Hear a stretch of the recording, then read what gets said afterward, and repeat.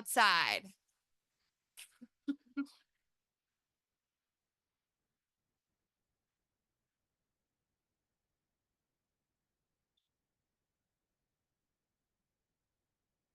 Do I go yell at them? Mm-hmm. Yeah, I'll do that. Yeah, yeah.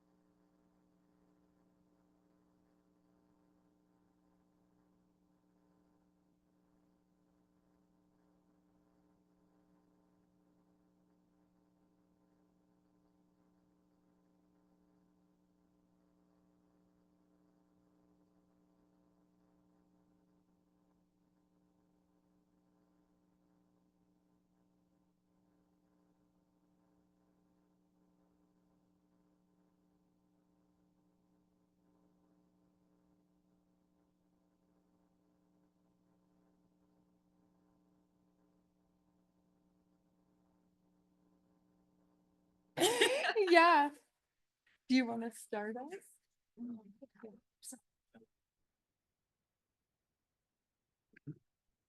Good morning, everybody. Good morning. Okay, I think we have a quorum established now that Lisa has taken her seat. Thanks, Lisa. Jeff will be putting a link to our meeting minutes from our last meeting. And we have the agenda for today's meeting right here.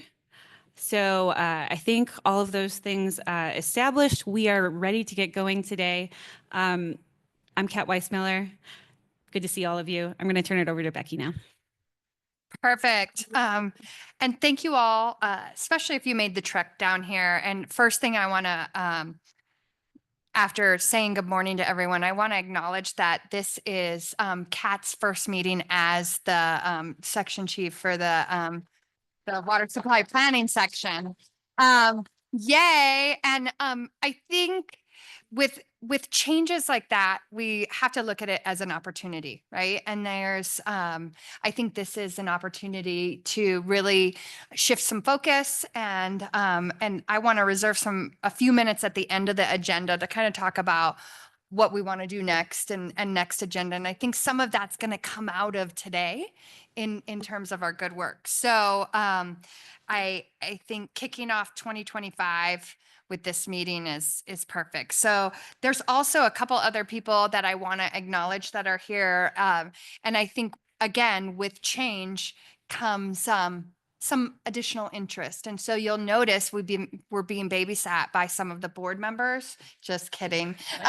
Some of the CWCB board members are here. And I think folks are starting to hear a lot of focus and interest about some of the things that we're working on. And so I'm hearing from the CWCB board members, they're wanting to kind of have their thumb on the pulse before things get taken to the board. And so I think that's helpful. And I think part of the reason they're here too is because we had so much energy in our last C9 summit.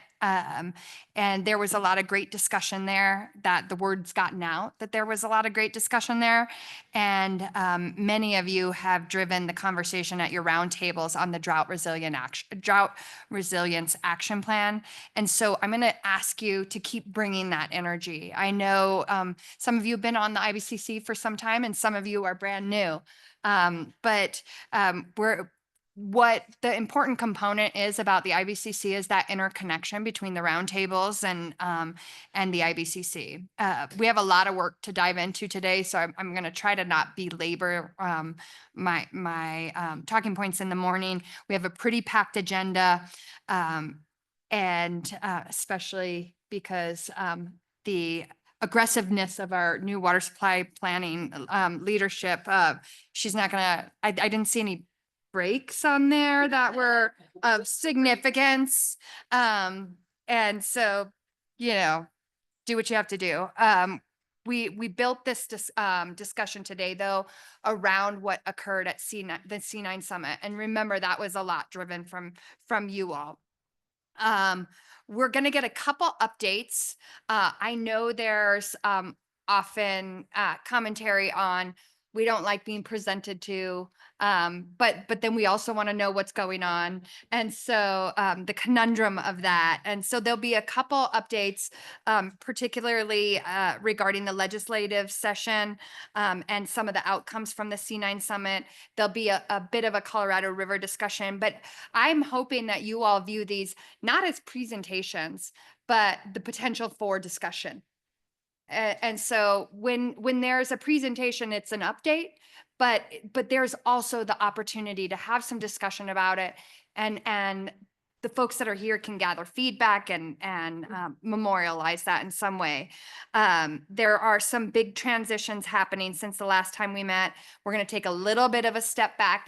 There's going to be some new folks here and new folks on the CWCB board, but we're going to take a step back, spend some time exploring IBCC's future.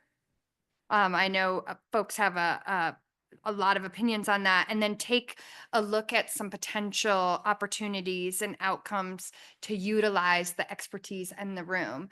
The reason you were chosen either by the governor or by the Basin Roundtable is because of your expertise. I don't believe any of you are underwater basket weavers. You are somehow connected to water. Other than that. So, which underwater basket weavers are connected to water, I guess. But you're connected to water in a different way. So, we spent some time creating, and when I say we, I mean we, not the we.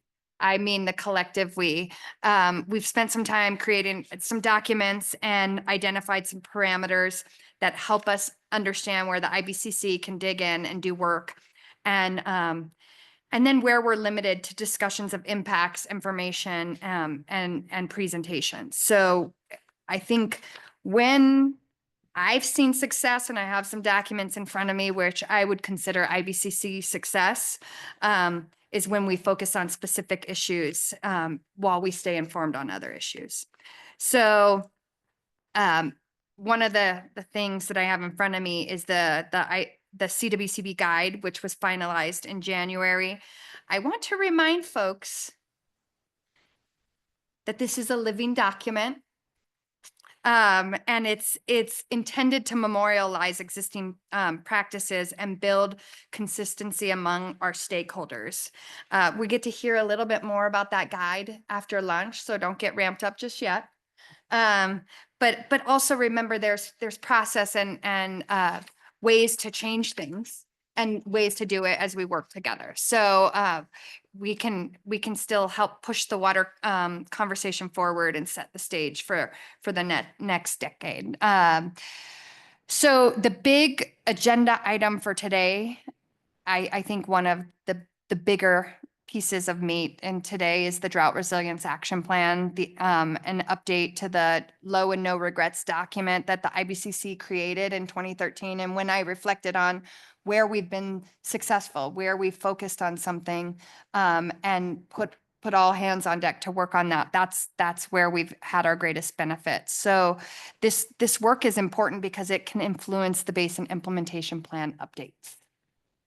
And don't forget, that's the meat of the water plan. That's the meat of the direction that we're going in when we move forward as a state in water. And so, and oftentimes I've seen those included in the water plan, either portions of them or whole cloth. And so doing this will set the stage for the strategies that will become part of our next water plan. Just as in 2013, that no and no regrets set the stage for the 2015 Basin Implementation Plans and the water plans. So focusing on Colorado and harnessing the power that is the Basin Roundtables to build consensus across the state is huge. And it is a benefit that we have in Colorado that I have not seen in other states. And so while it could have issues, and while while we volunteer and that is often hard to do, I think we have to be thankful about that grounds up process that we have focused on. I don't see that in other states. And I'm frequently meeting with other states that can't move the needle the same way that we can because of that. And and that just reminds me that collaboration is key. We have to work together in sharing that knowledge and resource. This is a part of that. And I'm asking us all to choose that path collectively, and commit to that collaboration. Some of this will feel like the same conversation that we've had.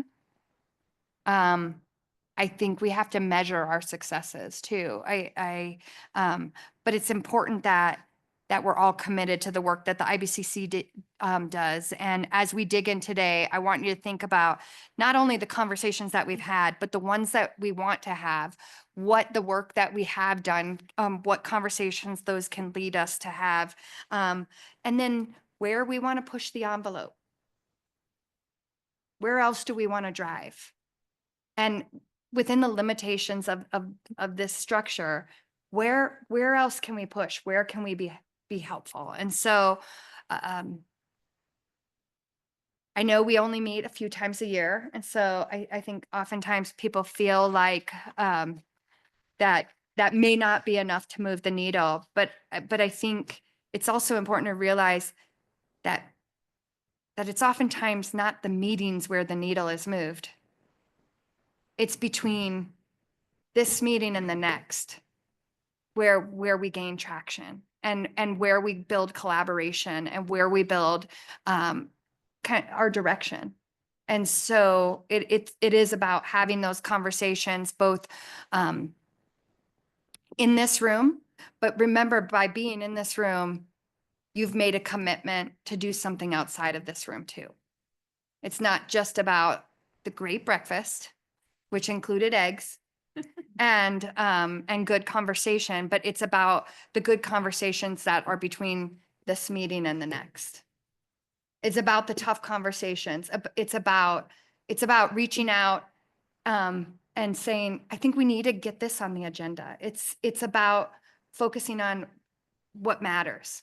And so I ask you all to reflect on your roles, not only at this table, but your roles at the Basin Roundtables. And what is your responsibility? And are you willing to put in the commitment to make this successful?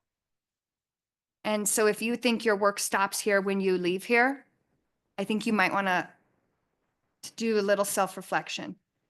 And because it doesn't stop when you leave here. This is where it starts. So I think we need to get moving with the day and go from there. Kat, I'm going to turn it over to you. Was that okay? Am I in trouble? You're not in trouble. Okay. Good job, Becky. Okay, the next item we have on the agenda is a legislative update, and we have Anna Moss here who's going to provide that. Thanks, Kat. I'm going to keep this a little bit brief, and this is in alignment with what Becky just said of sort of the presentation versus conversations. And I know that we've got Mark Shea, who with the Arkansas Basin Roundtable, who also wanted to have a conversation about dredge and fill. So I'll keep my remarks sort of brief, but happy to answer questions too. So I think that most everyone in this room is well aware of the DNR and CWCB's bill related to creating a snowpack measurement program within the CWCB, a water supply measurement program. I think it largely, conversations happened with water leaders around the state, including you all, that really identified that as a really high priority and something that the CWCB could help with. So we're really excited to have this bill running forward. It's been introduced. It's currently waiting in appropriations right now, but effectively this would create a program within the CWCB that would really just codify the water supply measurement program. And so it would be staffed by one FTE. And then our plan to fund that would be what we've been doing historically, which is appropriations through the projects bill as cash is available, but also looking to, other partners, the federal government and other entities to help fund that program. So it still wouldn't just be the CWCB on the funding side of things. So that's the plan. And we're real excited to see how that one moves forward, but it seems to be very well supported. The other thing that we are waiting for introduction on is the annual CWCB projects bill. And so that normally happens really after the budget is passed. So that should be probably introduced, I'd imagine, near the end of March. Things included in the bill this year are some of the normal things that we do are satellite monitoring refresh, floodplain risk management, weather modification. Those are sort of the standard things that happen every year in the projects bill. This year also has $2 million for the water forecasting partnership. So that's the snowpack measurement flights. So we're excited to have that again in this year's bill. We have $500,000 to re-up our federal technical assistance program, and that's the program that helps entities identify and apply for federal grants. We had some ARPA funds that were taking the place of that program for a few years, and now that those funds are largely obligated, we thought it was time to refresh that program. So we're excited about that one. Another $5 million for our Wildfire Ready Watersheds program. Yeah, that's a good one. And we also have an appropriation for 29.2 million for our water plan grant program. And so just as a reminder, that's the sports betting revenue that Department of Revenue collects. It gets transferred into a fund, but we still need an appropriation to then utilize that fund. And so that will be in the bill for available next year, starting with the July 1 water plan grant round. And then also tied to Kat and her team is some funding to kick off the technical update to the next water plan, which is, I feel like we just celebrated the kickoff of the water plan, and here we are looking forward to that next 10-year cycle. And so there's funding set aside for that purpose too. So we're excited about that. I know there's been a lot of questions around the state about the budget right now. It's just a status update from the DNR's perspective. We have our figure setting with the JBC this coming Friday. I don't know that we're going to have a lot of final decisions at that point. We do have a request in there for a term limited staff member to also help Kat and her team with the technical update. So a decision will be made probably on that on Friday, but I suspect the rest, they're really waiting for the March forecast, financial forecast. So that'll be coming out on March 15th. So I think we'll know more then. Certainly we can keep you all apprised as things move forward. But at this point, you know, the governor's budget is on the table. The JBC's been having conversations, and we'll see how things shake out. It's a tough budget year for sure. If you've listened to any of the JBC conversations, they have a lot of difficult decisions to make. And so we're going to do our best to make sure that they understand the importance of water. And I think they really do. I think we're super fortunate. You know, we have the water plan, we have identified projects, we know what our funding gap is. And so they are well aware of all of those things. I think that puts us in as good of a position as we can be in to really defend those funds that we have. So I'm going to stop there. And if I guess take questions or just turn it over to Mark if he wants to talk about the dredge and fill. Mark's not on just yet, so we can turn it over to some questions. Go ahead, Sean. Just talk. And I have a couple of questions. I'll ask one and let others get in the way before my second one. Sort of putting you on the spot. We exchange emails on Super Bowl sports gambling. Is that information you're willing to share, or you'd rather I share it? You know what? I don't even have those numbers at the top of my head, but if you remember the numbers that I gave you, could you share them? I don't want to go from memory because I'll be off by an X factor, but I'll find it. Here we go. Nope. Crap. Sorry. I can probably I'll find come back after my second question. Okay. I can probably find it too, actually. Yeah, Sean had asked me a question of effectively based on sports betting revenue, really, what is like for every dollar in, what does that mean ultimately to the water plan grant program? And so somewhere. And it was on the heels of the newspaper or media saying that the Super Bowl bets were at an all-time high in Colorado, Yeah. which we don't have a 20-year history of betting, but it exceeded all expectations. So what does that translate to in water plant funds? And so in that particular. It's win or lose, water wins. That's right. That's the important part.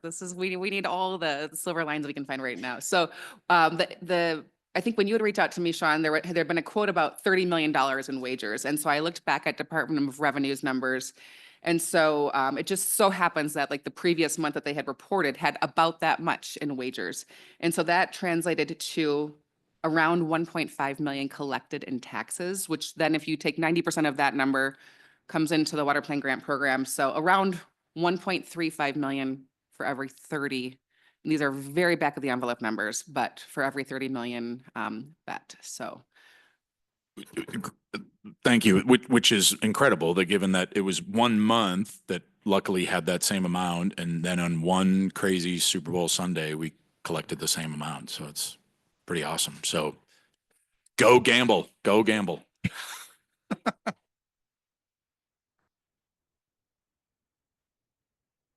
So Ken or Jim, I think next had a question. Jim, do you have a question? Okay, Ken. Oh, yeah, he doesn't. Yeah, yeah, that's why I've been ignoring you, Sean. Ken, what did you have? I was wondering if you could remind us, give us sort of a short outline of how the timeline and process for tech update, BIP, state, the new version of water plan, just approximately. I'm going to turn that to the expert. Yeah, Ken, I have a slide a little bit later that kind of walks through all the timing for that, but for the tech update, the plan is to kick it off this year and it'll go through 2029. And then obviously, I think most of you are sort of aware that we're hoping for a 10-year cycle for the water plan. So we're looking at the next water plan to come out in 2033. So the BIPs will fit in there. I don't have the exact years off the top of my head, but 2020, 2030, 31, I think, and then the water plan is coming out in 33. So Thanks. yeah, and it'll all be outlined on a slide so you can see it. It helps to have a visual. Any other? Oh, Sean. Oh, Second question. yes. Before my third, no. Anna, I want to make sure I understood. So on the snow measurement side, first off, thank you to you and the rest of the CWCB leadership and sort of hearing the water community say that this is an important thing. And I think it's taken some bold leadership to put the money in there and the technology and all the things. So thank you for that. I could be mistaken, so that's just part of my question on the bill that would sort of create a new program or ratify that program. And then I heard you say in the projects bill there was maybe some money to do the snow measurement. Is it viewed that once the other program, if the other program gets established, there wouldn't necessarily be a projects bill funding element in the future, that would be funding that would be dedicated into that program rather than the projects bill? So the programmatic funding will still come through the projects bill through annual appropriations. Got it. What will be codified in statute is that it will be sort of a duty of the board. And then we will have one FTE associated with that. So that person will then be, their funding will come through the long bill. So that part of the budget process.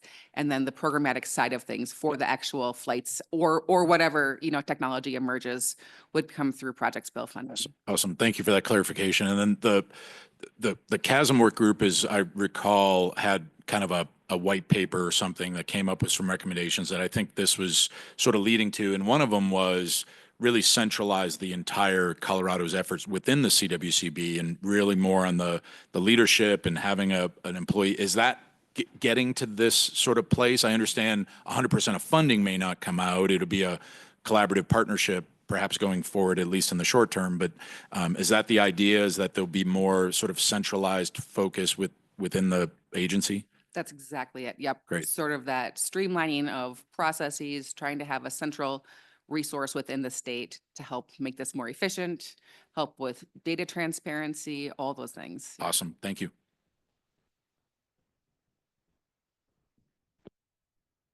Yes, Terry. Okay, Anna, just could you explain to me, and maybe you don't know the answer to this, so I'm giving you an out right away. So on this water measurement program with CHASM, how are they going to integrate products that already exist at the federal level, such as USGS and NRCS? I think this is, well, I appreciate the out, number one, and but I think this is really intended to, it's the reason why it's fairly broad in statute and to create this sort of as a duty of the board, it allows for that space. So I think, obviously SNOTEL is still going to be one of the key pieces of this snowpack measurement, but these flights can certainly help supplement that information and maybe, provide an opportunity for more refined information at this point. But all of that is still broad in statute, so that as there are more emerging technologies or other opportunities to look at how we measure snowpack, we've got that flexibility built in. Does that help at all? Okay. Any other questions? And Ken.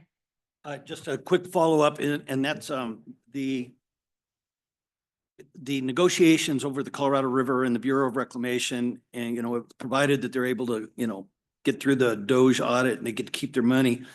It seems like part of the strategy that we might incorporate is that we at least ask the Bureau of Reclamation to match the funding that the state of Colorado. In other words, if we're putting up 2 million here in Colorado, maybe the Bureau of Reclamation could match that amount in support of the program. I think there's so much up in the air as it relates to that right now, Ken. I do think as I listen to all these conversations, one of the things that's critically important as we talk about snowpack measurement is the continuity of that. And not missing a year, not having the continuity of information. And that's one of the things that we've been able to do. And we've come together as a state when there have been issues with federal funding or matching or funds coming from other states or areas because of the Colorado River piece, is that we've realized the importance of the continuation of that data and not having one data point off and missing anything. And I think we have to acknowledge that that's been state driven to make sure that when times are tough, we've not missed. And that's incredibly important, especially for data nerds that we have that. So that was my thought as we're talking about all of this. So anyone else before we move on? All right. I think we have Mark online now. Oh, And Mark's planning to give an update on some Dredge and rulemaking. Yep. okay, Mark, if you wouldn't mind getting on and talking about dredge and fill, and I bet we have some questions. Absolutely. Thank you. Can you all hear me all right? I hear you, Mark. Excellent. Good. For having me this morning. I appreciate the opportunity to talk with you all about this state rulemaking process that's going on right now. And Director Mitchell, thank you for this opportunity to address the Interbasin Compact Committee on a topic that I've been briefing the Arkansas Basin Roundtable on a regular basis. As this issue has developed over the past couple of years, and at my most recent report out, several members of the Ark Basin Roundtable had suggested and that I visit with you all and kind of highlight a couple of the points that I'd shared with them on this topic. So I guess just to provide some quick background, this is all regarding the state dredge and fill permit program that has kind of become a topic here in Colorado since 2023 when the United States Supreme Court issued the Sackett v.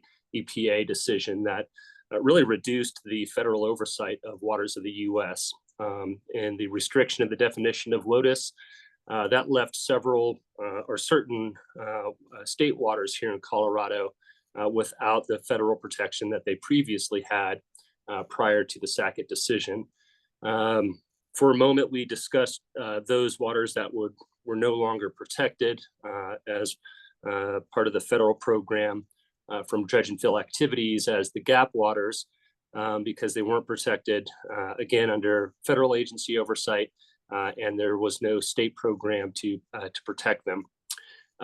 Fast forward to the 2024 legislative session, there was legislation introduced to address basically what was now unprotected state waters because of this change in federal permitting.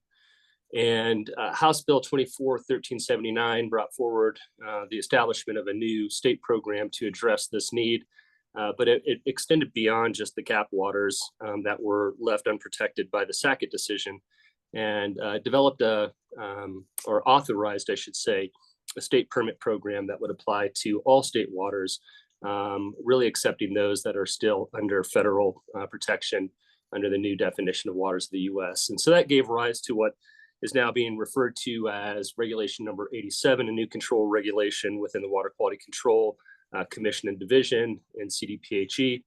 And it's in this drafting process where these issues that I'd like to share with you all today have kind of come to the surface. So if you can move to the next slide, please.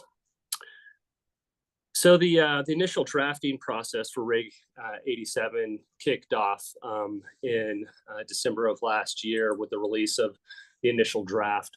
There have been regular stakeholder meetings that the Water Quality Control Division have had on this topic. I think representatives of the Commission and Division have come to most of the basin roundtables and presented on this early in the process. I think that was before we had a draft regulation to review, but just to introduce the topic and make sure that members of the water community are aware of what the division is working on with this new permitting program.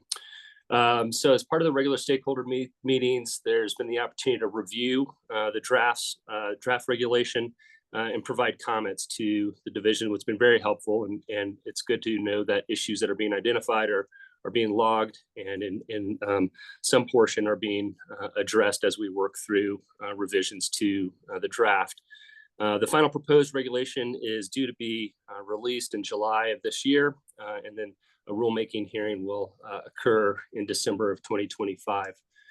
The substance of Reg 87 is primarily based on the statute that was passed last legislative session, HB 24-1379. So again, addressing dredge and fill activities to state waters that are not protected by federal oversight.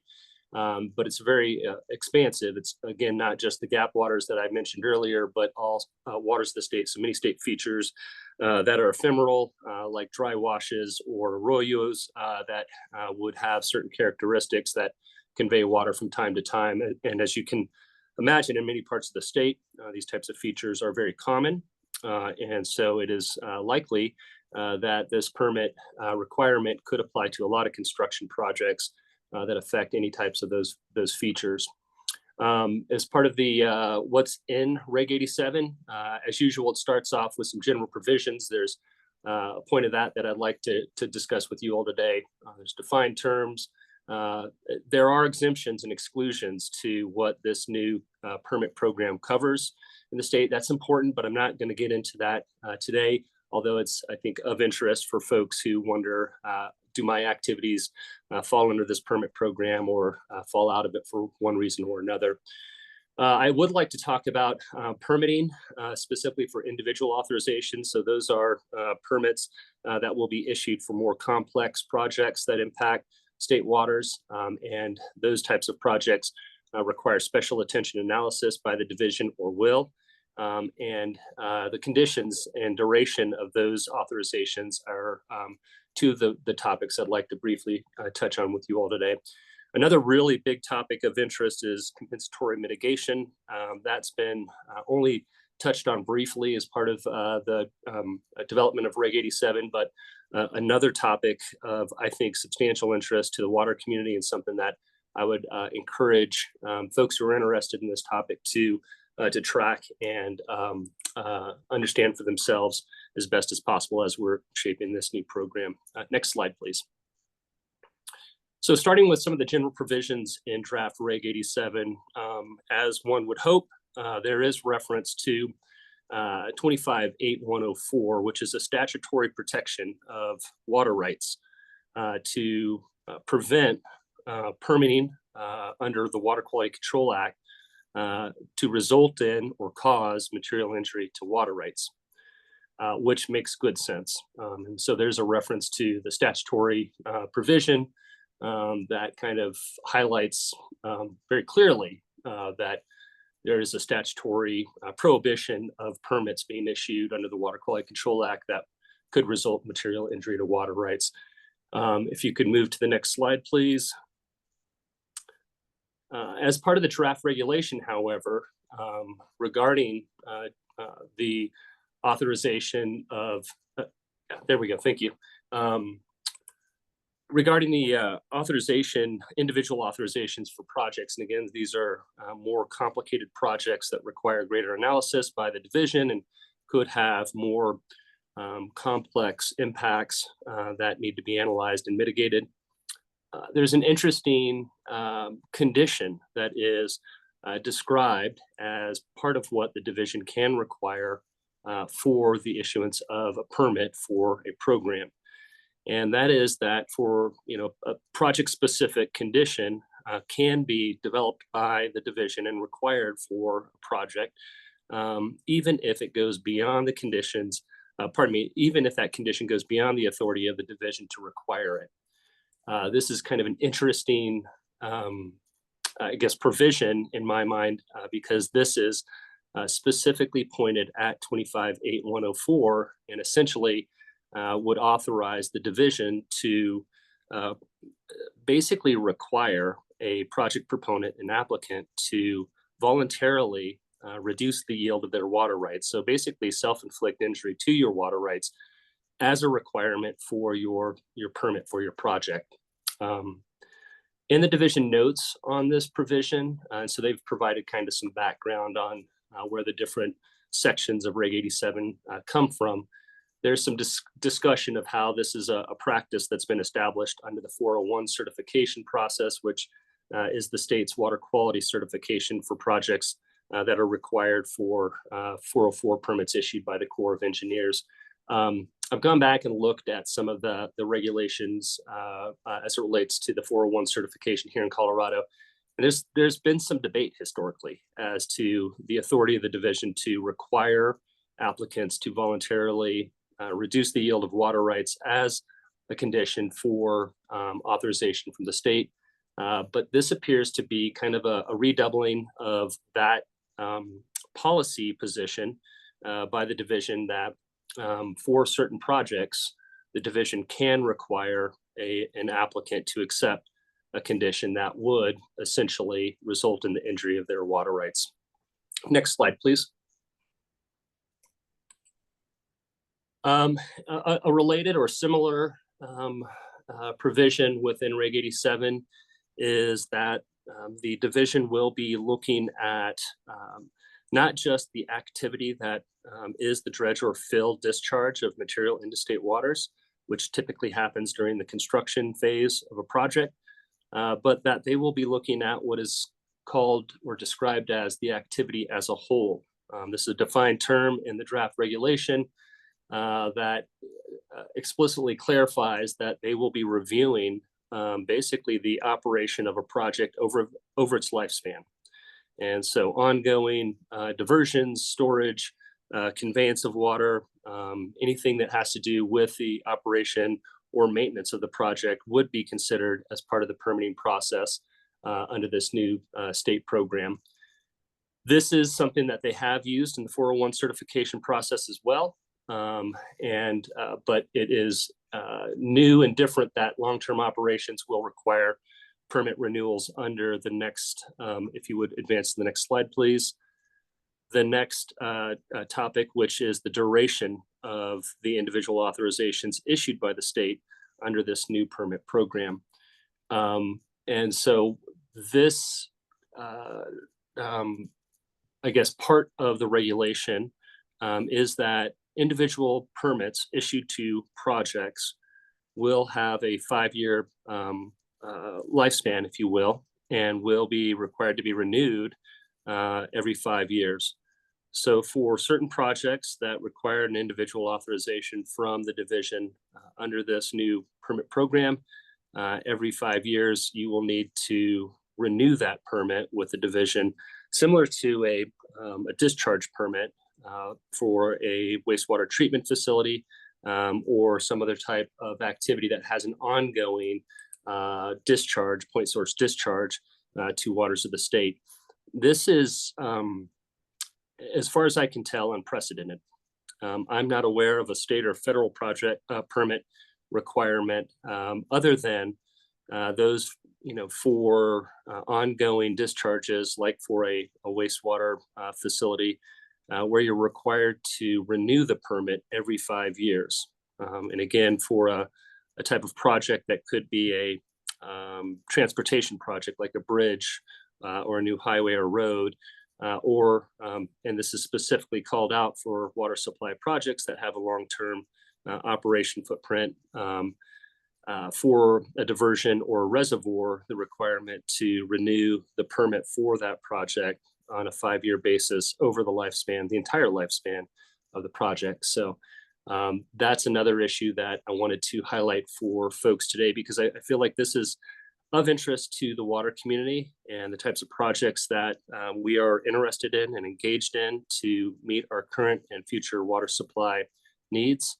And these are the types of issues that are at play as the Water Quality Control Division is developing this new state permit program. Next slide, please. So in summary, the 3 topics that I just touched on briefly is that material injury to water rights can occur under this new permit program, quote unquote, if the applicant agrees to it or voluntarily accepts that that condition for their permit. I see that somewhat as kind of an unfair arrangement, where to receive your permit from the state, you basically have to give into or agree to what would be injury to the water rights associated with the project that you're developing.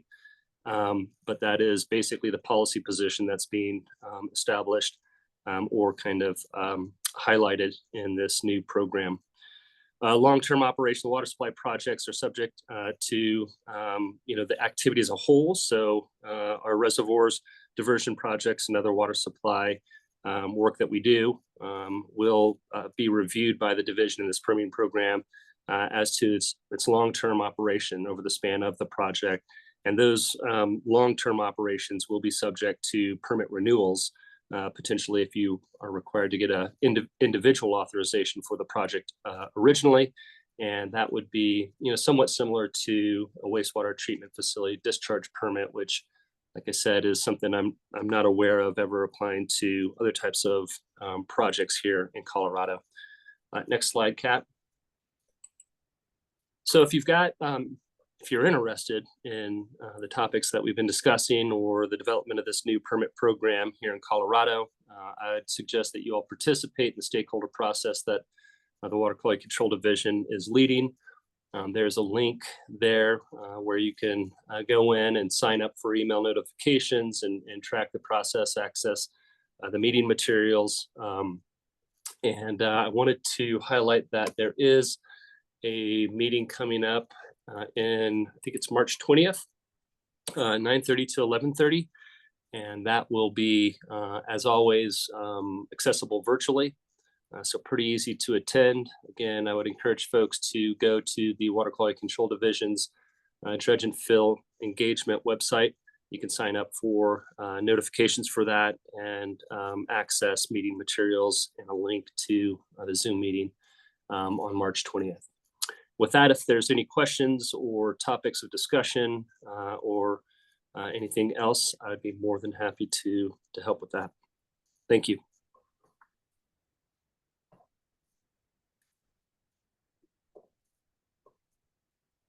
Didn't hear in the room, Kathleen Curry's got a question. Oh, okay. Thank you. This is Kathleen Curry. Thank you so much for your knowledge and your presentation. I wanted to connect this conversation to the IBCC a little bit. There is language in the proposed regulation that it doesn't clearly exempt piping and lining of ditches, and anybody who's involved with the roundtables knows that we do a lot of that. And I have a lot of folks keeping an eye on that language because it's not really clear where the piping and lining stands in terms of the exemptions. So I know you didn't want to get into exemptions, Mark, and I understand that, but just wondered if you flagged that as well. And then I wanted to thank you for your work on this. Yeah, absolutely. Thank you, Kathleen. Good to see you as always. Yes, there are some issues with the exemptions. in the regulation and even in the statute. A lot of the regulation pulls language directly from the legislation from last session. So some of it's kind of baked in. And so some of it can be, modified or clarified as part of the developing the reg, but some of it cannot. And I'm not sure about the piping language and the exemptions, but another issue identified as part of the exemptions is when you have mixed uses for ditches. So if it was originally an ag ditch, but some shares have been sold to an industrial or municipal user, and then you're needing to work on the ditch, that the ditch is no longer an excluded water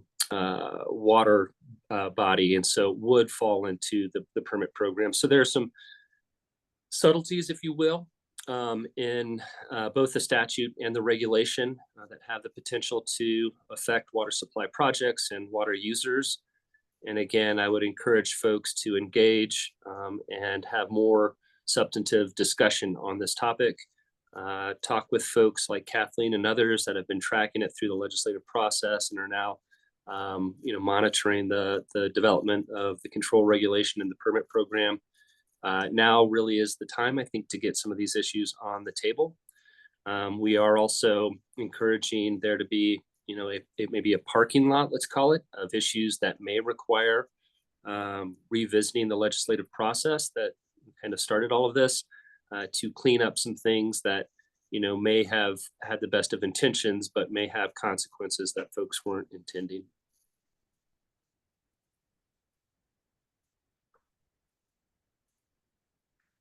And I know you were involved in the stakeholdering process during the bill development, as was I, and I recall hearing concerns being raised and being told, well, we'll work out the details later. And I also recall some of the concerns were around would this mirror the federal program or perhaps be Colorado focused, or would it be kind of a hybrid of both? And it occurs to me in hearing what you've highlighted as kind of those three major issues that all three of those are not something you saw in the federal program.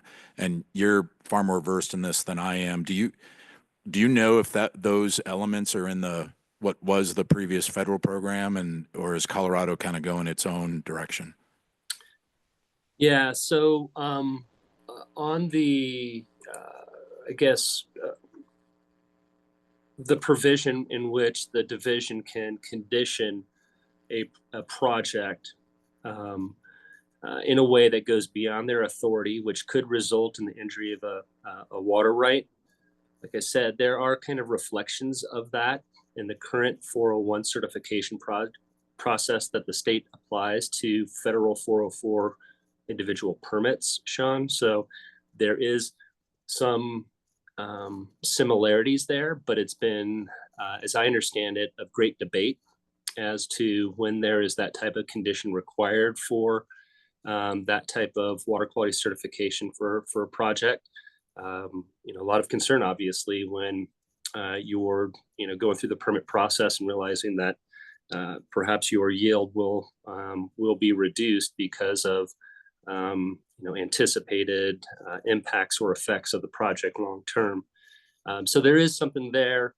Like I said, in the long-term analysis or the activity as a whole, yes, again, in the 401 certification process, the division has used that perspective to analyze projects and their impacts that typically, and I think most appropriately, results in permit conditions like adaptive management, which I think a lot of us in the permitted community, understand and can live with, which is we will, continue to monitor the impacts of our projects long term. And if we see something unanticipated, we'll address that impact in the future.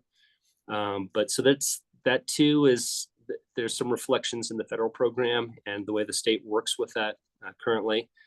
The last one, though, with the 5-year renewal requirement for individual permits, I'm not aware of anything like that. That's new and different. Like I said before, the thing that's most similar in my mind to that new requirement is the renewal for ongoing point source discharges like a wastewater discharge or a stormwater discharge, which needs to be renewed by the division every 5 years because of the ongoing nature of the discharge.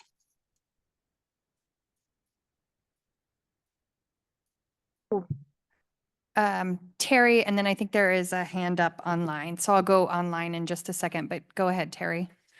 So Mark, thanks for doing this. Mark presented this at our roundtable meeting, and it's very complex unless you're really involved in it. I suggested that Mark present this to the IBCC. I think it's really good information, Mark. Thank you. One thing that this really reminds me of, just for edification, you know, basically, it reminds me of the Uniform Code of Military Conduct. You got a whole list of conduct items. When you get down to the last one, it says anything not included in up above is included here. And it really kind of reminds me of that. I think it's really disingenuous of our agencies to try to do this. But I do have a question for you, Mark, and I don't know the answer to this, but maybe you do. Doesn't the whole concept of gap waters conflict with the Sackett decision? Well, the concept of gap waters, Terry, you'll recall, or the waters that used to be covered by the federal permit program by the Corps of Engineers 404 authority prior to Sackett. There was the rational nexus test, you may recall that term, and that's, you know, if and how there's a hydrologic connection between a given water body and a downstream water body that's clearly navigable in waters of the U.S. In the Sackett decision, the Supreme Court attempted to, you know, really clarify what is and what is not waters of the U.S. and subject to Corps oversight. And in doing that, they drew a bright line. And like I said before, that left certain water features no longer covered by the Army Corps' 404 permitting authority. Here in Colorado, we described those waters that were no longer subject to 404 as the gap waters. And so there was discussion at a time that we would develop a permit program that would focus in specifically on just the gap waters. And to Sean's comment or question earlier, that would have basically mirrored or kind of reestablished the same type of coverage as pre-Sackett, with the Army Corps having oversight for the new waters of the U.S. under its 404 permitting authority, and the state having oversight of the gap waters under its new state permit program.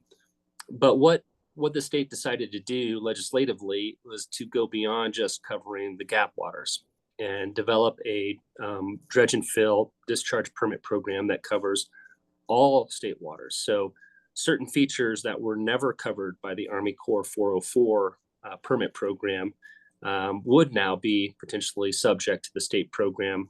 As I mentioned before, ephemeral features similar to like dry arroyos or washes. Basically anything that could convey water on a regular basis that is a low depression on the landscape. Features like that, you know, could have some of the characteristics that are described in the regulation, like an ordinary high water mark.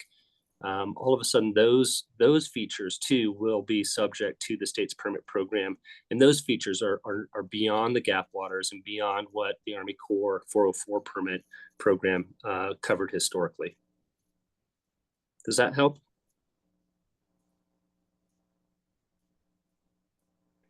Online, Andy, you had a question? Yeah, thank you, Madam Chair. Mark, I just want to say thank you very much for laying out these issues. I think you did a great job, and I think we should all be concerned about where this regulation's headed with CDPHE. And you're right, we should participate in the stakeholder process. I guess I want to just stress the comment and maybe provide a bigger context for Kathleen Curry's comment. You know, the ag community and our district and others worked really hard to make sure that the ag exemption from the federal Clean Water Act was carried over into this legislation. And it appears to us that the current regulation is narrowing that exemption quite significantly. And I do think anybody who on the Interbasin Compact Committee has agricultural interests in their basin, which I think are most of us, should be concerned about that. And I think participating in that stakeholder process actively and making sure your ag folks are aware and that the districts that represent them can participate effectively is important. So I just appreciate your bringing this up, Mark. Thank you. Yeah, thank you, Andy. Appreciate the comment. And again, I just want to highlight, kind of tagging onto that again, where you have features that were historically developed to serve just ag uses, where there may be, some mixed use currently or in the future, where there's some industrial or municipal beneficial uses associated with that ditch or ag structure. That too will also cause that feature to fall out of the exclusions in this permit program. And that's not just under the draft regulation, but I think even the language in the statute. So some of these things we may need to continue to discuss as possible future legislative fixes or refinements for the program. But thank you for your comments. Extra minutes for Sean Cronin on the agenda. The Sean Cronin effect. This is a thinking out loud comment. Mark, you don't have to respond, but it just listening to this, it occurs to me that this could be beyond just your kind of traditional bread and butter water project, this 5-year renewal of a permit.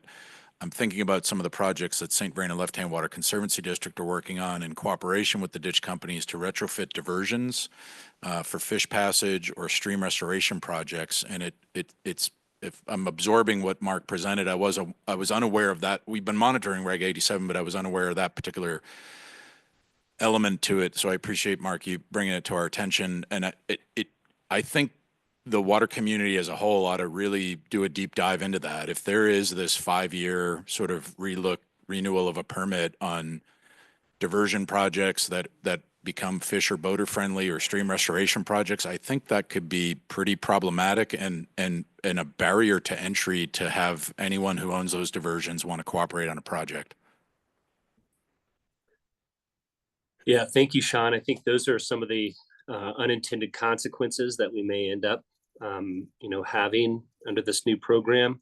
I'm thinking of restoration projects as well. If they were to be large and complex and surpass a general authorization and require an individual authorization, it's possible that you could have a restoration project that would require a 5-year renewal for the permit. Lifespan of the restoration project, which I think most folks would hope would be long-term, if not indefinite. I'm not sure how you'd handle that, but there are some things that I think need to be, better understood about how this will work. And in a brief discussion I had with Kat the other day about this topic, we were chatting about the water supply handbook that was developed back in 2017 that is meant to address or at least describe the process for permitting water supply projects here in Colorado.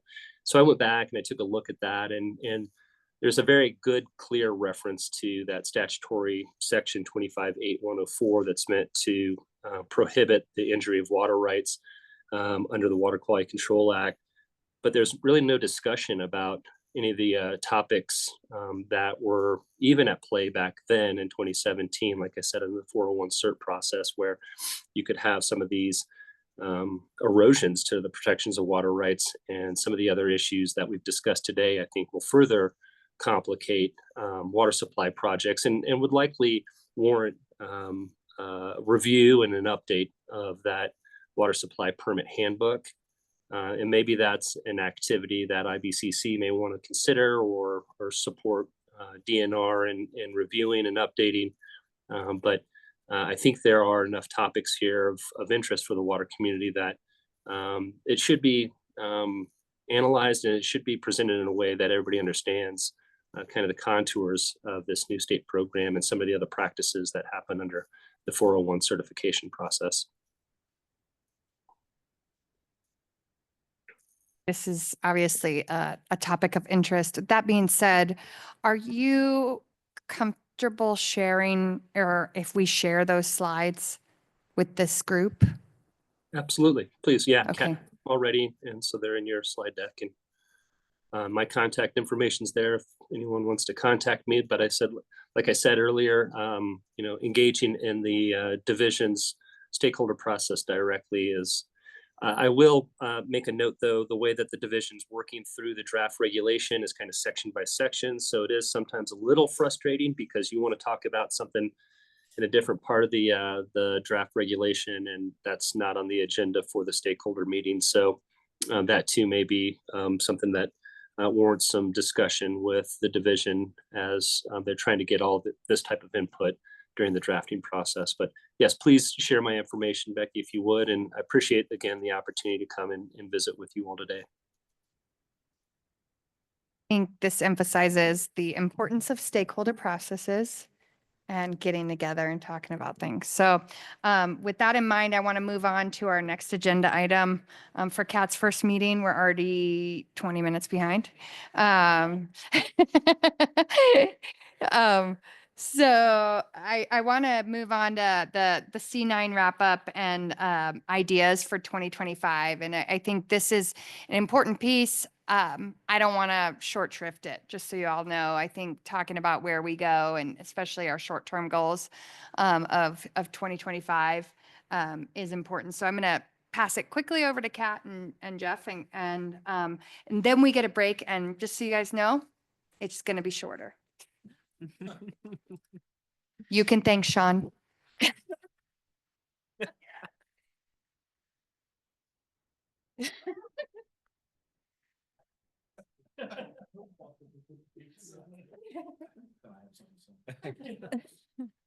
All right. Thanks, everyone. I just want to have a quick update on the C9 Summit, and then I'm going to open it for some conversation. Just a recap of the last C9 Summit. I know many of you were there. It brought together over 250 people from across Colorado in Crested Butte. It was October 1st and 2nd. As a reminder, the first C9 Summit under that kind of title happened back in 2019, and we've moved towards making that an annual event. The 2023 C9 Summit was held here in Westminster, and then obviously last year in Crested Butte. We've folded the third IBCC meeting sort of into that C9 Summit, along with a range of other panel discussions, interactive exercises, tours, and other events. And the format for this upcoming year could follow a similar pattern, but I'd like to ask for your feedback on what it might look like and what you liked and what you didn't like. So I want to have a quick conversation about that today. As those of you that attended will recall, we did this interactive activity during the C9 that was geared around drought planning, and it was called Endgame. And it consisted of breaking the whole group up into 7 groups and working backward from some 2050 parameters. Some of the groups had, the 2050 parameters were 50% less collaboration or 25% less stream flow, if that jogs your memory about the exercise. And it asked us to brainstorm ideas and actions that could help us realize a better future. So each group generated and ranked their ideas and reported them out. Kelsey helped us facilitate that exercise. And then as a larger group, we kind of cataloged all those ideas, and that's what's showing on the screen now. I put them up for you to review and think about. Jeff also, I think, just handed out his, he kind of organized them into categories. These are here now for the IBCC to think about and consider how we include those as we move forward towards this no and low regrets or drought resilience action plan. So I hope you all have a chance to take a look at that document that Jeff just shared. But what I really would like to do today is have a bit of a conversation with this group about the C9 Summit planning for this year. So I have 3 questions up on this slide that I'd like to encourage us to discuss. The first is, what was most valuable to you from the I put the wrong year in here, but from the 2024 summit. Do you have any ideas for agenda items for the upcoming 2025 C9 summit? And what's one additional topic area or challenge you think that we should bring into the C9 summit agenda for this fall? And I'll just flag that we're looking at late September. We don't have it all dialed in yet, but late September, probably in the Denver metro area. So with that, I'd like to just open up the floor. I have Kelsey prepped to take some notes. I know I've heard from some of you with just ideas that you've shared. So I will just open it up and let you guys share your ideas now. And I saw Pat raise his hand.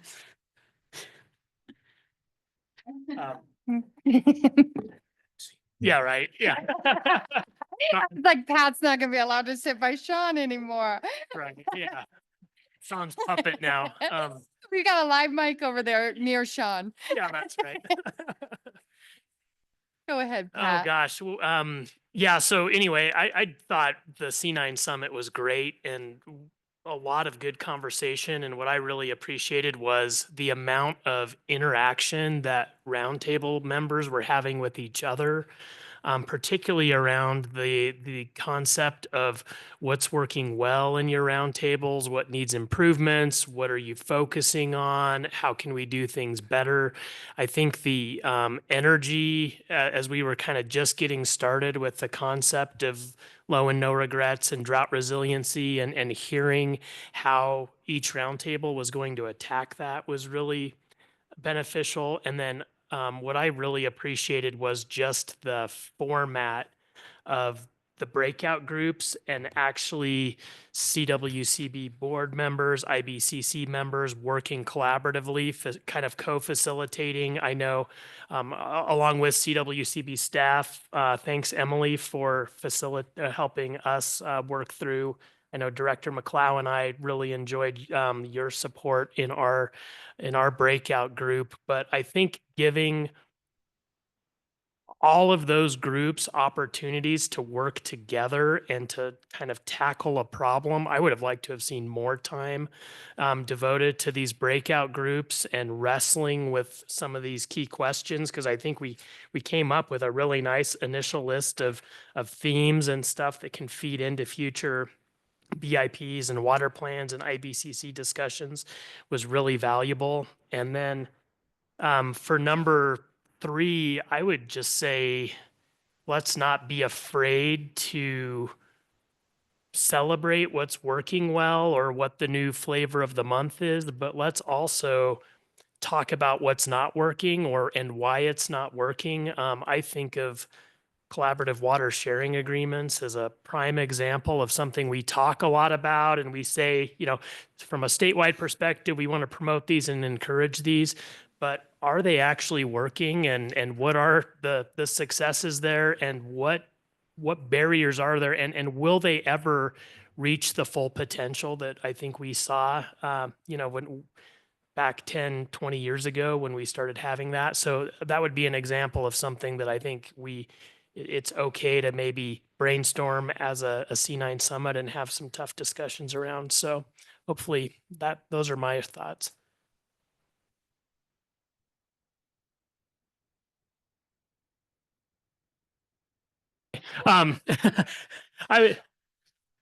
Yeah, Sean, I defer to Sean. Yeah, I think just exploring collaborative water sharing agreements and what's working and not working, and kind of wrestling with the reality of their level of success thus far would be one example.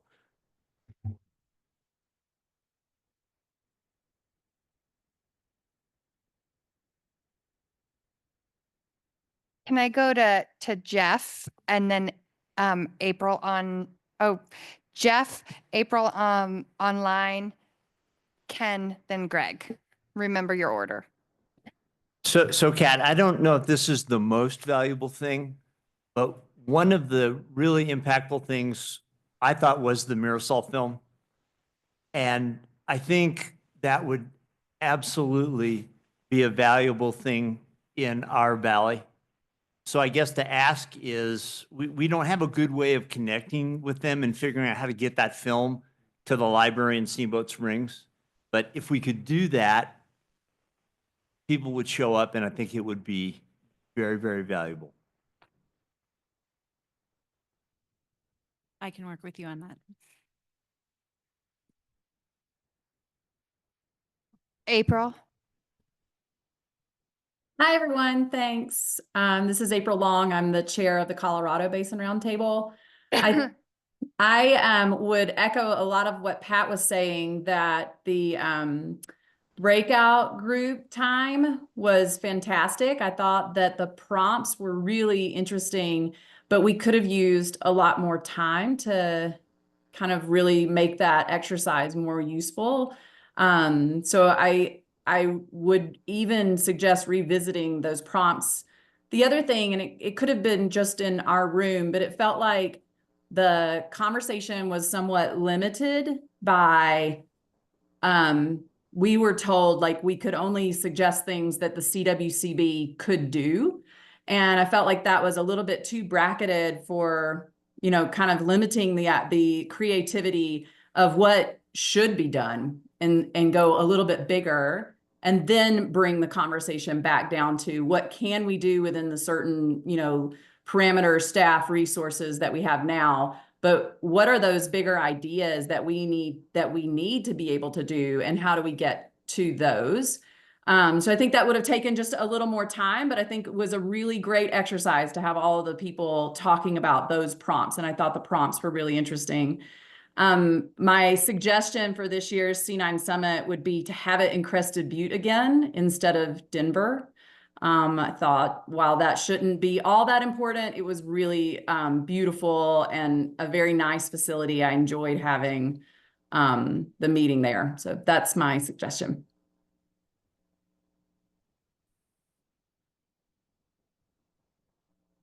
April and Ken? Well, thank you, first of all, for an opportunity to comment on this. It's a really important topic, and I really love seeing the C9 becoming a regular thing every year, and we have plenty of opportunity to continue to improve the outcome. This is a good example. I think leadership has heard me talk about the importance of some sort of work being done between meetings. And this would be a good example of a subcommittee that could take some of the feedback that we're providing now, but there's hours of work that goes into doing a really good job with an agenda and taking all the feedback that we've received. So that would be first thing, subcommittee. Second, what was the most valuable? Boy, that's a long list. There's a lot of great stuff that went on, the interaction, but probably what April said, just more time, or at least utilizing the time differently. We did a day and a half, and we used the tours the first day. I think we could use that time more productively. I think there's a whole category of things that Pat brought up of how we work as roundtables. Meeting with the chairs, do you use an executive committee? What's your grants committee like? What is PEPO doing? There's all kinds of subcommittees and breakouts that could take place to share ideas, because that one session that we had where we had past chairs, the main thing that struck me was all the questions. Everybody wanted to, well, what did you do about this? Or have you ever done that? And that's really important stuff. So the whole first day could be that type of mechanical work, leaving us more time for the breakouts. Because the only bad thing to say about the breakout was it was just so, I'm really impressed with how much they got done in how short a time. But we could easily have used more time to talk about what we accomplished and what we'd like to try to follow up on. And that's enough for right now. Thanks. So Ken, you want to take a week of togetherness? Is that what I'm hearing? Yeah, we should just all move in. Yeah. No, I'm serious. But no, the same amount of time, just utilizing it slightly different. Oh my gosh, Sean's thing is up again. Okay. I mean, I'm doing a nice favor for Sean tomorrow, so I'm actually just overplaying this. So we have Greg, Aaron, Bo, and then Sean. So you can put your cards down and I'll call on you, but Greg, you're up next. Sure, thanks. I think it's funny, I don't know that anybody that I've talked to remembers the drought what was it? Drought Resilience Action Plan, that acronym or anything. But what I think people did remember and what drove a lot of enthusiasm and attendance was the idea with those breakout sessions on the different topics that Jeff just handed out, that the whole community was going to work together to try to prioritize maybe some things for the IBCC to work on, because I think the whole community was very aware that IBCC's maybe been a little high-centered for a while and a little stuck. And I think that whole drought task force period only added to that sense. And so the idea that we could come together and really work to get this moving, coupled with Becky taking on the chairmanship, was huge. And it really drove a lot of enthusiasm during those breakout sessions. And I'm not here to put my thumb on something, as Becky mentioned, or take a pulse. I'm here because of that session. That was so exciting that I felt like IBCC's poised to really step up and tackle a few of these issues. So really wanted to follow up on that. I think for the next one, something I have heard from a few Basin Roundtable chairs that might be interesting and sort of tie, that was a great discussion about with the past chairs and how you handle different things in different basins. It might be interesting to give chairs, you might have to do this over a couple of years, but give chairs 10 or 15 minutes to talk about what are the really pressing issues in their basin. I think that maybe we take that for granted sometimes, but for the majority of participants, and I would include myself, like that would be really helpful and might forge some more interbasin communications to both in terms of our similarities and our differences. So those are my thoughts. Thank you for that. I think you touched on some really good points, Greg, and the importance of that C9 summit of rather than just pulling the IBCC together, it's that broader interface. And I think that's amazing. It literally felt like we were rallying around the IBCC. Yeah. Everybody needs to feel supported and to be able to do the work that needs to be done. Aaron? Thanks. A lot of great comments, and like many others, I really enjoyed the breakout, and our group focused a lot on kind of building the bench and connecting with the next generation of water leaders. And there were a lot of representatives in our room from the various water centers across the state. Thinking about what we can do in between meetings, we've got such great representation with the roundtables and the IBCC all throughout the states, or throughout the state. I wonder if we can be ambassadors. Maybe I'm the one who's not, but I think if we can all be ambassadors with those water centers to talk to students at MSU, at Fort Lewis, at Western, just to kind of get the message out in a different way, because we get together and sometimes talk about really wonky, detailed things, which is great, but making sure that we have that next generation of students, of leaders to come in and understand why this is important. And again, figuring out how they want to be engaged first, saying, hey, what do you think is interesting? We know that not everything's possible. And at some point, there was a lot of people in our room saying, don't immediately tell them no. Eventually, let them express what the opportunities might be. And over time, they'll recognize kind of what's possible, what's not, what are the venues that are appropriate. So figuring out what we can do as ambassadors throughout the state, I think will be really valuable to make sure that, once we're no longer sitting here, we have new people coming into the roundtables. And as far as an additional topic, this is a little outside the box, but on the rest of my day job, we're thinking a lot about broad outdoor engagement. And Colorado has developed these outdoor partnerships, these regional partnerships that were modeled after the roundtables to some degree, but they don't really operate like the roundtables. And I think they could learn a lot from the roundtables. So in the executive order that created them, they're saying, they're going to be like the roundtables, but they need help. They need some support.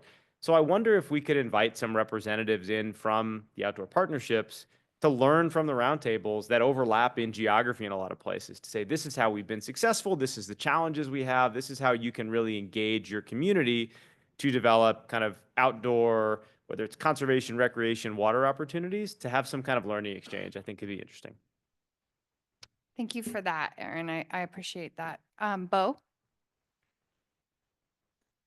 Yeah, I was not at the 2024 C9, but it was at the 2023. And to make it short and sweet, I find that for the number one, the most valuable thing there is networking. I've been in political groups, scientific groups, all kinds of different groups, and the networking, when you get the ideas from somebody that really isn't in your area, but is in their own area of expertise, but all of a sudden you cross up and you find an interesting bit of information that helps you in yours. That's the biggest, most valuable thing I find at these kind of deals. Now, an agenda item for the one coming up. As a political animal, I think 2 and 3 are kind of connected here, but as far as the 2 goes, I think an agenda item for a current event, a current environment, or the trends for each one. I mean, just a snapshot of right then and there that day.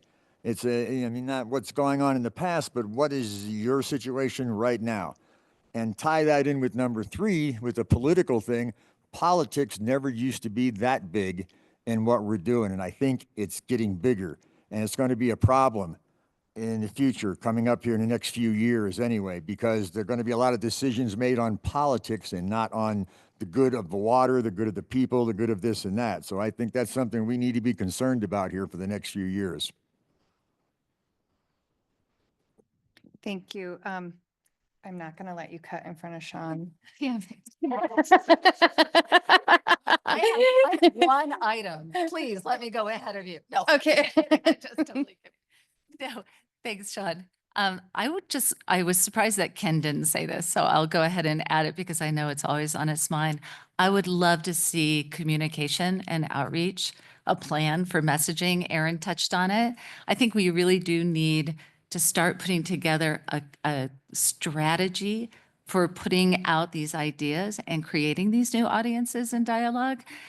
So I would love to see that as an additional agenda item. Thank you. I like that. Sean and then Kathleen. Thank And you. Erin, you can put your thing down.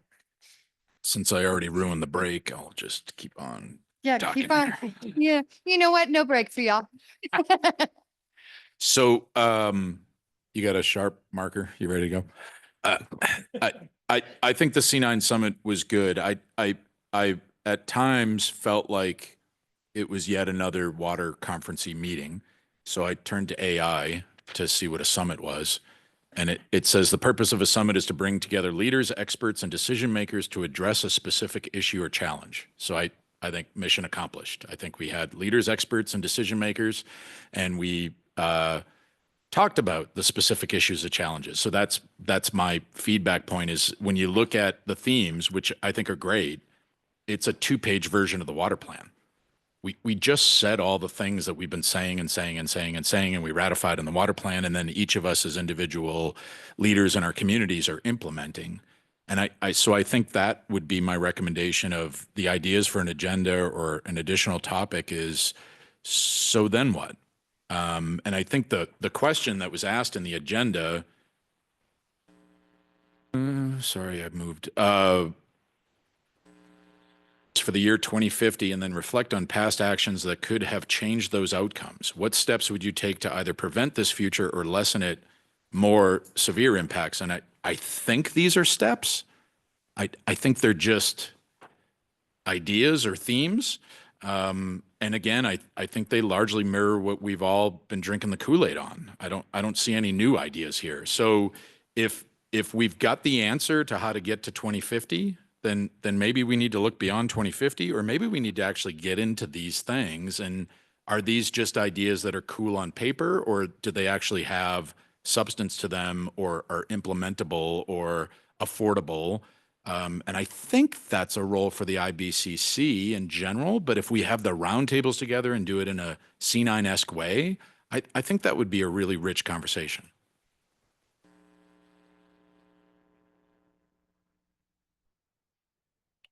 I wanted to just put this comment in context, and I'm going to jump to the second question, if that's okay.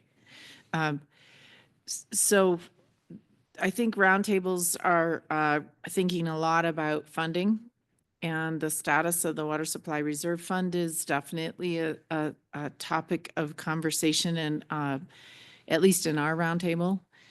And it wasn't mentioned during the legislative update, but there's a bill moving through the system, Senate Bill 040, that is setting up a task force to evaluate severance tax dollars, and that's a critical revenue stream for water project funding.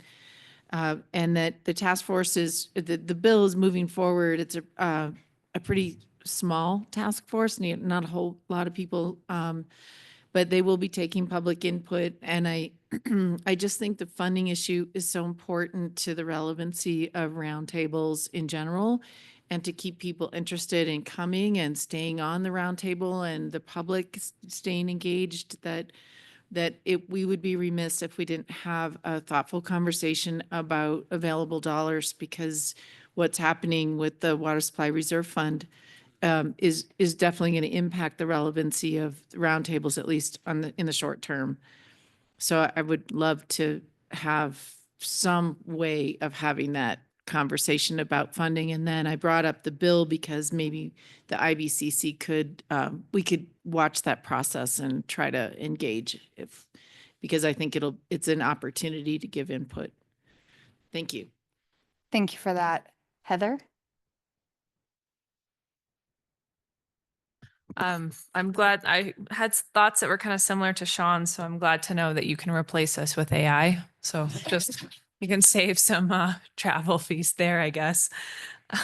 I think what you guys are hearing is that there's a real hunger for people to talk to each other, and you know, the interactions where we have panels and we're being talked to is helpful, but I think it's better, it's more impactful if we can hear and work together with people on, wow, this was a really cool idea. Let's talk about how I can do it too. And I think between the panel discussions and people just listening, we lose that applicability to communities. And so an idea that I would have is we continue to marry the two, this opportunity for us to hear about some people that are doing super cool things around the state. But maybe it's, you know, we have a breakout that's here are some really cool ag projects that staff cherry picked, because you guys have the just incredible opportunity of knowing what is happening around the state, given your role as the people that go to all the roundtables and the people that fund these projects. And so what if it was a little less of, you know, here's an hour of someone telling their story, and more of either roundtable chairs or project proponents talking about what they did, and then having a discussion of, oh, wow, that's really neat. How can we apply that in our basins? So that then people leave with ideas and they also have more connection to each other. I think that's something that was some feedback from the Rio Grande folks. You guys know, Jeff knows, because he comes to our meetings, that they're not quiet about sharing their opinions. And I think there was an expectation that there would be more togetherness and more learning from each other, and less of a conference feel of just hearing panels. And so that might be something to think about, and a demand to think through. Thank you. Thank you. I think you, Heather, summarized the statements pretty well of what was needed. And I think that drive for connection was somewhat I saw as a theme, and where solutions lie. And that is something that AI can't do. And I think that's also important. And so to remember that, because where our solutions have come from is when we work together, and not a AI bot working together with another AI bot. So with that, I think are we okay? Can I just add? Yeah. Just to add one thing to this conversation, my hope is that based on everything that was shared today, we can start internally, our staff can start kind of drafting an agenda, and hopefully bring it to the next meeting, and get your thoughts on that, and get your feedback. And I see Terry just raised his card. So I had a late thought. You know, I like what Heather was talking about. And maybe what we could do is we could get each basin to pick a project that they would like to showcase at the summit. A project that has some certain parameters. One of the parameters I think it ought to be is that something that could happen across in every basin. That could be adaptable to all the basins. So I think that would be very interesting to see what people are doing in the other basins, what projects are actually happening.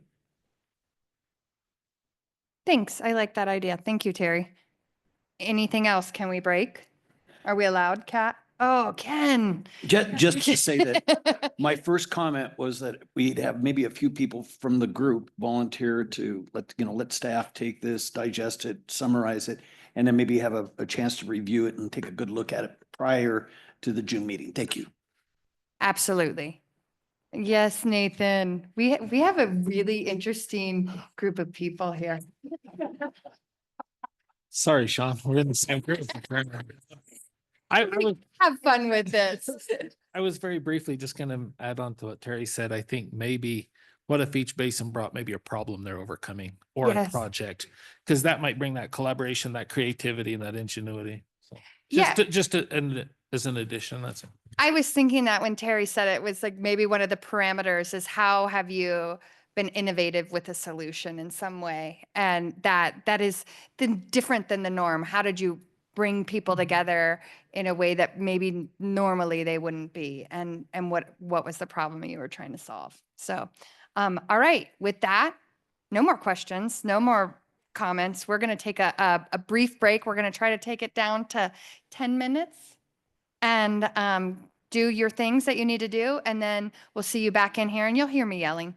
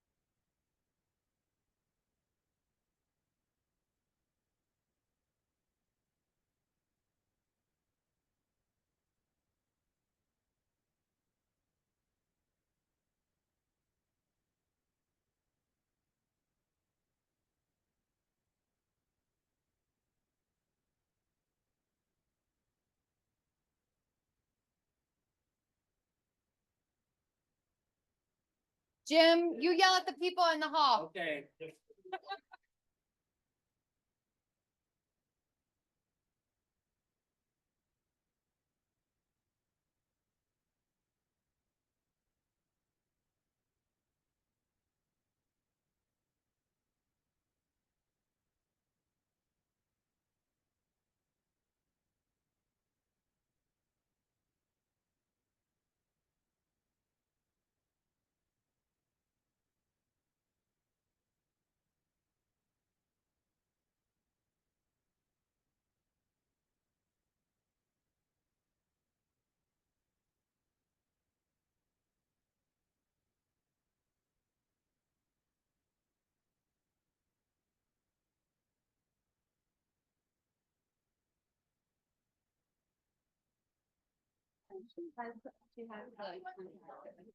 Yeah. I love when somebody else does the yelling. I want it on the record, Nathan's sitting down. Yeah. Pat Wells, go ahead and take a seat. Sean Cronin, Greg Johnson. Yeah. Yeah. All right, Ken. Come on in. You're welcome. All right. Oh, I told her to go yell at people for me.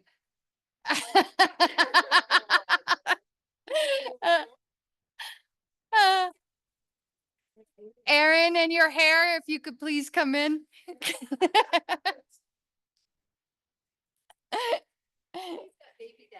Yeah, so cute. All right. Okay, we got Terry. We're missing Terry and Heather and Jim, but they used their break working. So, all right. Oh, that might have been mine. Oh, yeah. Oh, yeah. You go ahead. Yeah. Yep, we're good. All right. I think we can go get ahead and get started. This is the drought resilience action plan discussion. So I'm going to turn it over to Kat and Kelsey and go from there. And just so you know all that now it's lunch, like that we're going to be beaten up against. So. Not talking to Sean. That's not who we're talking to. Okay, good morning, everyone. I want to embark on a conversation about the Drought Resilience Action Plan.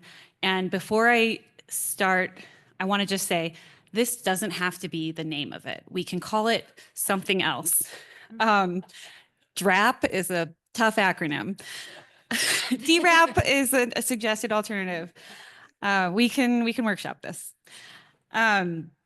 So the goal for today's conversation is to really have an open and honest and facilitated conversation about our work and develop some solid next steps. I'm going to take a few minutes to just recap where we've come from and how our conversations here at IBCC integrate back into the larger statewide water supply planning process. Okay, so part of my motivation for this recap today is to articulate my specific vision on how IBCC can proceed, and then to hear all of your thoughts. I recognize this room is full of expertise and experience, and I'm really grateful for the opportunity to be here with all of you and together to collaboratively navigate some of these big water challenges that we face in our state in what I see as a very uniquely Colorado way. And I think Becky reflected that this morning. This is a group of experts selected by the governor and by your roundtables to act as an integrator. And I know we've talked about that word before, and to help offer some thought leadership and direction to the conversations that are happening here, and then also back in your communities and with your stakeholders and constituents. So we have some new members today, Kathleen and Heather, welcome. Thank you for being here. We also have new staff leadership. I want to just offer my thanks and gratitude to Russ for his leadership. He's moved on, and here I am today trying to keep this conversation moving forward. I know a lot of you, but I don't know some of you very well. I hope to have a chance to chat with all of you today and learn more about what your hopes are while you're on IBCC and what you'd like to achieve. Today's conversation can go in a lot of different directions, and Becky and I have discussed that, and we're open to kind of approaching a lot of, the whole conversation, whatever comes up. I want you to know that we can have multiple objectives within IBCC, and we can pursue more than one objective at the same time. The road is open in front of us. I also want to articulate to all of you how I think CWCB staff can support IBCC, and I hope this doesn't take too long. I don't want to present to you, but I do kind of just want to set the stage and make sure we have a shared understanding going forward. Just know that today's agenda is pretty flexible, so if there's, this conversation really gets rolling, we can adjust the afternoon to accommodate that. So today I'd like to do a bit of a reset, share my vision a bit.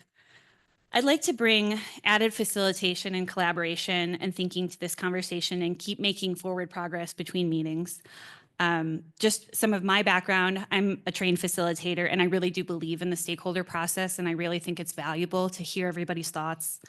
I want it to be collaborative, and I want it to be constructive and iterative over time. I want to maintain the sideboards that we've talked about over and over again in this room. And I want you all to help me with that and to help self-regulate what topics and projects that we can approach and that are actionable and allow for more freedom to explore these ideas in conversation.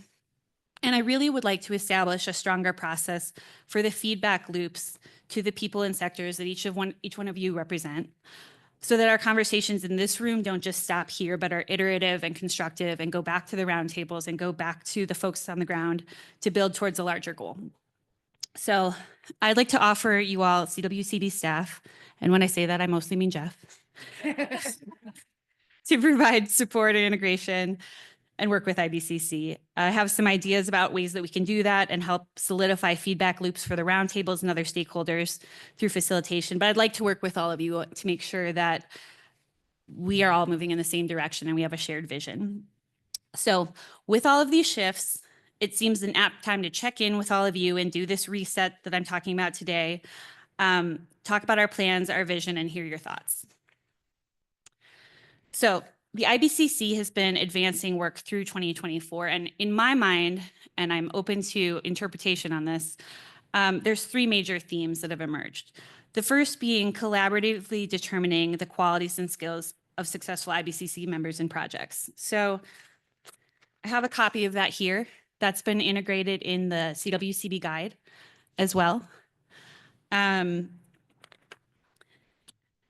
We've talked about this over the last 3 meetings, and this document kind of fleshes out our sideboards in terms of things that are ripe for focus with IBCC and what IBCC's role is. And this is something that you all have weighed in on. We've had multiple discussions. At times, maybe it's felt frustrating or circular, these conversations, but we've agreed on some principles for our membership and the work that we can do here. And I don't want to minimize that. I think that's a really important piece of what we've done. The next thing that I want to highlight is that these parameters and these conversations have made their way into CWCB guidance. We've spoken to this group about the CWCB guide. We have an agenda item later this afternoon to talk more about it. But it's a living document, and it's intended to help stakeholders understand the roles and responsibilities of our water stakeholders. And now it incorporates the work that we've done here, the qualities of successful IBCC members and projects. And that matters because it establishes the role of IBCC and includes the self-defined projects and goals that we want to focus on. Again, just a reminder, this is a living document and it will be updated annually. So if there's something about what we have in there that you don't love, we can flag that, we can put it in the parking lot, and we can make those updates. And then the last thing I want to focus on, the last theme I think that's come out of the last year, is conceptualizing how we as a group may revisit the 2013 No and Low Regrets Action Plan and update that to face today's water challenges. So we started talking about that last February in Golden. Lisa helped us kind of navigate the beginning of that conversation and talk about scenarios and reminded us how scenario planning and adaptive management have worked together and they've been an approach that we've utilized in the past, and they've been a big part of, IBCC has been a big part of that work. Then last June in Durango, we broke out into groups and we had iterative exercises where we reviewed ideas and things that came out of our surveys, things that came out of the Drought Task Force and the previous year's C9 Summit to hone in on some topics. And we saw a lot of consensus, if you'll recall, come out of around this, Colorado airborne snow monitoring work, as well as snowmaking and measuring. And this resounding interest, I think we can all understand, really helped to galvanize support. And as we saw, and as Anna mentioned this morning, that became a DNR legislative priority. And it's now, I think you said it's in appropriations. So I want to congratulate all of you on really mobilizing around that. So we took this work to the C9 Summit. We generated even more ideas that tie back to the No and Low Regrets. I think those are three major themes that have come out of the last year of work. And at times, some of those conversations have been difficult and frustrating, but I think you guys should be proud of that work. So I'd like to talk a little bit about the No and Low Regrets Action Plan, also known as the Drought Resilience Action Plan, or another name, TBD. So many of you in this room probably know this 2013 plan better than me.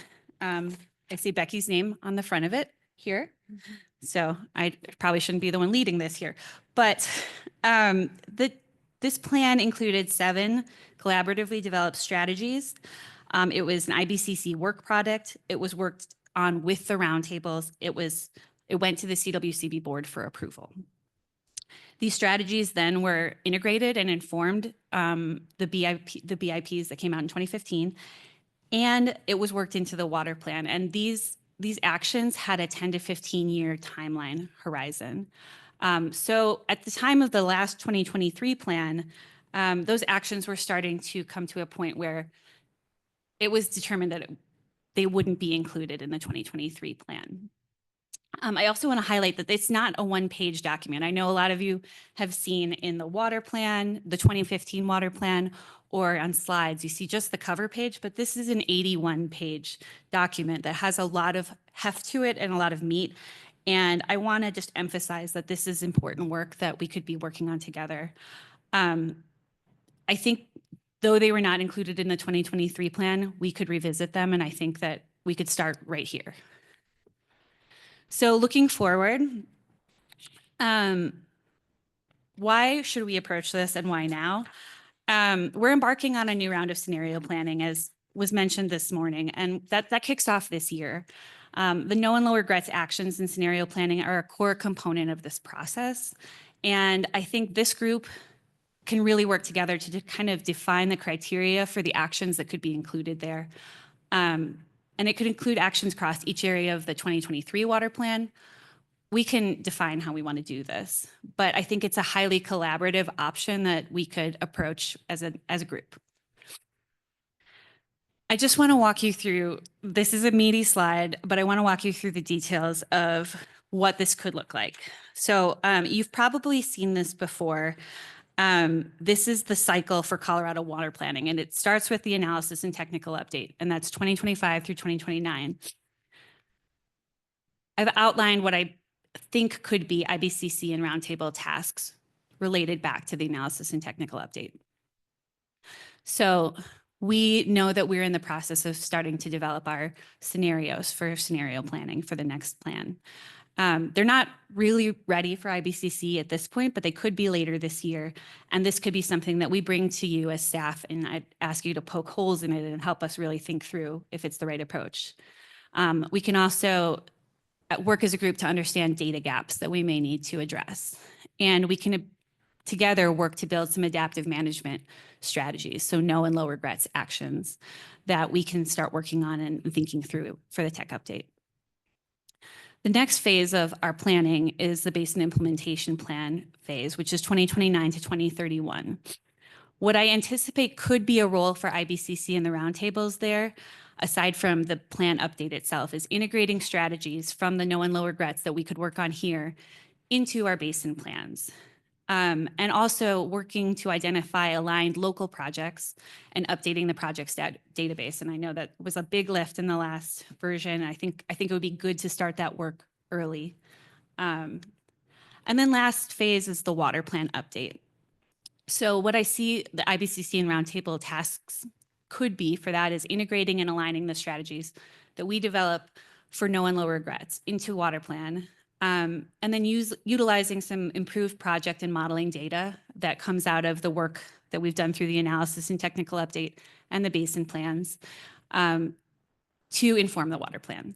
So I just wanted to lay this out so you all could understand why this has been an emphasis and why we've been talking about doing this work, because that's the vision that that Russ had, and I agree with a lot of elements of it here. I think we could really start to focus now on this adaptive planning, and it could inform the next 10 years ahead of us.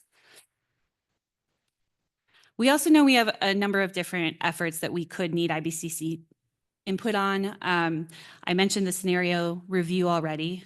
We have 50 agency water plan actions that we'll be advancing that we would like IBCC to help us, think through and make sure that we're approaching correctly. And then we also have our C9 Summit planning and information sharing writ more largely. So I've laid out what I could see being a path forward over the next year. The Drought Resilience Action Plan and no and low regrets moving through the entire year. Potentially we could bring water plan scenarios in June, but more likely into the fall to all of you to look at. And then C9 Summit planning could start, basically started today and can go through the fall. And then I've left open another field here for whatever may come up today in conversation. And I wanted to just remind you all of the spectrum of public participation, because different levels of engagement will be appropriate for different tasks. And I think it's important to set that stage. Not everything will be a collaborative process. Some things are on the informed side of that spectrum. But I have laid out how I see the various actions that I've just talked about falling on that spectrum. So water plan action review, I think that would be in the informed space. That would be, we'd bring it to IBCC, tell you about it, hear your thoughts. There would not necessarily be a major commitment to integrate IBCC thoughts into those water plan actions, but we would probably try to do that.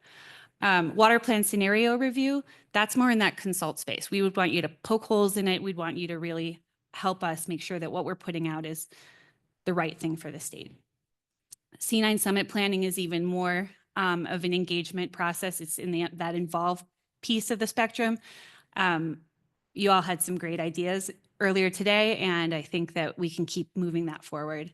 And then lastly, the Drought Resilience Action Plan and the no and low regrets, I think are the most collaborative option we can pursue as a group.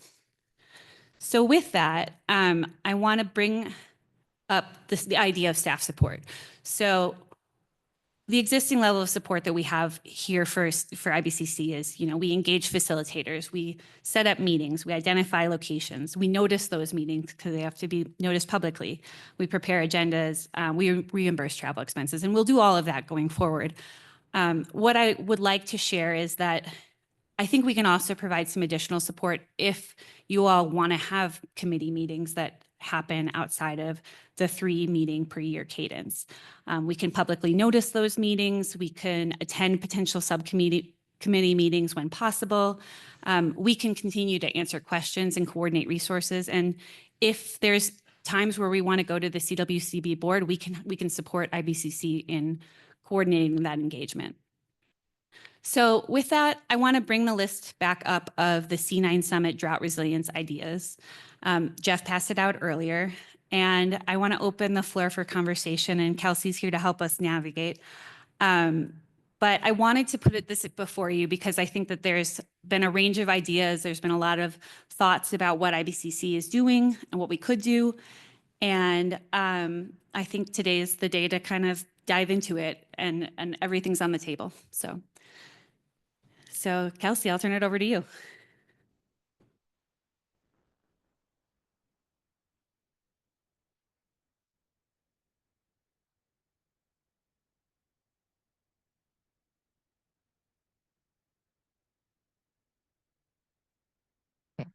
The first question is actually just to ask for responses to what Kat just presented. How does that resonate?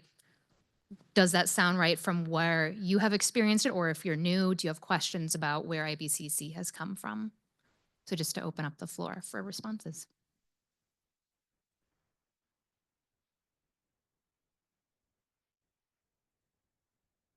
His card up. And Jeff, can you also let me know if anyone online puts up their hand? Thank you. Sean? Thank you. Kat, well done. Thank you for walking us through not only where we've been, but a little peek into the future and your vision. It's, as you said, it's not always easy coming in as a new leader, and particularly around some of the egos in this room. Mine, not at all. It's very, but I appreciate you laying all that out. And could we go back a slide, or maybe two?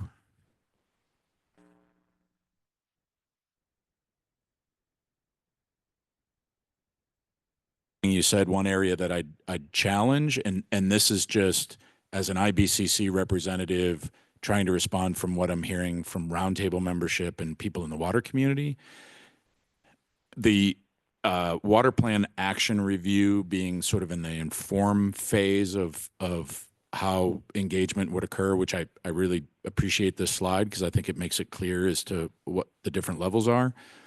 There are some who feel as though the original water plan, those actions, although they were vague at best, were in the involve, collaborate, empower, and maybe it was just a Jedi mind trick that we were being empowered.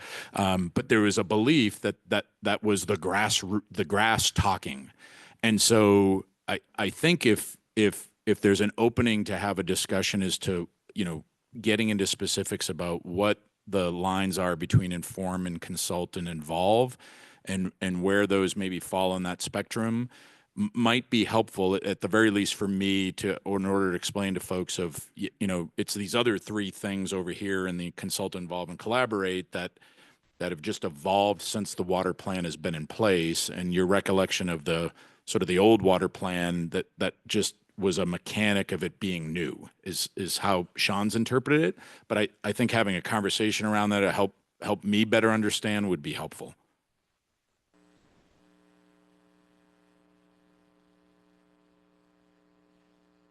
Sean, I really appreciate you mentioning that. And, there's been a pivot between the 2015 water plan and the 2023 water plan. So to remind all of you, the 2015 plan, and Becky, tell me if I'm going off script here, had measurable goals and objectives that as CWCB, we found that those were hard to track. We get a lot of questions about, can we track those?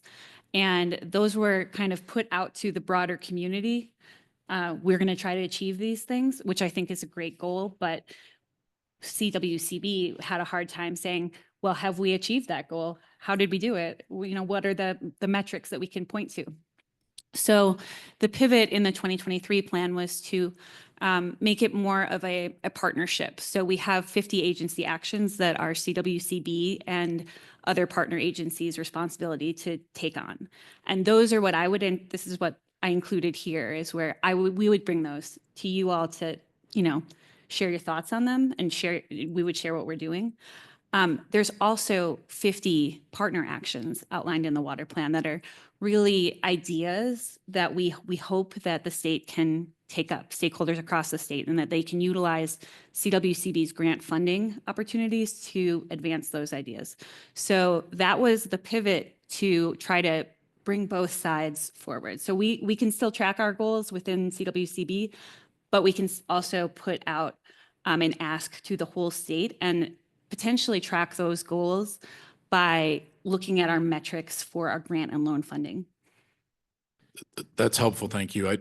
I'll caveat that with, I'll probably need to hear that over and over again and be beat into my brain. But a recommendation then would, if I heard you right, is on that far left box, the water plan action review might be CWCB or agency actions review, to make that distinction. And I think most would agree that CWCB has its right to create its own actions and do its thing, and it's got a great board of directors that can provide input. And hey, we're coming to the IBCC just to sort of check in to see if you have thoughts. I think that distinction would, in language, might be helpful. I think the other one that I maybe again is just language I don't see on here is the stakeholders or the partners or the others. That may be the juicy bits that people were holding on to. Is my recollection, having been on the roundtable, is it was a great energy in that era in the roundtable where just ideas were flying around and there was substance. And I remember even roundtable meetings where we spent like a couple hours with a spreadsheet model, like coming out with scenarios and stuff. And it was cool. So I think that's some of the struggle that some in the water community are having, is that seemed like a very different experience than the latest water plan. And now we're being asked to sort of live with the water plan. And there's this gap, if you will, of like, was I even involved in that water plan? And everyone will claim they read the first one cover to cover. Only one person in this Right. room right now did. That's why I said claim they will read. I'm just kidding. I'm kidding. I'm kidding. I find those less, the lies are less with this version of the water plan. People will actually say, no, I did not read it. And to me, that's an issue that was their buy-in to begin with. I actually think many people did read it cover to cover. Did, and maybe not all in one sitting is what it was. And I think one of the important pieces to remember was that we did it a little bit differently in the first time. And if you recall, it came out almost chapter by chapter, and we took comment and took them back and then modified the chapters. So pretty much it was read because we broke it up. And broke it up that way. One of the struggles that's always been the issue is that the implementation component. And because it's so easy to assign other people tasks, but oftentimes we have to look at what can we do to move the needle forward. And so I think when we talk about CWCB needs to do this or that, that's not really how the water plan is implemented. That is one of the components of it, and we have a role. But I think the basin implementation plans did a good job of the basin roundtables determining what they had to do themselves. And so I think what we're trying to do here is get some of that and get some of that meat back on that. And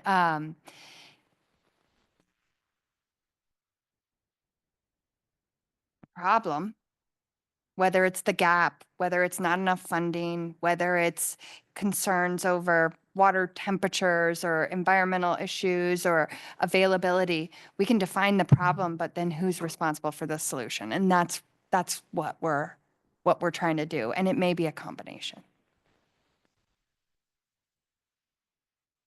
Lisa and Terry, I'm not quite sure which one put your card up first. All right, Lisa, then Terry.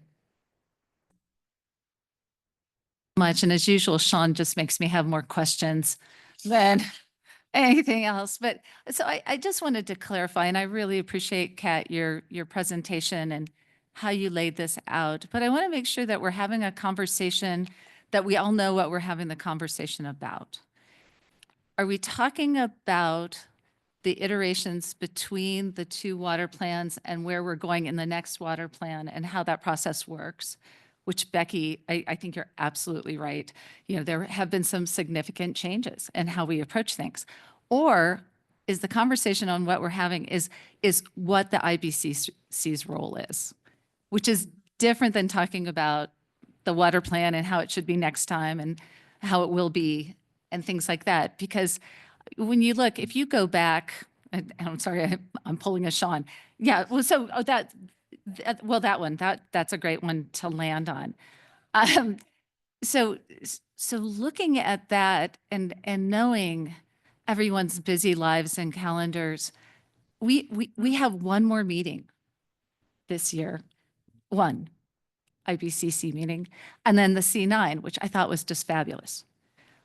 But we really have to realistically ask ourselves what the expectation is and the function is for this group. And so I don't want to lose that discussion in the discussion about how important these things are, the scenario review, the integrating the strategies, getting updated technical data. I think it's two separate conversations. And we have two separate conversations. I just want to make sure that, Sean doesn't continue to confuse me about what conversation we're actually having. So I was just going to ask for that clarity.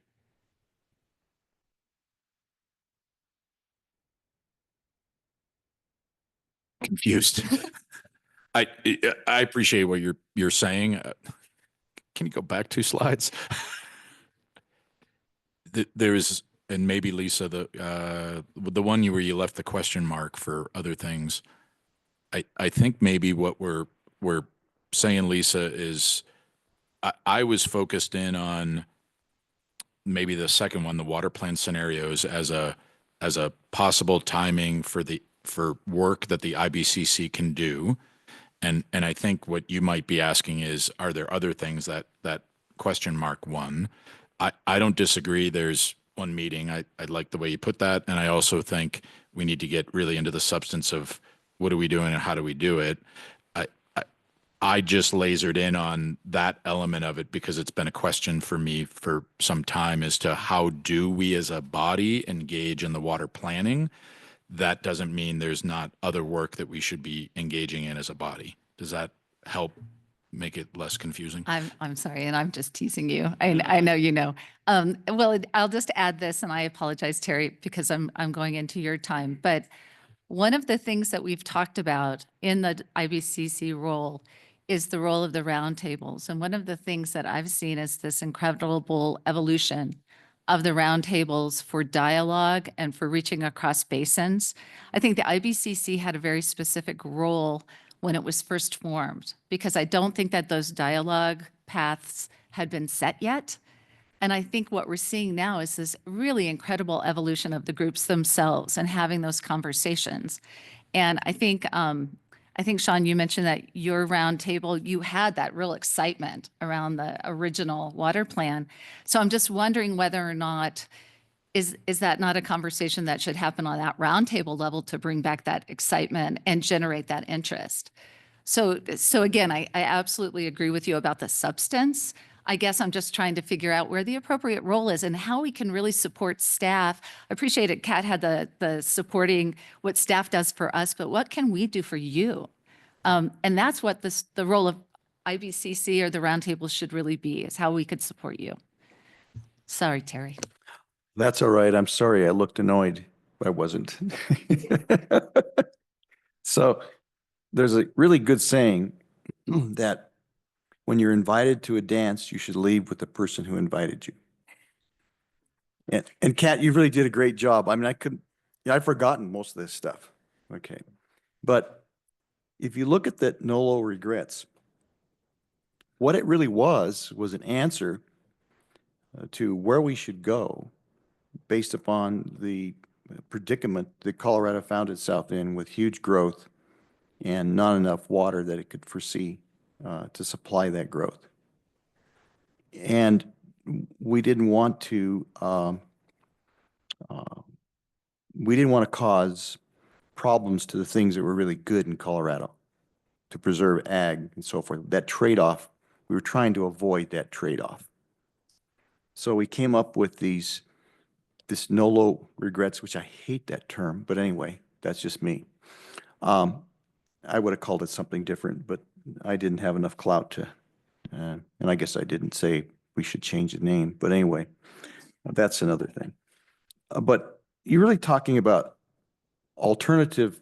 We figured we can get water from 2 places. We either go to the West Slope, and Kathleen's probably looking at me thinking, I know where you're going, Terry. But anyway, That was probably not palatable. Or we dry up more ag. And so we came out with these no low regrets to do that. And I think we ought to concentrate on these and drill down on them. And I think that's where we should go. But that's my thought.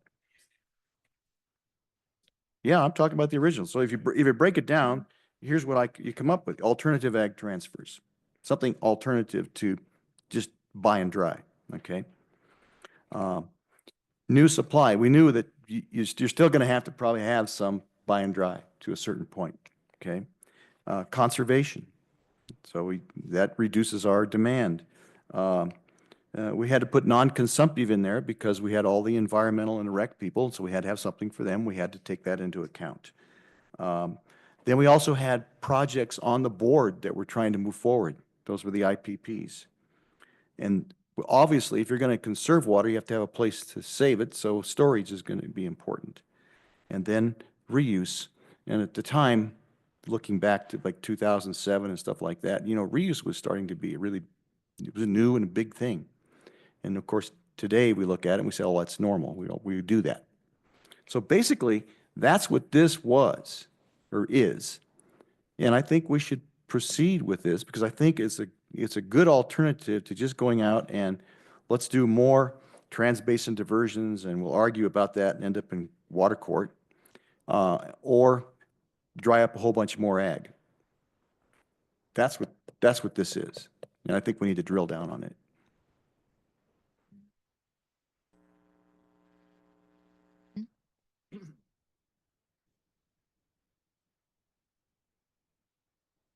Whole discussion's bringing up some kind of memories from the past, being one of the few people here that was on the IBCC when the water plan was being developed. And yeah, I will guarantee you that everybody that was on the IBCC at that time did read it word for word, because we went through it almost word for word over a series of a couple of years going through meetings. I think the difference was we had a really defined, clear goal in what the IBCC was doing at that point and what WCB was doing. We're told we needed to write a water plan for the state, and we put some things in there that were very clear goals, probably aspirational goals, and I think they've kind of fallen by the wayside. Things like X number of acre feet in new water storage by a certain date and things like that were items that we did put into the water plan.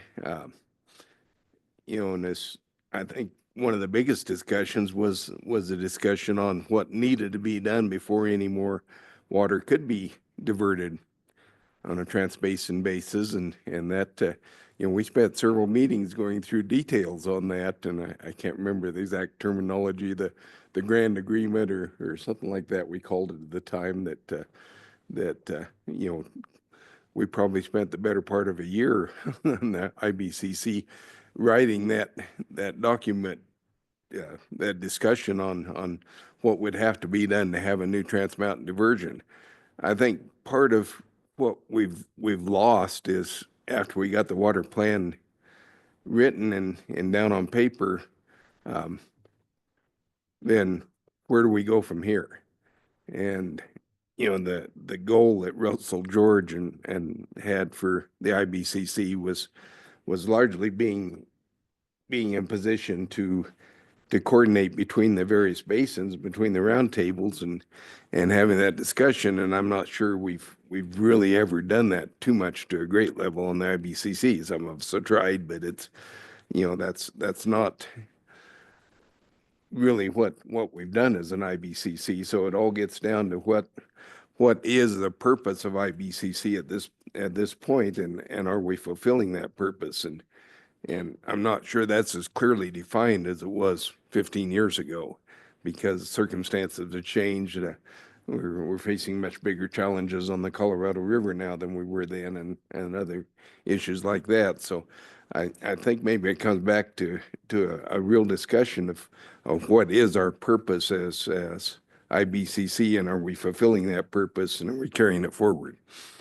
So I'm probably raising more questions than I am answers by any stretch of imagination, but you know, that's what I've seen in the evolution of IBCC over the years.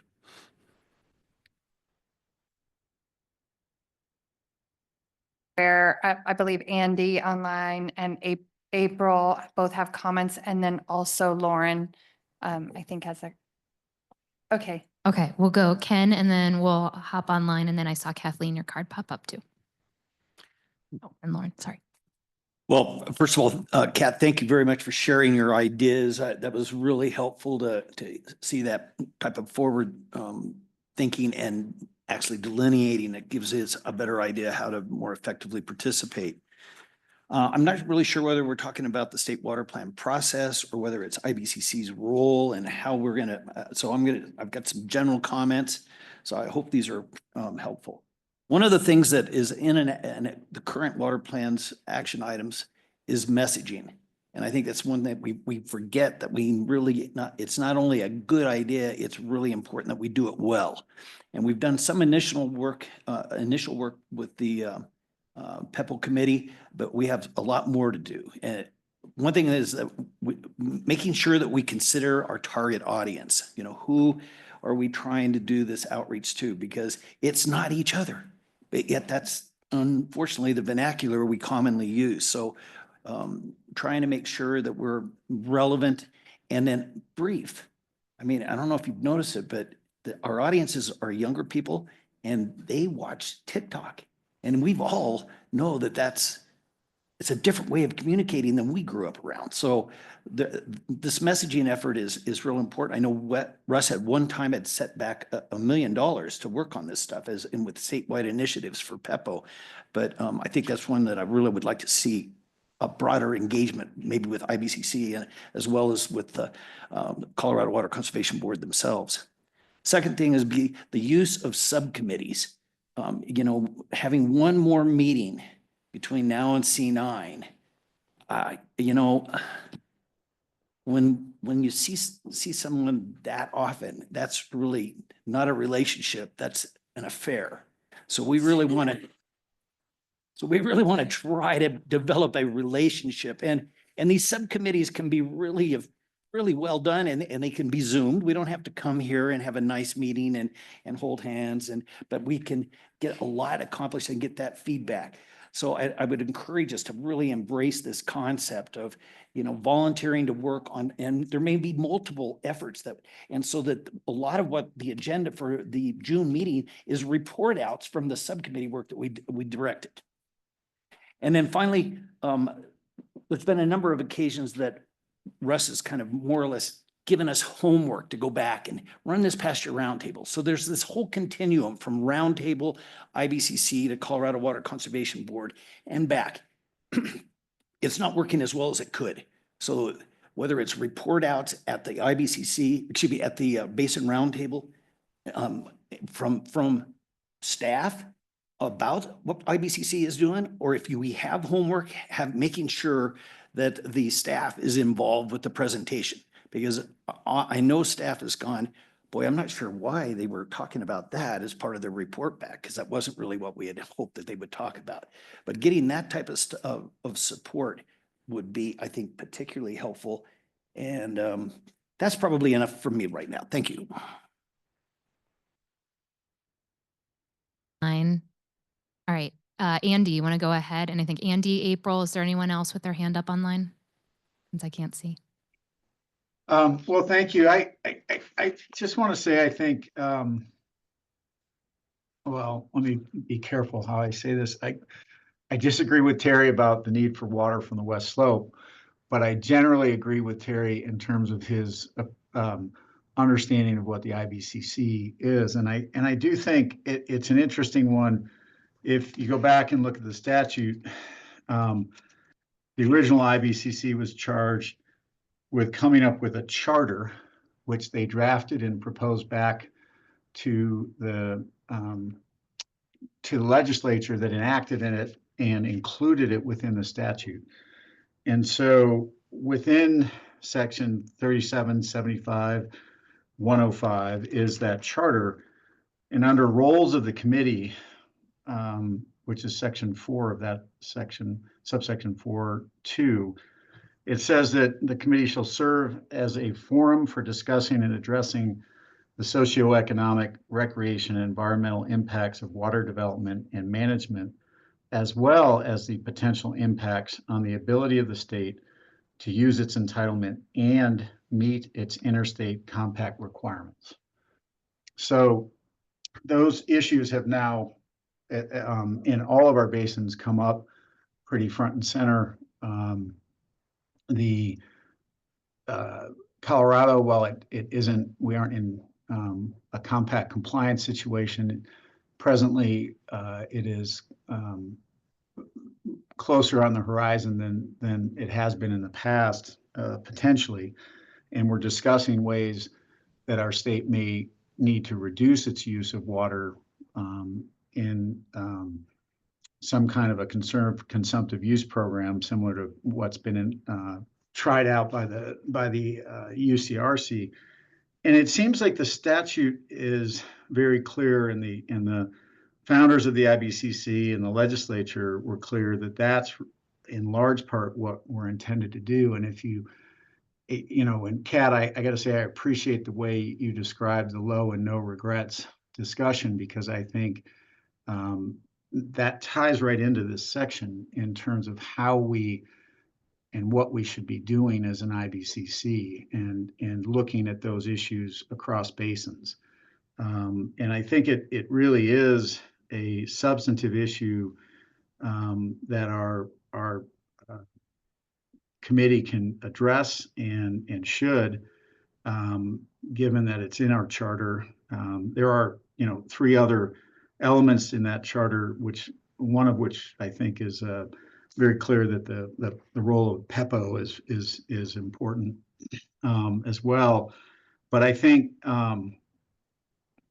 I do think that focusing on that in the context of interbasin relationships and how we move forward in this era of climate change and reduced water availability would be very helpful. So that's just my thought. I think that we can, if we can frame the discussion from a statutory and charter perspective, and then really drill down on how we avoid disproportionate harm to basins and regions as we recognize that the water resources are so short. And I think Terry's understanding that more water will be needed as we grow is understandable. The question under our charter is, how do we mitigate that? How do we play a role in avoiding those kind of injuries to areas of the state and help everybody grow and prosper? So that's just my thought. I think that, to me, that's a more relevant discussion under the charter than perhaps some of the water plan discussion, but and even the C9 planning. I think the C9 planning falls under other elements of that provision that I just cited. So I think it's appropriate, but I do think that we really ought to focus on that element of the charter that I just read from. So thank you.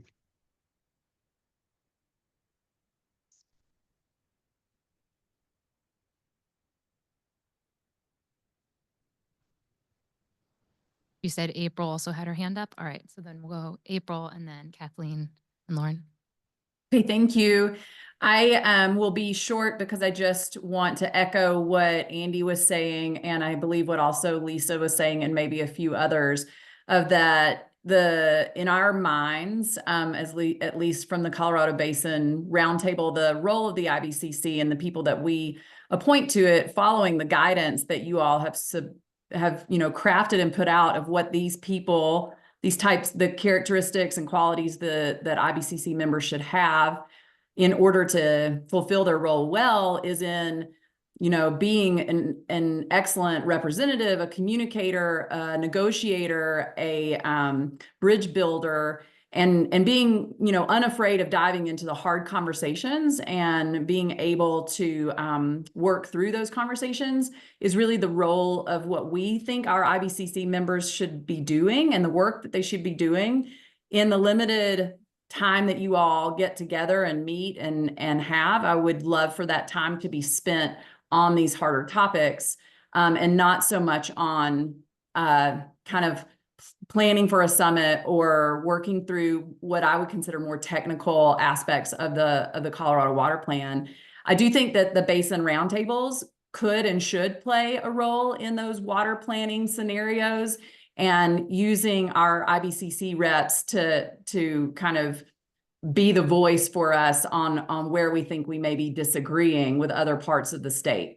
And so that's my suggestion for how the IBCC should be playing in this, is in hearing what the roundtable, as we work through a new water plan, believes are going to be the places where we're going to have some pinch points or some disagreements, and really leaning on our IBCC reps to help negotiate those with the other basins in the state, so that we can come together with really great ideas and a plan that we can all agree to.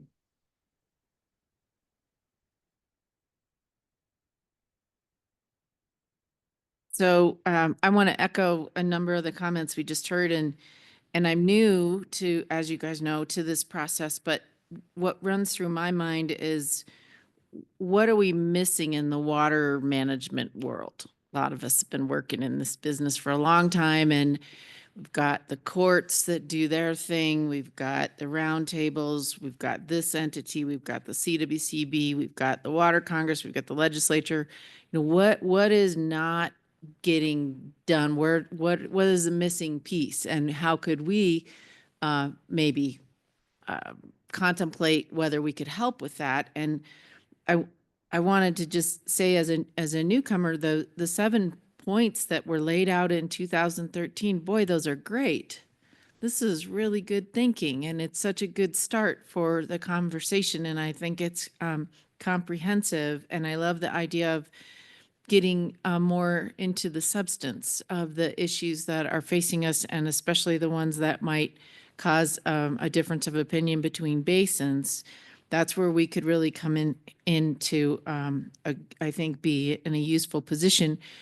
But I wanted to go back to what Andy was saying too about the original legislation, because I was there when we voted on the charter, and things are a little different now than they were then, and I think it's okay to evolve. But I'm glad you grounded us with that, Andy, and reminded us of what the thought was, because it does, in my mind, this is just my personal opinion, does put us back in that really cool coordination role. How can we, the C9 Summit and the conversations we're even having today are so helpful, because it allows us to have these different basins interact. And I'll close just by saying that I went to the Southwest Roundtable meeting. I don't know if anybody's here from Southwest. And so I went to that meeting, and they had a conversation about, because I thought the Gunnison Basin Roundtable should start going to some other meetings and see how the other roundtables worked. So I went to that one, and they were talking about the role of the IBCC. And I said, oh gosh, you know, I just want to mention what we had envisioned with the statute. And they all looked at me like, so? So what? We don't really care, Kathleen. And I thought, okay, that did not resonate, Andy. But there's still there's some vision there, I think, that's still relevant for today. And I thought, boy, that really shot down my theory that we should try to go back and think about what the original legislative intent was, because it wasn't high on their list that day. They wanted to talk about other roles for the IBCC. So I don't know how other roundtables are handling that conversation, but I so appreciate this, and I just wanted to share my experience with Southwest. Thanks. Lauren has come up to the table, and then Pat, I also see your card. Yeah, thanks. Thanks for taking comments from the peanut gallery. I'm happy to be here today, at least for part of the meeting. Thanks for having me. I initially was having some thoughts, listening to Sean and Terry talk about the 2015 water planning process, and appreciate the discussion today and how it's evolved. I guess what I wanted to share is that, you know, from my perspective, thinking back to 2015, it's easy to forget, or maybe to see it through rose-colored glasses now, but that was a pretty controversial process at the time. It was the first effort to ever develop a statewide water plan.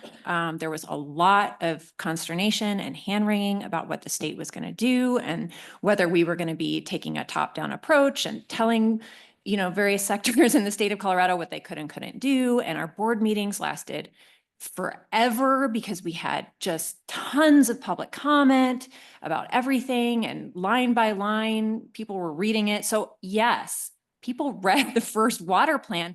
I don't think it was, well, I think it was primarily because everyone was really scared, partly, about what the heck we were going to be saying. And so I think the fact that this latest update maybe didn't receive that kind of attention is actually part of the success of the process, because it was not met with such fear and worry. I think it was more broadly accepted that, yes, this is the direction we're going as a state, and we can come together through these, you know, collaborative, you know, actions that Kat spoke to, that we really pivoted to in this water plan because of some of the criticism that the 2015 water plan was not, quote unquote, actionable. So I think, I guess I just was sitting there thinking about, like, wow, you know, like, it felt very different in 2015, but I think there's a reason for that. And I think where we are today really just speaks to the success of all of our collective efforts, the roundtables, the CWCB, the IBCC. And then I was also thinking, listening to the conversation subsequent to that, you know, the IBCC is now 20 years old. So much has changed since then. Obviously, we didn't have a water plan. The technology has changed. We've since gone through a pandemic, which makes attending other roundtable meetings so much easier. Robert Sakata goes to all of them. And so I think, you know, part of the original intent of the IBCC back in 2025 was to provide a forum for sort of cross-basin collaboration, right? I think that happens now more organically than it did 20 years ago. And so I think it's very appropriate that this body is now thinking, you know, these sort of existential questions, like, what is our purpose? What void do we fill? How do we contribute meaningfully to this conversation and direction that we're all trying to go as a state? So I guess from the peanut gallery today, I feel like these questions are very appropriate, and I think just speak to how far we've come and the fact that things have changed. And it makes sense to me that now we're trying to kind of reconfigure, like, what is the IBCC and how can this group be meaningful and participate in the conversation. And I guess I would just say, you know, what we have seen in the past, I don't know, 4 or 5 years, at least from the legislature and the governor's office, frankly, is that there tend to be these issues that pop up, and task forces developed around, what was the Colorado River one a couple years ago? The drought. No, I mean, a couple of you were on it. There's the severance tax task force. There have been others, I know, that are not coming to mind immediately. But to me, it's partly a question of reminding our state leaders, we have a body of experts here in this room that are ready and able to tackle some of these tough issues. The chair of the Senate and House Ag committees technically are members of the IBCC. So there is that nexus point. And so I just wonder, you know, how we might take what seems to be a need, at least at, you know, at the legislative level and the governor's office level, to sort of convene experts, them all, that we are here That in my mind really is the value of the IBCC, to have these more sort of think tanky, as John Stolp would say, conversations around how do we dig deep and kind of sift through the nuance of these tough conversations. And that's what this group is good at, in my opinion. So I don't have any answers for you, but I just want to say I support the conversation. And if this group decides that you need to sort of reconfigure what the IBCC looks like after 20 years of evolution, I support that. I think our board supports that. We're here to make this body what you want it to be, what you feel is meaningful and a good contribution to the conversation.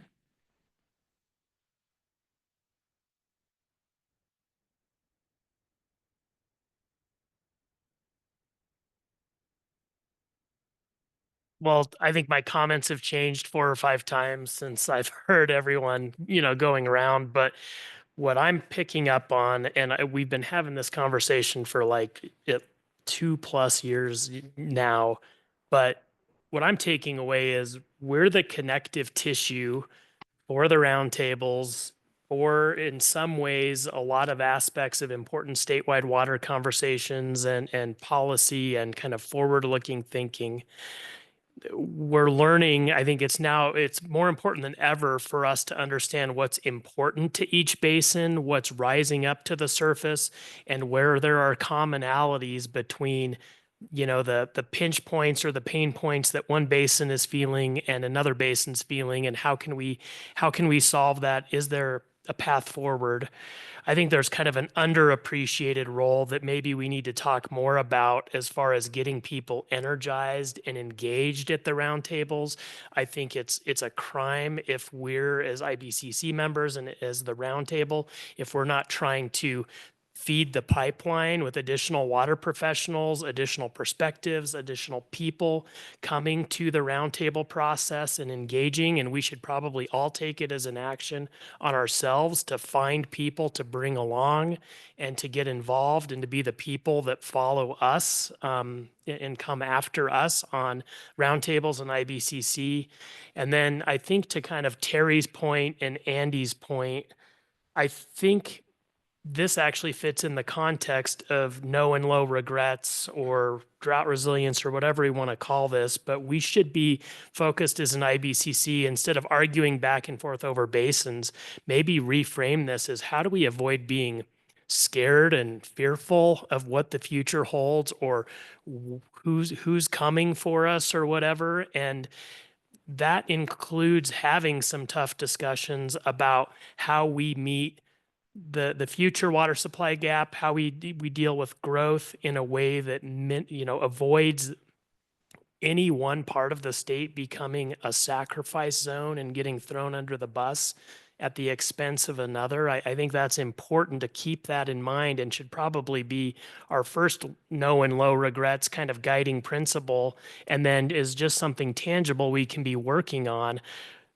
Going back to no and low regrets, to say the first way we do this is to get the easy button stuff, the no-brainer stuff, and revisit the no-brainer actions, because every little thing in incremental progress we make there avoids us or it lessens the blunt of the more difficult discussions we need to have. So I like this roadmap that Kat's put together. I think it gives us a framework for moving forward. And the last comment I'd say, as far as how we measure our progress as a group, if we are coming back to our roundtables, if we're only meeting 3 or 4 times a year and the roundtable's meeting 11 or 12 times a year, I think it's a shame if, in the roundtable I attend most frequently, Sean and Jim, for the IBCC update, if they only have a 5-minute update of how we meet in a couple months, I think that's a big fail. And so I think we need to find ways to keep the motivation, to keep the energy, to have, if we need subcommittees or whatever we need to do,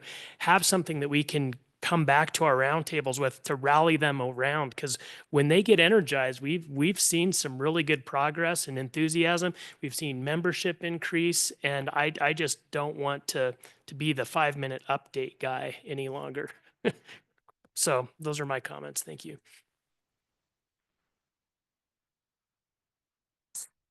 Is there anyone else online? It's like, as you notice, my handwriting had to get smaller and smaller because I didn't want to have to tear. Wait, Sean, are you putting your card up? What's happening? Go ahead. I feel I need to clarify something. I'm a fan of the water plan. I'm a fan of the IBCC. I'm a fan of both plans. And I'm a fan of the 80 pages of no and low regrets. Can you, Kat, can you, I'm gonna pick on your slides again. There was a slide that maybe showed the original no and low regrets, and I think it was in words, but you might have said it verbally of it was decided that, oh wait, lunch slide. Keep it brief.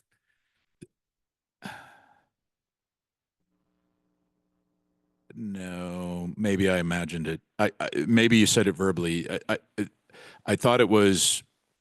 I'm going to say we. It was decided that the no and low regrets just didn't fit anymore, or and that's I think the hang up that I had from the beginning. And Russ and I had lots of conversations about this, and I maybe I'm giving it another run since he's not here to defend himself. But to me, like just re-reviewing this, and I was chair of the South Platte Roundtable at the time, and so I remember the tension. We hosted a public hearing with the legislature in Fort Collins because the legislature at the time were freaking out that, well, who makes them in charge? So I remember all that drama, and I actually look at it with kind of fondness because it was cool sausage making for what is now the water plan. I think and I'll just speak for myself, I think this evolution of it being sort of this organic, messy, out in the public side to a more formalized, sanitized, you got the board of directors and a plan that goes out is what I'm struggling with. And I think it's the evolution of the IBCC. And I appreciate, Lauren, you saying, well, what do you want to be? And I think you can evolve. I think that's part of it is we need to evolve with what the current state of Colorado water policy is. And it may be, again, speaking for me, I need to come to terms with it wasn't that organic, messy stuff that I don't look at it with rose-colored glasses. I look at it as that's just messy stuff. It wasn't an affair, but it was cool stuff. And now maybe we're just a more sanitized, and maybe it's again an epiphany for me, the agency actions versus the partner actions. Like that's maybe language I didn't quite pick up, or a nuance or a subtlety, or I just need a 2x4 on the head to be able to understand that. But to me, this stuff is meaty, awesome stuff that did live on even in the second version of the water plan. And if you flip through it, it might use different words. It mirrors this darn thing, which were the DRAP stuff. So I think we're there, and maybe what I've been trying to get across is for me, just assisting with, did we pass the baton from that version of no and low regrets IBCC to what are we doing? And are we being asked to like update this document? And if it was decided it's no longer relevant, did we have that conversation? Would it be appropriate? Or was it told to us, this isn't your gig anymore. It is the CWCB board. That is just the way it's evolved. That would be helpful to know. And again, if it was said, I just missed it.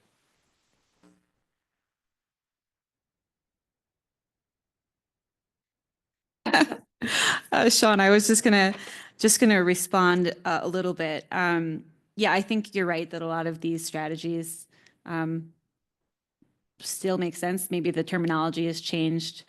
I think that at the time of the water plan, and I don't remember exactly how that conversation happened to not necessarily include this wholesale, but I don't think it was because it was not relevant necessarily. I think it was because terminology had shifted. It was hard to walk back and forth between the two without having to kind of explain every piece of that.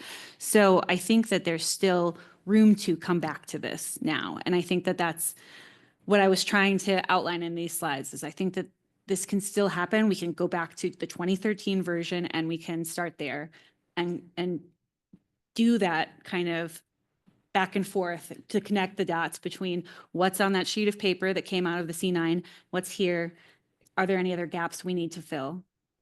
I think that would be really meaningful work.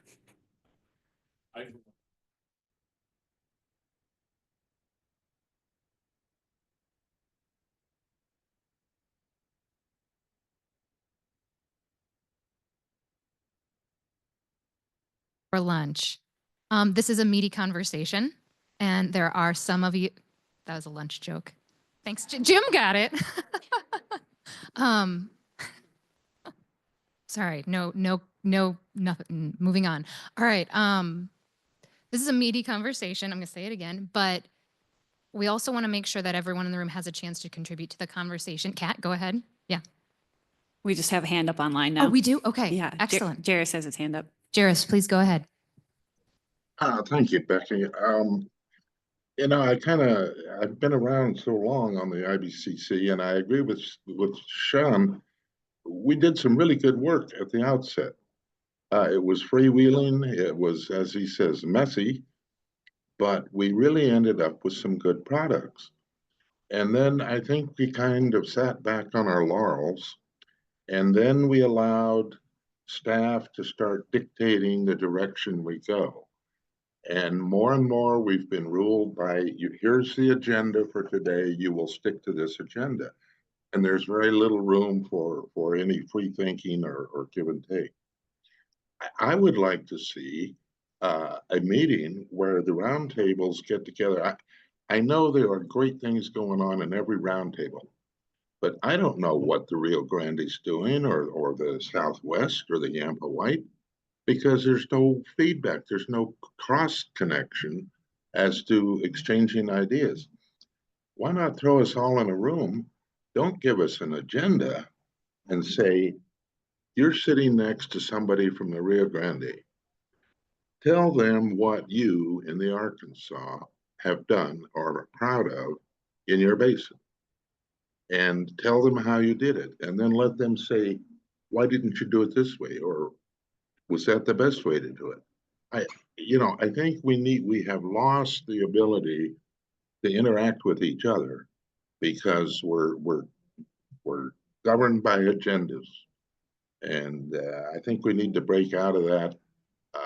I agree, spending a half a day discussing what we're going to do at the next C9 meeting. Come on, we only have 3 meetings a year. Let staff figure that out or somebody else. But let's start getting interaction between the basins. Thank you. And I think that's kind of what we talked about in the C9 was that. And I think Ken brought up more of that in that 30-minute discussion about what we liked at C9 and where to go from there. And maybe it is adding on some time where it is just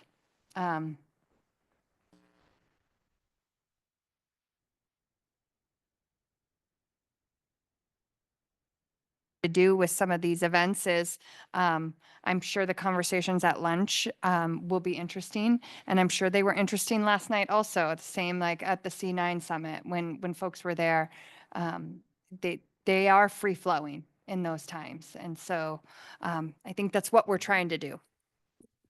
Can I see your card up? The last comment from Jairus is brought back one other topic that I know we've talked about a lot offline that I think we need to include in this discussion today as possible direction to staff about how we can be more effective. And that would be the agenda development for these meetings and for C9 is something that, I think most of us are traditionally used to an agenda approval process at the beginning of the meeting as a bare minimum where things can be reviewed and explained and then added to or deleted depending on the meeting and the timing, et cetera. But just, having an opportunity to comment on what the content of the meetings would be so that a lot of the comments you got are saying that we're not spending time doing X, instead we're doing Y. And so that agenda approval or allowing us to have an input with whatever's convenient for you, whether it's a subcommittee or whether it's agenda, a preliminary draft that's sent out and said, what are your ideas? Just some methodology would be much appreciated. Thank you. Can I say one thing? I did open up with and I've heard that. So I did open up with let's reserve a few minutes at the end of this. But also I want to make sure that folks are aware the agenda for this meeting came out a month ago. And so it's important to acknowledge that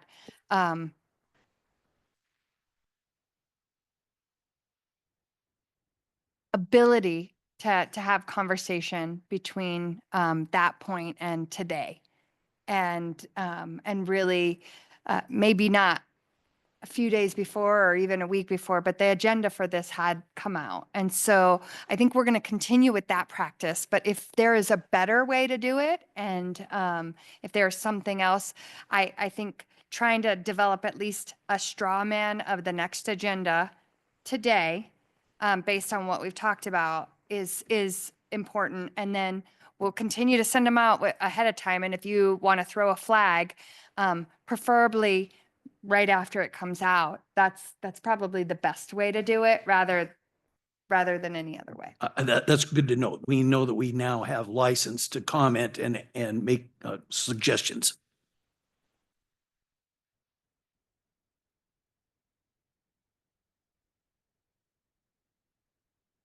Is there have we ever had a chair of the round table, I mean, of the IBCC that came from an individual basin, or has it always been from the agency?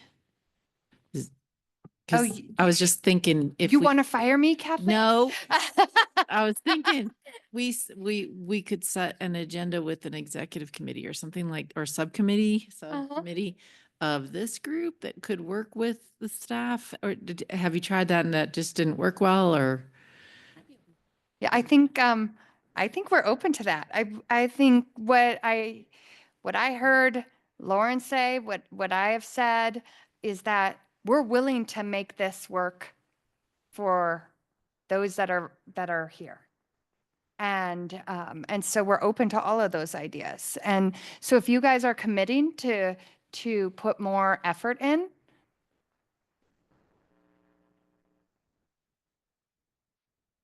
I'll volunteer to be part of the agenda setting for longer breaks. yeah. And I, just so you know, I think we're open to anything. And Kathleen, I don't take offense to any of that either. And I jest, but I do think more activity, both from the IBCC to the Basin Roundtables and vice versa, will be good. Like, remember, the ultimate goal here is Colorado's future, Colorado's water future. And whatever we have to do that is what we're in for. And so all ideas are open.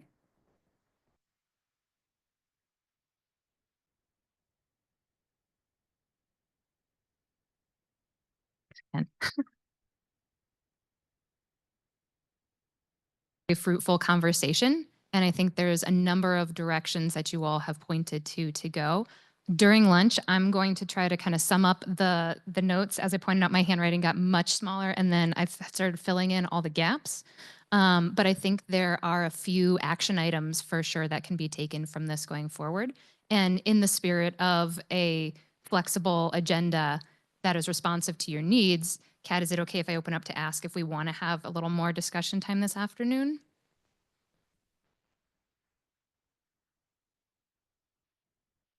Does anybody not want to have more time to continue this conversation? Reserve more than a few extra minutes then for the next agenda, just because I thought it would be somewhat in the closing remarks, but it sounds like we might need a little more time than that. Maybe a little more time. Yeah. All right. So my promise is I will come back with some of the key takeaways and action items that y'all have proposed to continue that conversation later on today. And then it will also be in the closing remarks part of the agenda. And so with that being said, it is noon and 19 seconds. Now, unless Kat, you have anything else to say before lunch break. I just have an announcement about lunch. So it will be at the Treehouse Restaurant. So that's around in the front. So make your way out of this room and around to the front of the hotel, and that's where lunch will be served. So thanks.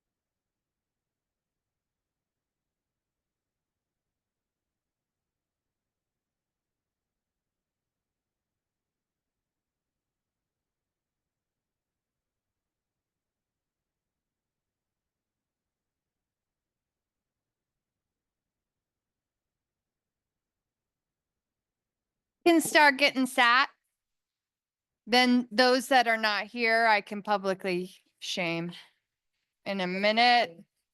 Yeah. I don't need to be a barrier. I don't need to be a barrier.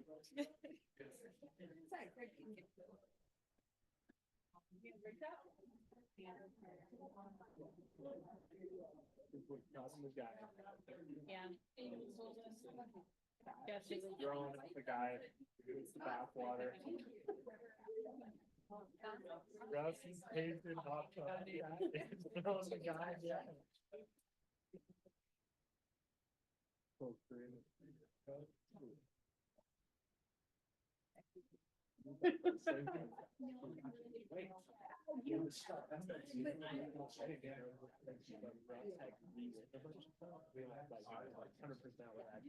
Collaborating with 3L. That is that's a Russ fan. Yep, we know the typos. The no space. Yep. They're like very, there a lot of patterns that pop out. Okay, before we get started, I'm gonna draft her in the response to Carrie. But Yeah. like your eyes on it. For sure. Okay. That'll be tomorrow. Yep. And tomorrow, cats. Baby Friday. They still have it. Is this what you wanted? I mean, I'm more, I should not have said anything to this. It's like a chance.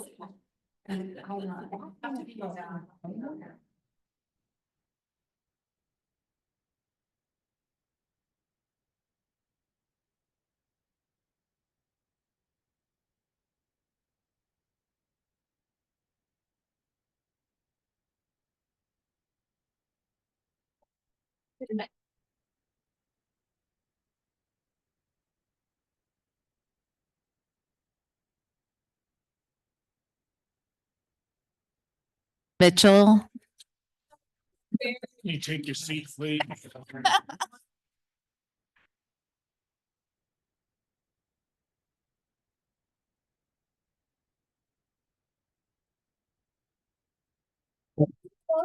all right.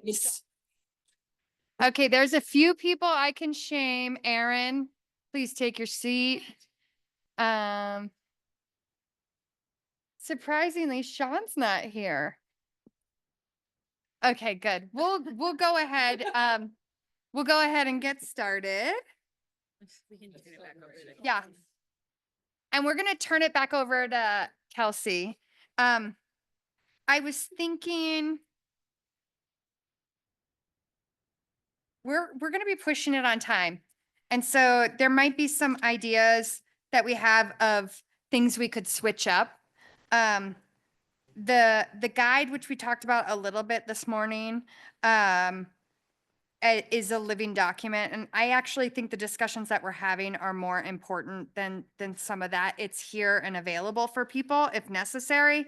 But I would like to continue on with the productive conversations that we're having, if that's okay with folks.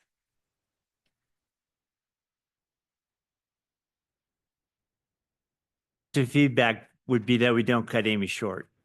Oh, we don't, we're trying, that's what I'm trying not to do. Whatever, whoever, what's her name? Perfect. Because you guys have said you want to be more focused on things, and this is what you're asking for. So there we go. All right, thanks you all. Okay, so looking back over the notes that Elizabeth took on the discussion, and then also the notes that I was taking while you all were talking during that previous session, there are a few key takeaways that can help us move forward today. And we don't have unlimited time right now, but hello, camera. Sorry, I'm very close to the camera. I'm going to scoot this way just a little so it's not looking up my nose. unsurprisingly, one of the big themes that you all were talking about, which again, this is repetitious, you all know this, you're talking a lot about the role and purpose of the IBCC, past, present, and future. And so on the notes, if any of you want to take a look at them at any point, I'm gonna write all of this stuff down to make sure it's in the notes following this meeting. But I just went through with a purple on red, which was a bad color combination, but I circled all the places where people described what IBCC is, what that role is. And so, words a lot, and the good news is there's a lot of repetition. So I would suggest, the TVs all just went blank, but I hope that's okay. I would suggest that you all actually probably have a pretty good idea of who and what you are. And so it's a manner of taking that and moving it into an action space. Words like collaboration, connective tissue with the roundtables, a lot of the roundtable connection kept coming up in what all of you were saying. The communication chain between the roundtables, and the identifying pinch points for roundtables, wanting more connection to create more of that connection with the roundtables.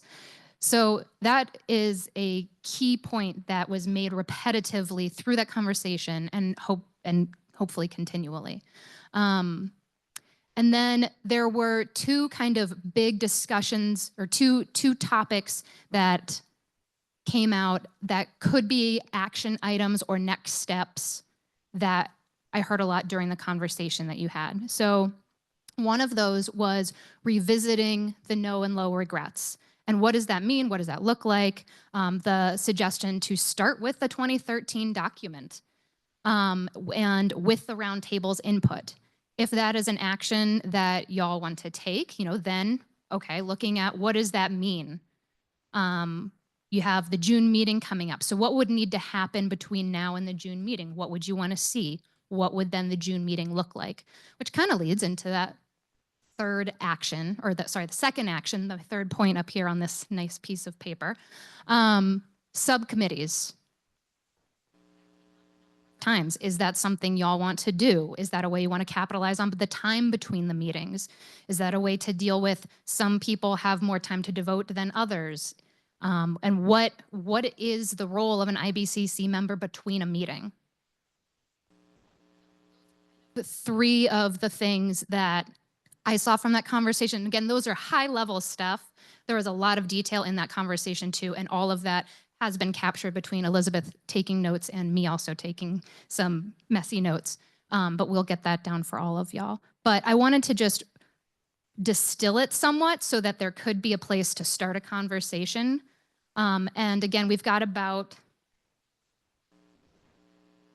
now to continue that conversation. So if you want to start here with kind of those three things, what is important?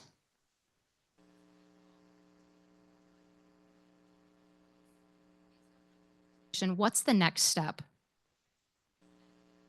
You can start here with those three things that kind of came out of that conversation, or other things come up, we will keep writing. And I see Lisa's got her card up right away. So Lisa, take it away. Thank you so much. I was just curious though, so we have the three bullets, but the way they're at least that you just described, as you just described them, they can all exist. Like that can be one action. All three of those. Although I'm not sure if the first one, the purpose, if we need to do that and actually state that, but those three things. So it's not an either or a crossroad. Correct. Okay, thank you. Yes.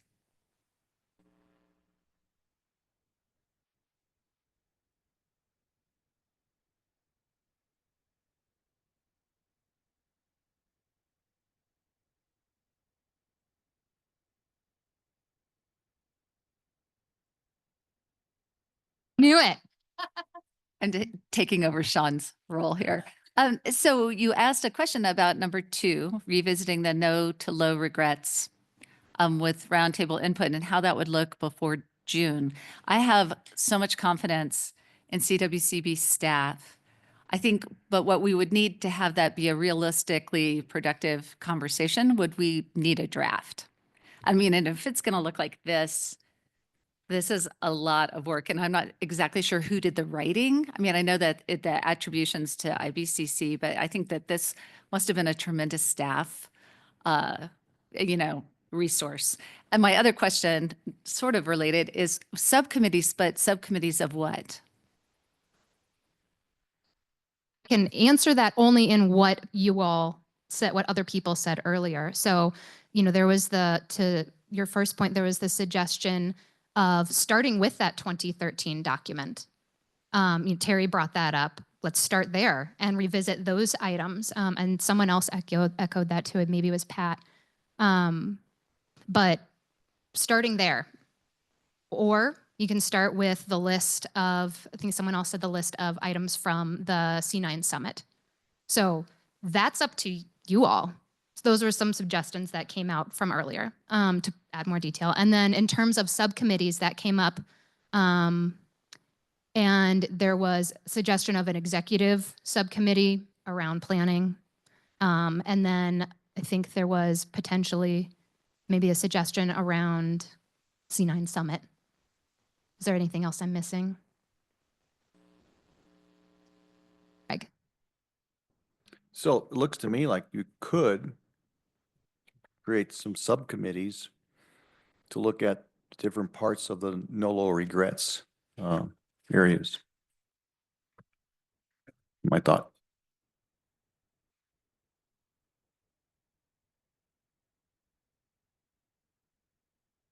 I'll get that down. Greg? And then Jeff? I guess I just wanted to clarify on the key themes document. Are those, so we had a bunch of breakout sessions. I don't remember, were there 8 of them? 7, okay. And so are the headings, right, we got headings that aren't really themes even. I mean, sort of they're themes, but they're these headings that's, in my recollection, kind of correspond to the breakout sessions. So I guess what I'm getting at is that was you guys organizing the meeting around what you thought would be topics that people might want to attend, and maybe people, I think it was IBCC and CWCB board members sort of pair it up. So it was like something that they could actually, they had some knowledge of, kind of thing.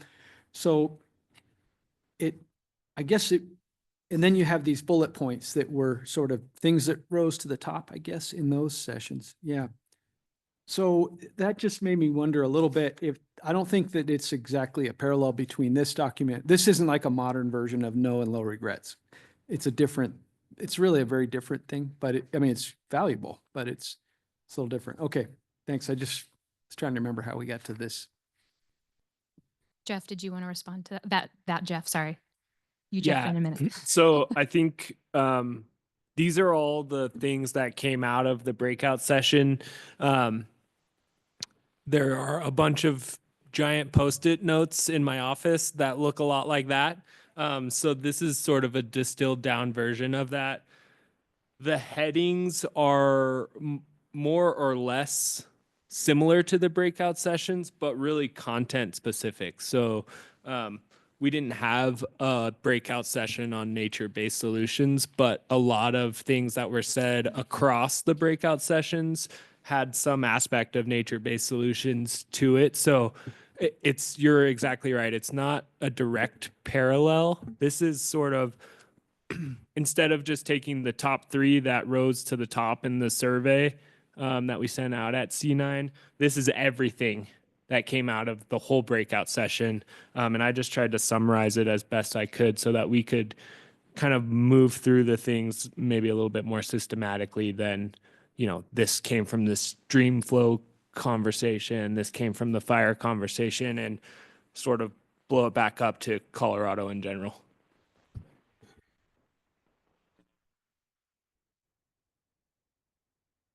One idea for committee work between now and June. June's not that far away. It seems far, but it's probably not as far as it seems. And so one idea would be to take the original 2013 document and the feedback from the C9 and get a group of people who are willing to sort of map those two together and say, oh, this is really the stuff that maybe we ought to, after June, maybe we ought to start trying to find ways to connect around table two. And no disrespect whatsoever, but when Ken and I talked about low and no regrets to our roundtable, that title did not work for them. It confused them. It's kind of, I don't know, Becky, it's kind of insider talk in a way. So the drought resiliency idea, or something that's someone else has a good suggestion for, maybe that's also some good committee work. But between now and June, if we could synthesize those things and come up with 3 or 4 or 5 things that we really wanted to get roundtable feedback on, I think that might make sense.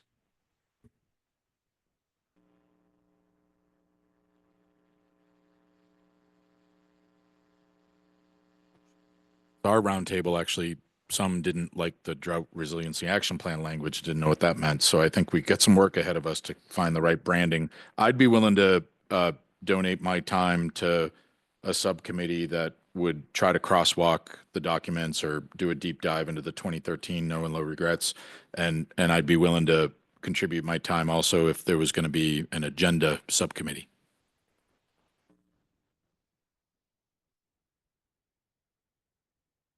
Volunteer. Voluntold.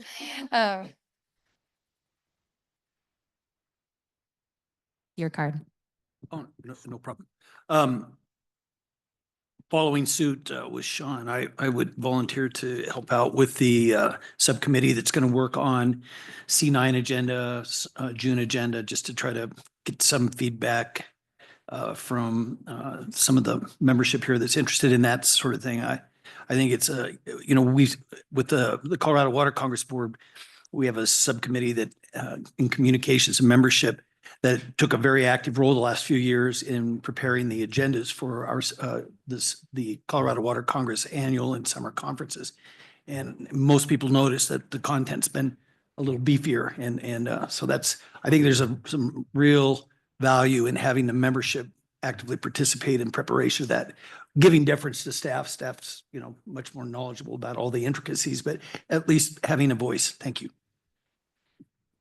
Pat, I saw you just put your card up. Is Sean still up or? Oh, sorry. Okay. Just default. Yeah, standing. He's always willing to talk. I just want to acknowledge that if we do the crosswork between the C9 document and the 2013 document, there's also a lot of work that many roundtables have done, and we've worked hard, at least in the South Platte roundtable, of trying to solicit feedback from our roundtable and come up with priorities. So I just want to make sure that work gets incorporated, because people that were really engaged and put a lot of effort into that. Thank you, Pat. Are there other representatives from other roundtables here who have also done that similarly or have thoughts kind of related to that's or some other name? I think Jeff and I noticed was, I think when you come to them with a no and low regrets discussion, they gloss over right away. If it was specific to forest health or sustainable agriculture, or, give it a name, now they're interested. Now they want to hear. And the presentation that Mark Shea did this morning on the dredge and fill, I mean, we got a 45-minute presentation on dredge and fill, and there were a few alive bodies at the end of that, but it was a lot, but having it synthesized down to those 3 key points, that really made a big difference.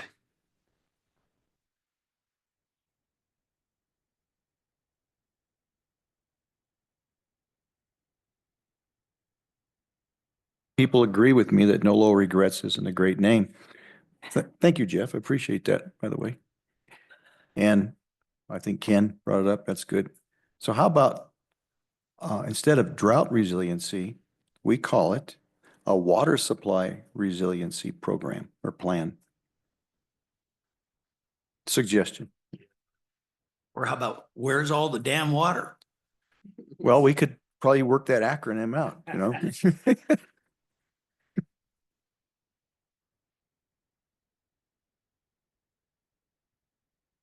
I think maybe behind what Terry's saying is that the no low regrets, it's just a negative. You're starting from a negative position. You're trying to make sure something doesn't happen, right? That you don't have regrets. And we really, we're trying to be successful. So just framing it up positively, whether it's what Terry said or not, I think it will resonate with people who are volunteering their time at a roundtable meeting to do something positive. Terry, can you say it one more time for my notes? Water supply. Water supply resiliency plan.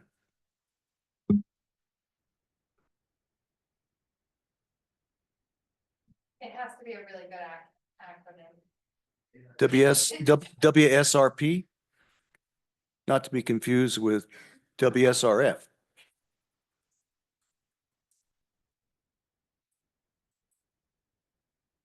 You're just touching the microphone. That indicates.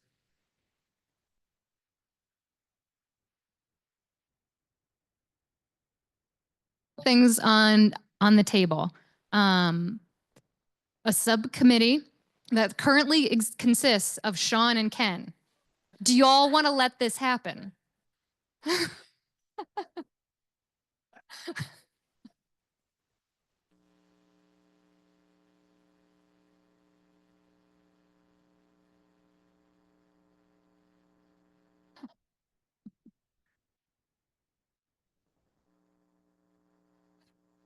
Not Yes. yet, because I don't understand. So we're talking about taking these items and marrying them with other items to then make a plan for IBCC to talk about, or a plan for IBCC to daylight? What is the plan for, and do we need it? This is, somebody said pretty well, this is already kind of a summary of the water plan. So help me understand what the plan is planning to do. Am I the only one who? Okay, great.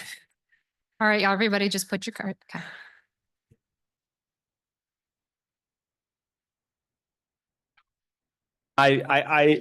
I'm trying to figure out the outcome, because I think there's some great ideas here. There's some great ideas in 2013, but what are we doing with them? And I go back to, I'm not going to make you go back to the slide, Kath, but the slide about the different levels of input. Are we making recommendations for inclusion in a future water plan? I mentioned before, and I was going to mention it in the, whatever we call the basin reports. There's also all kinds of other statewide planning processes right now that do, from my perspective, not a great job of incorporating water. So, I mean, that's another idea, is we should include these recommendations in the water plan. We just made, from the Nature Conservancy's perspective, we commented on GOCO's new strategic plan and the Colorado's outdoor strategy. And a lot of my comments were, what about water? How are you thinking about this? Have you engaged with the roundtables? That was one of our comments from me and from the conservation community. Have you engaged with the basin roundtables, thinking about water and how it touches down in different places? So I have the same question as Heather. Like, I think it's great to review this, but I don't want to just review it. And as much as it'd be fun to chat with Sean and Ken, like, what's the outcome? What are we putting forward? And it also goes back a little bit to what Lauren mentioned, that there's a lot of conversations, and have been and will be, about creating new task forces to think about funding for water, drought security. There was a dredge and fill task force. And we don't meet enough to be the kind of task force the legislature wants, but we should have a role in that. And maybe this kind of analysis provides us a rubric for comments. Hey, you should engage with the IBCC, and we should say, yeah, you're right. We have principles about this. And if you have questions, we can go back to our roundtable. So I have the same questions as Heather. I really like where this is headed, but what's the next step? What can we do to kind of take this from already a 2-page summary to something that's more workable or can be used in different processes?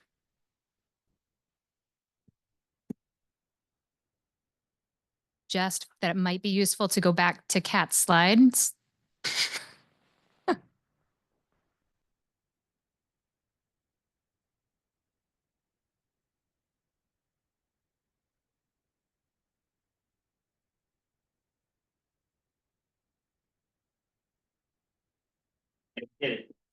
So I'll give an example of what I was thinking, Heather, with your question of how do we crosswalk or are we crosswalking?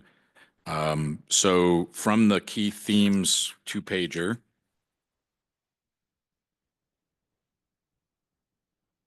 or second open circle, support education for new water leaders, elected officials, and the public, parens, focus on water conservation adaptation.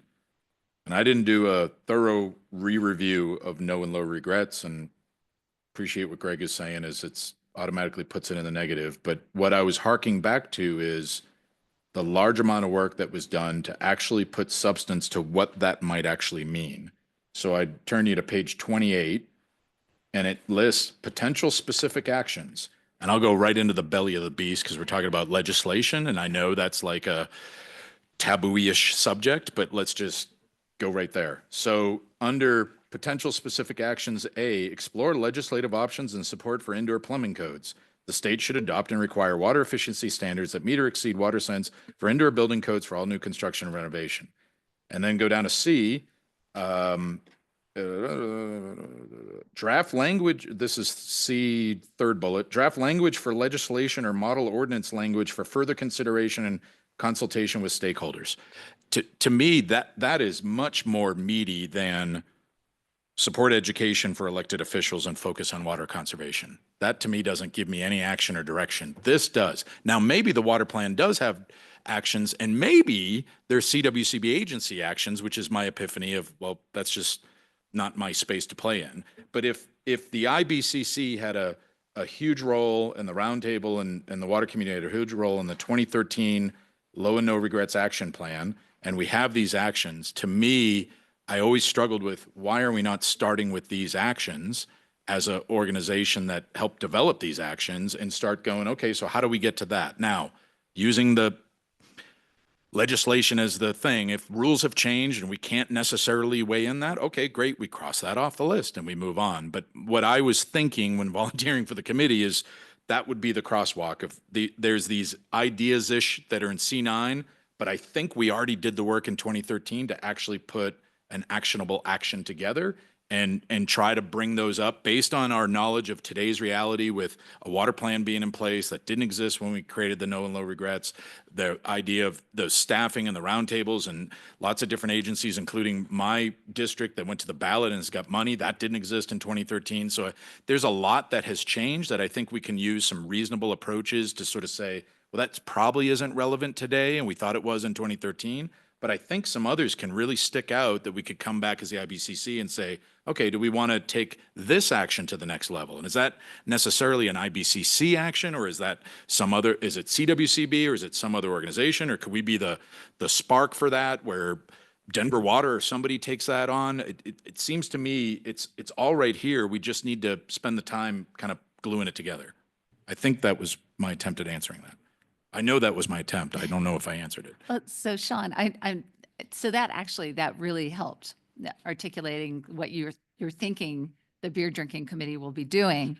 But I was curious, what are you talking about then? So you're talking about crosswalking the two documents, but what I heard you say is you're going to go back to the low no regrets and see what was accomplished, what's still relevant, what's not still relevant. And then at that point, would you then turn to the C9 topics and say, okay, here's something that wasn't there in 2013? Since we haven't met as a two-person committee yet, I think that'll be determined. I think that's a process. Do you start with the chicken or the egg? I actually would geek out on reading the 2013 no and low regrets, but I think you could handle it either way. Unless that's important for how we're getting there. I think it could be handled either way. Yeah, I think you just don't want to lose sight of what the C9, whatever, because that's probably the most currently relevant. Totally. I mean, yeah, the way that I articulated it was starting there and saying, okay, here's a thing, and then flipping through this 80-page document to go, oh, turns out we said that thing before.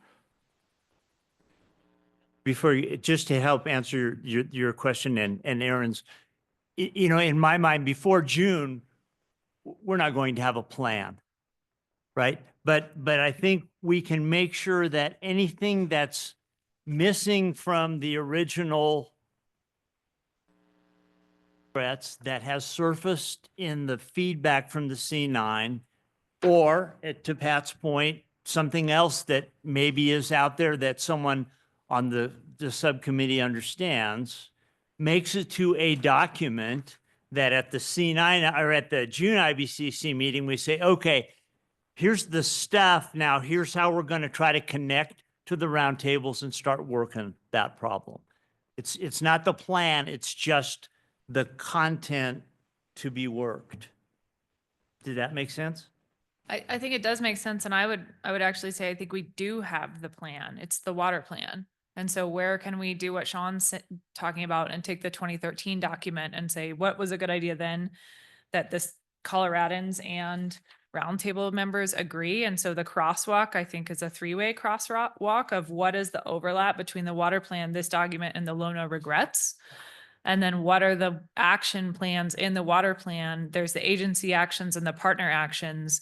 If it's an agency action that fits within something that is a cross-cutting issue, is it talking to staff and saying, hey, we know agency means staff, but we would love to help on that? If it's a partner action, then how do we as partners help? It seems to me like it's making the Venn diagram and saying, what's the center? That's the stuff that we all agree on, and it's kind of low-hanging fruit.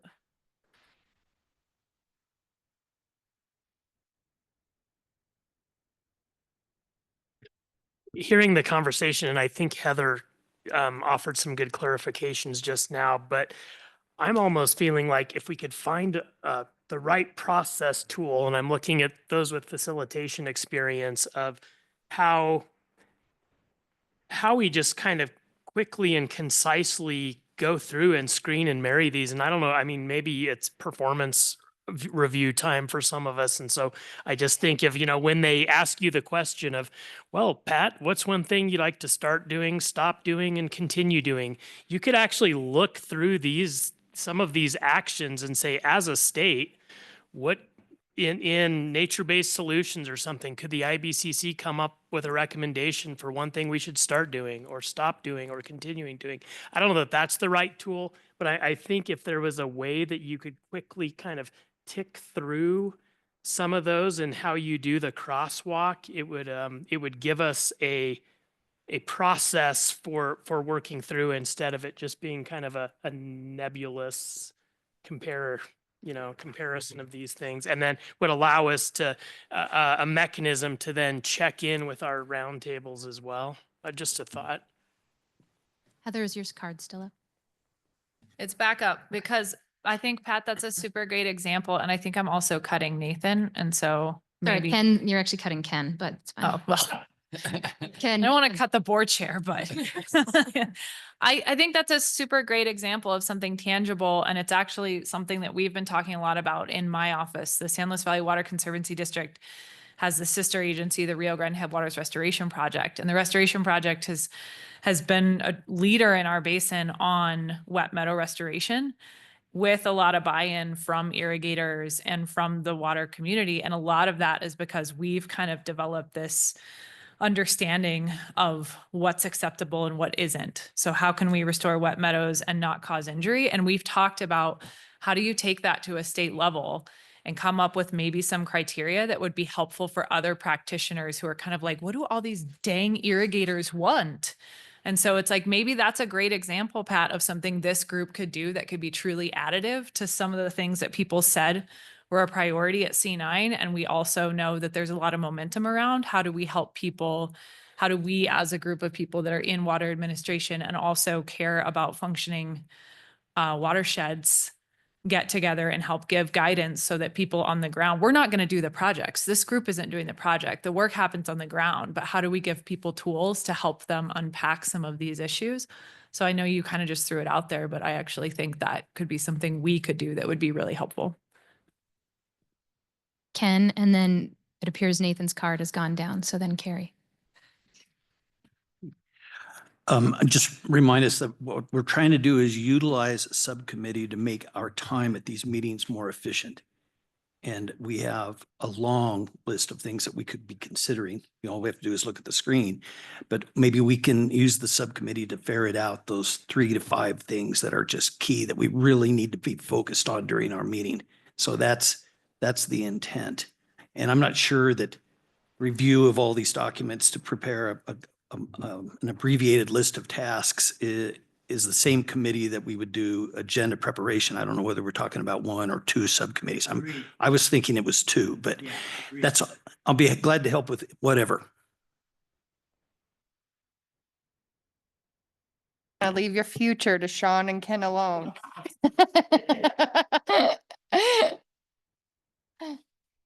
Go ahead, Carrie. Yeah, We'll I'm revisit not that. volunteering. I'm just making a comment.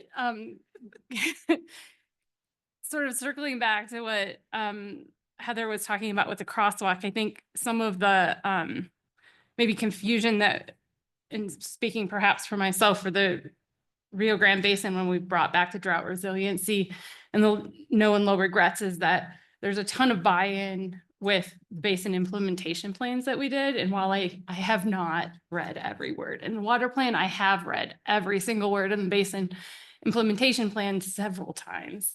And so I think there's a ton of buy-in there. And so when we bring back this plan, we're like, oh man, here's another plan, but we spent all this time doing the BIPs and things like that. And that is where we put all of our emphasis into, like, what are our prioritizations, what are our outcomes and things like that. And so if we look back on page 28 of this, to Sean's comment, I think that we have outcomes on there and we can point to those and say that we've done this and this and this. So we've already met some of those. Yeah. So I feel like some of these key breakout topics from the C9 discussions that we had, they've already been met, and to go back through and still promote those by basin, they're going to be very different. And so I just have some hesitancy in going back to our basin and saying, hey, here's another plan for us. So let's not call it a plan. We possibly can't, maybe it's not no low regrets, because that does cause some confusion. But I think, something that's very short that helps us promote what our BIP has already outlined, because we put so much time into that, that might be helpful, but not creating some new thing that we have to try and meld into what we've already determined are our priorities and how we can meet those outcomes, because we have really gotten far away from the 2013 for sure from this. And there's a lot of work that was put into this, so I don't feel like we need to redo it in any way, shape, or form.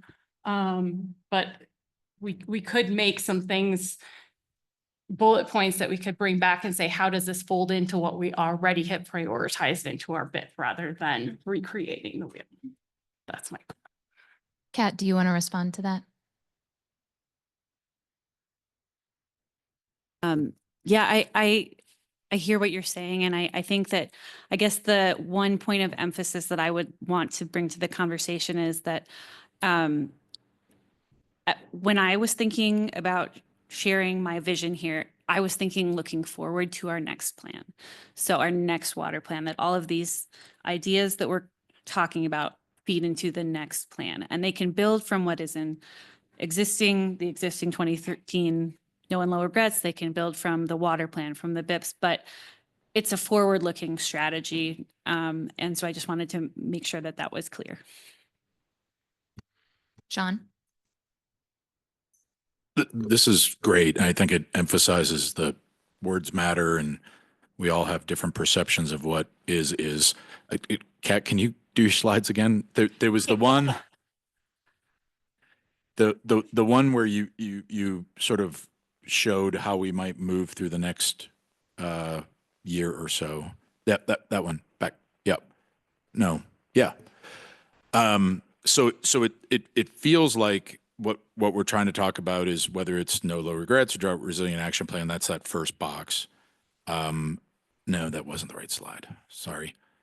Then there was it fits into somewhere else in the water. Oh, there we go. It fits into the water plan at some point, correct? Go back one, I think.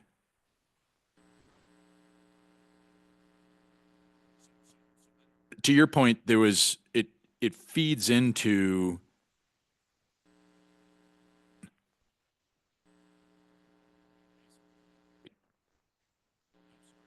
the technical update.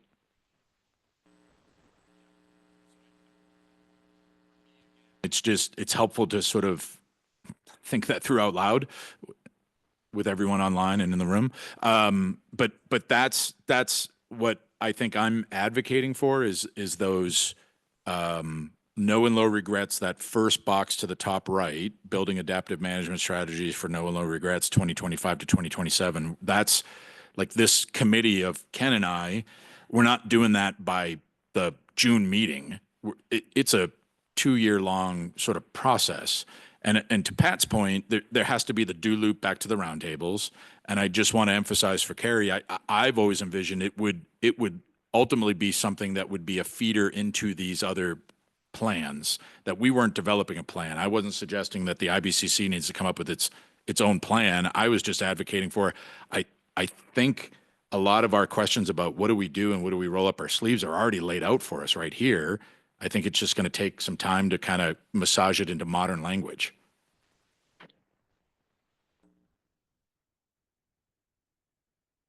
And then Carrie, maybe Lisa, she's thinking about it. Yeah, with regards to the conversation about if we call it a plan or we don't, I guess the thing that I would emphasize, at least in my mind, is that I think that these are really sort of a values-based conversation across the whole state, and all of you in the room being the representatives of the state. And so I'm thinking it's maybe more a set of principles, a set of ideas, guidance, maybe backed up by specific actions. But that's kind of how I've been thinking about it, and I would be open to more conversation about exactly how it might look, but that was my thought. Carrie and then Terry.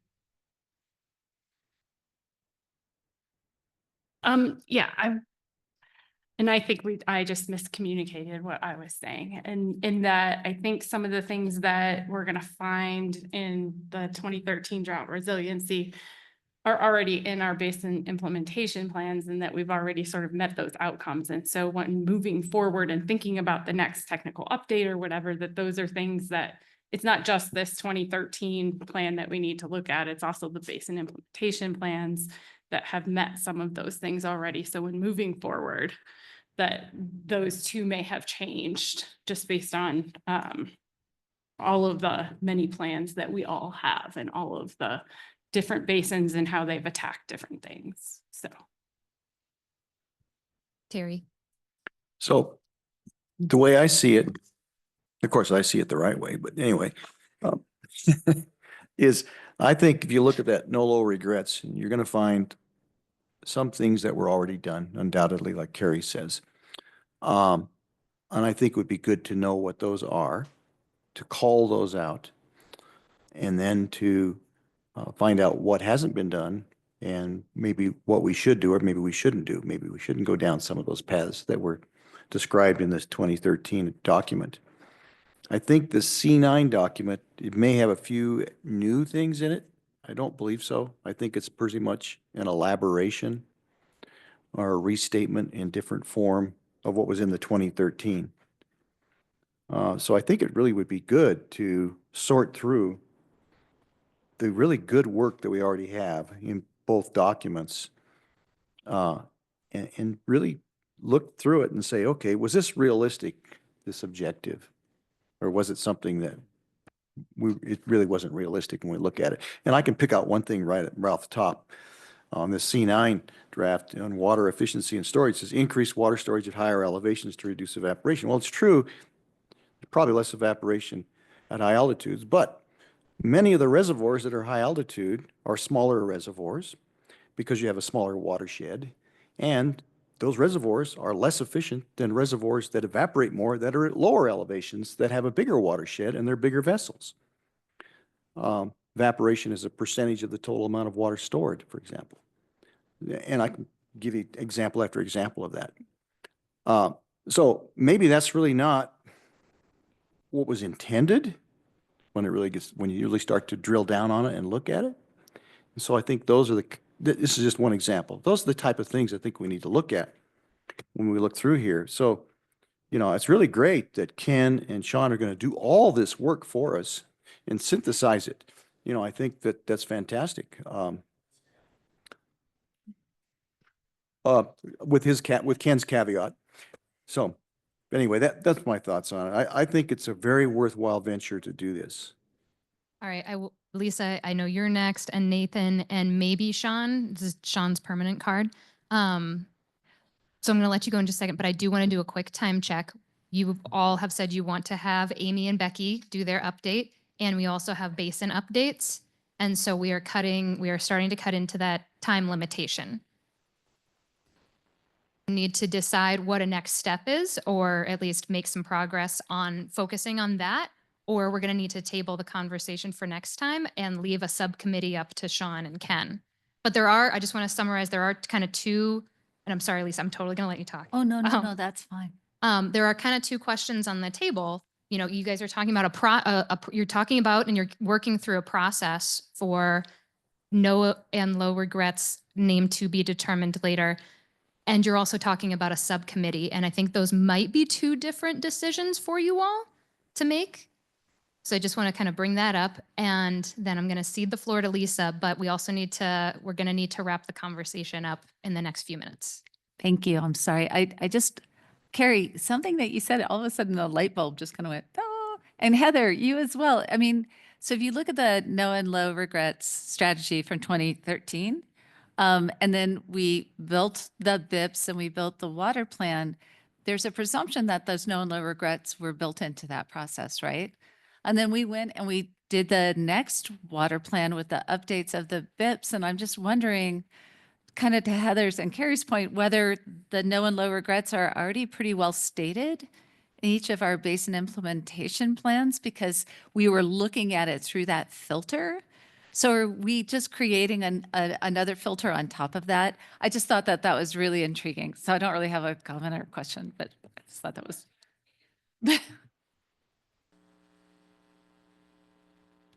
If I'd have known my tent stands up so well, I'd have been asking a lot of questions.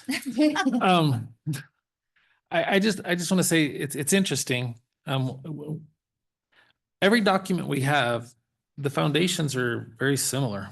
And so to me, that's saying we're not accomplishing what our plans are saying they are, or we are not advertising how well we're doing at it. And so forgive me, I can't help but genetically, I am an a-hole. It comes from both sides. But let me tell you something, we're having trouble getting more than 2 people on a committee, which tells me I don't know that this committee is going to provide anything meaningful. Hey, I warned.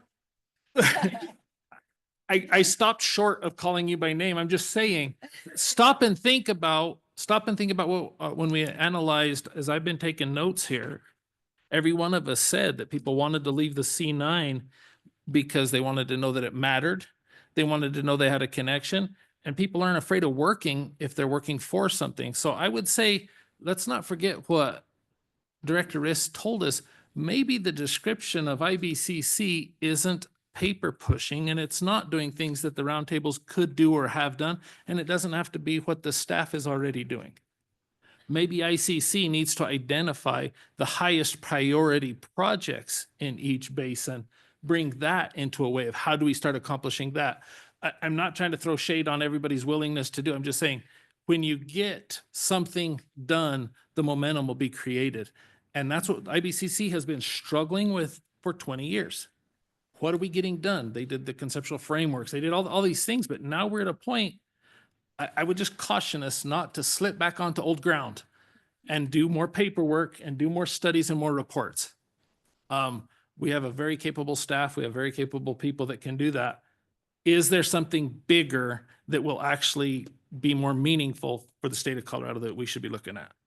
So I know you just said keep it simple so we don't have to. I apologize, Kelsey. But I'm a little nervous that we talked from the beginning and we're back to doing some paperwork and analysis and a report that's been done multiple times. Even when it happens without a lot of organization, we get the same damn things. So apparently we need to start doing these things, not talking about them anymore. However, we can get to that point. Spoke way too much. All right, so thank you, Nathan. We are looking at a time press right here. This is where the time has to end for the conversation. you all have prioritized. Only Sean and Ken, our committee members, have their cards up. So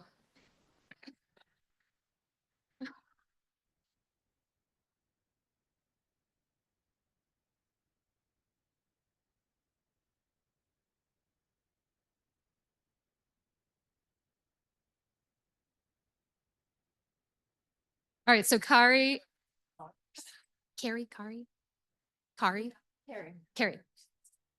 So Carrie has volunteered for this subcommittee. All right, so is Pat. All right. Oh, and then we gotta wrap this up. So subcommittee members, I'm getting your names down, and I think what is happening here, you can tell me if I'm wrong, but in order to help you all move forward to wrap this up, we have a subcommittee, and y'all are going to meet at an undisclosed period of time after this meeting with staff support in order to make some next, and perhaps outline some next steps based on this conversation. Does that sound fair? Nathan said prioritization, because remember in Durango, we went through all this exercise about how do we bring this to the roundtables and how do we do this whole, it was a good discussion on process. But the one thing that we did come up with is what we thought snow measurement was like a no-brainer. And so what happened? Staff took that and they're running with it. That's the number one priority legislatively for the DNR. That's what we're trying to do, is facilitate the next one of those and the one after that. Because we know we've got enough to do. We just are trying to figure out prioritization. So that's my goal working with Sean will be, and the rest of the committee, is to help find that prioritization. And I've been describing this whole no and low regrets to our roundtable as a basket. And in that basket are some of those things that we looked at. And what I feel is important, or what my roundtable may feel is important, may not be the same as Sean's or Lisa's, so it's okay. That's all. Thank you, Ken. All right. So to very rapidly recap, we do have a subcommittee that's going to work on the next steps for this conversation for a no and low regrets name to be determined in the future that will focus on potentially prioritizing a project within each basin based on what already exists out there.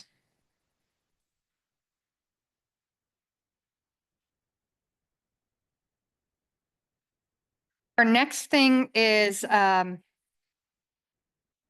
Basin Member PEPO Subcommittee and Governor Appointee Reports. And I've got Amy here, and I don't know if you all know this, but she's incredibly hardworking and incredibly busy. So what I'm going to urge us to do, and I'm going to put out a little bit of a challenge with this, is less words. And think about how does our message resonate, and it's more in the bullet format. And so if we can, and I'm going to cut it off at 2:20 regardless.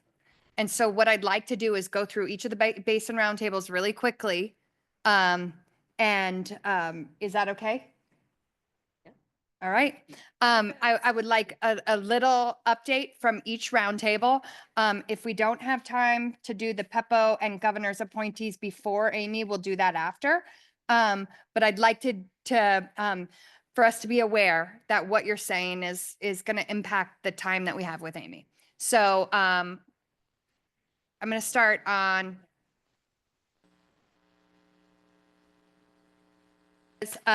what is one success or challenge you face while trying to discuss the no and low regrets or drought resilience action plan? And if you can say you already covered it, bam. Yeah. So where should I start?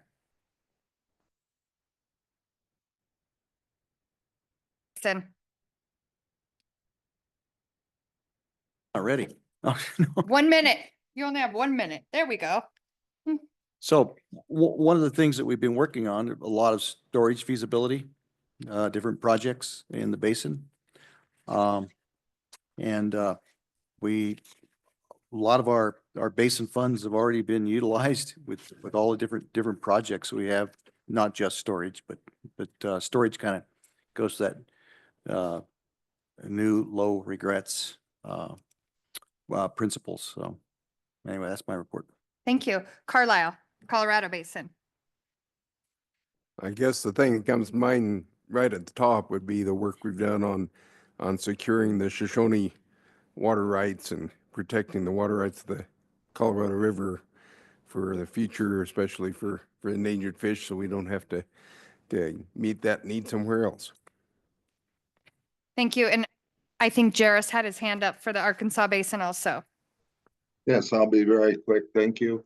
Two issues we're dealing with is vacancies on the roundtable and thinning out our project list. We have a lot of projects on our list that nobody can identify a proponent. So we're working on that. We are very concerned. Aurora has just spent $80 million to buy a farm under the Catlin Canal. We know they're not going to use that water ultimately in the valley. It's going to go to Aurora.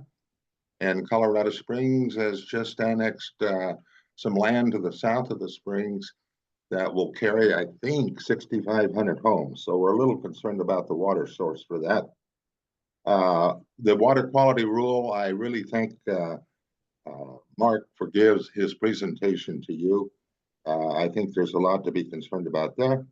And we're very proud of the work our WIC has been doing, our watershed collaborative. I think that's it.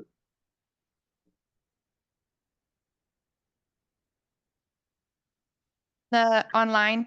If not, I'm going to give it to Metro and then come back to the Gunnison. All right, go Metro.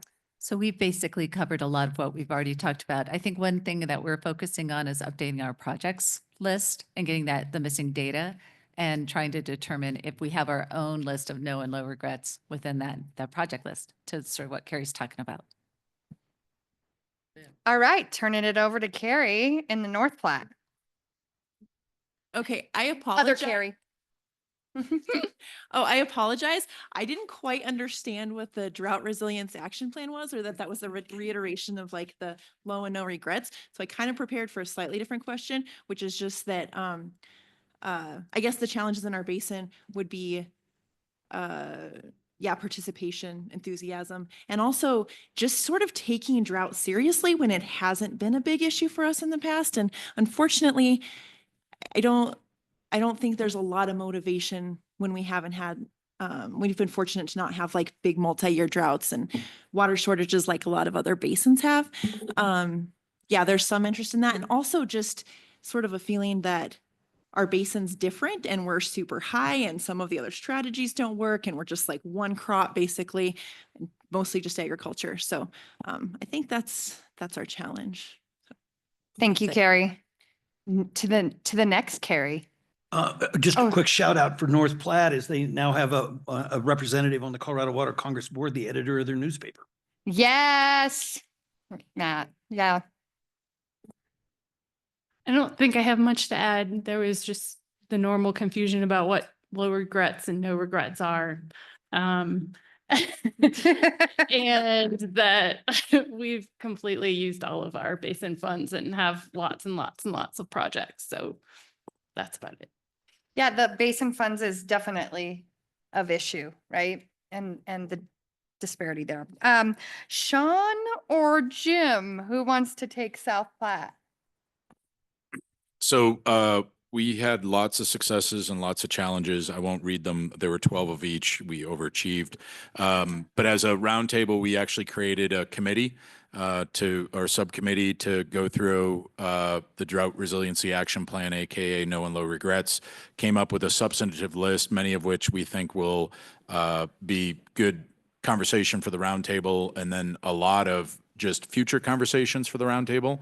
And we're going to be meeting again in March to discuss it further. And we're going to be having another draft document and committee meeting.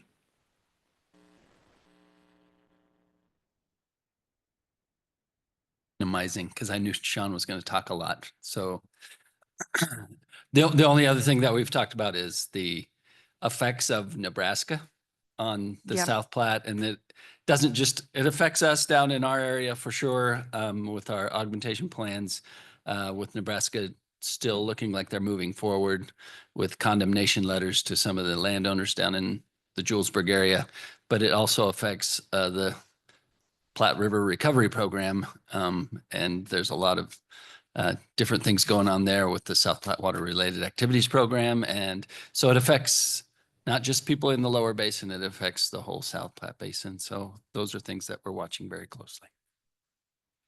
All right, I think we have Ken Curtis online.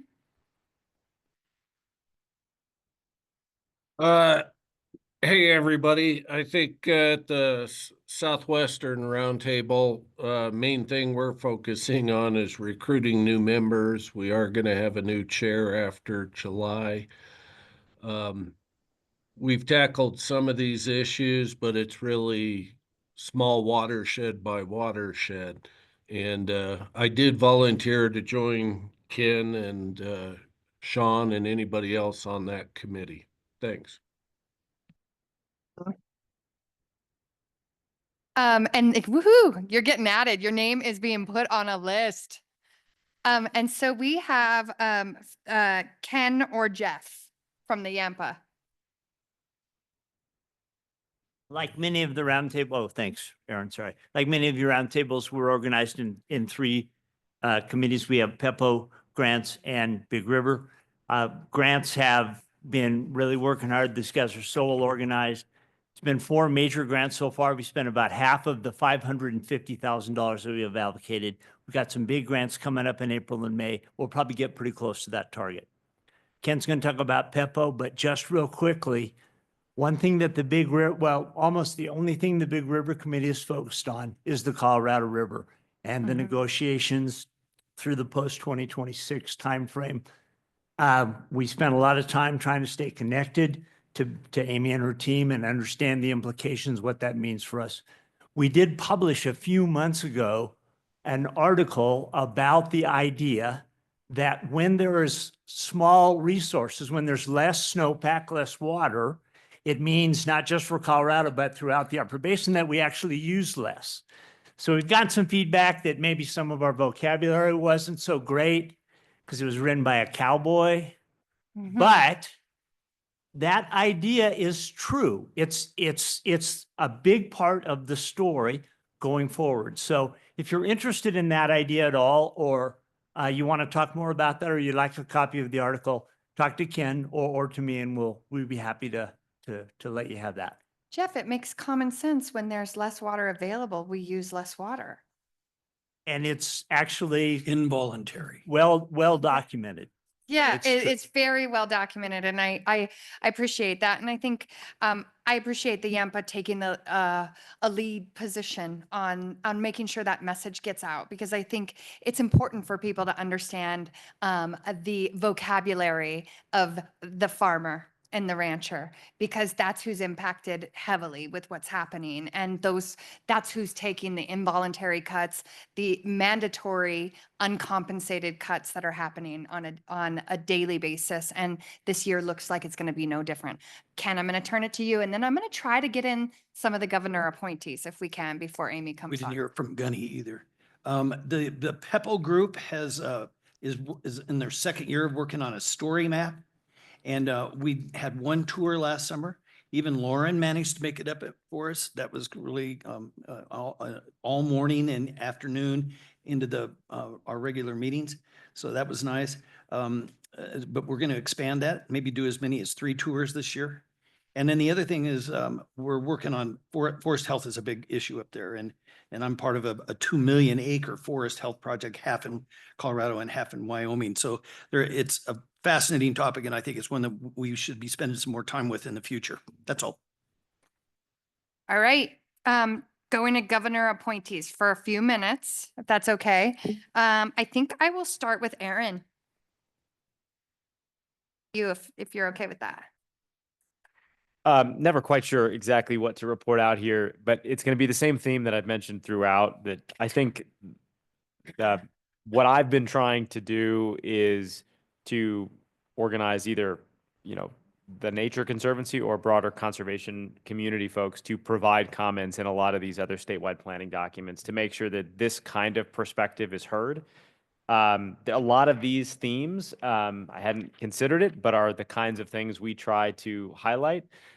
So I would love it if there was a way, and maybe I should just be sending an email out to the roundtables to say, hey, have you guys made comments on GoCo's strategic plan that's thinking about how money is going to be spent in your communities? It'd be good to hear from the water voices out there. Have you guys commented on these other documents? So I will commit to try and do that because I think that would be a really valuable perspective to get in. And I think sometimes we're not always aware of the many, many, many other processes happening. So we'll try to do better at highlighting that through our listserv in some way. I'll check with Kat or somebody to do that.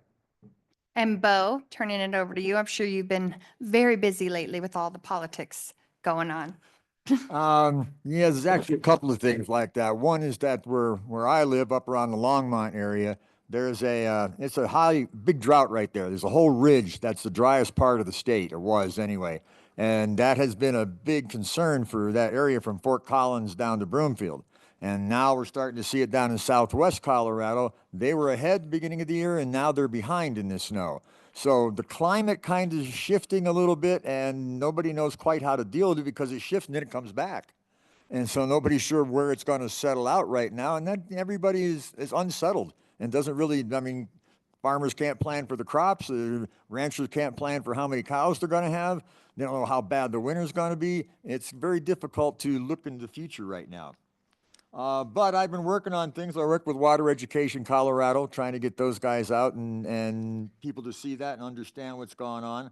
I talk to kids at the various schools when I get a chance, Flagstaff up in Longmont, and some places I contact them and sometimes they contact me. Everybody knows I'm around to talk about water if they want.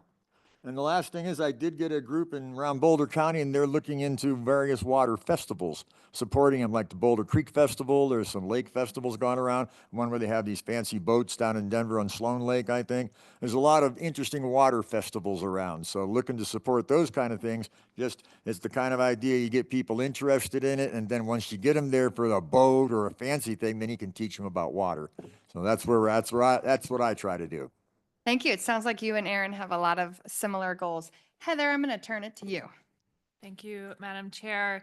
I think an issue that multiple people raised in their basin reports, of course, is funding. And I know I don't have to tell the staff how the roundtables are pretty bummed at how, especially in the Rio Grande, how fast we burned through our basin funds. And I know our representative on the CWCB, Director Combs, has been thinking a lot about how to help with this. And so I would just flag that it's so important that we continue to support the roundtables in being relevant and being a place where people are really engaged and want to attend meetings. And a lot of that relevancy comes from the ability to be a catalyst for projects with funding. And so if this group and the CWCB board can continue to think about creative ways to help prop up funding and support the roundtables, that would be super helpful.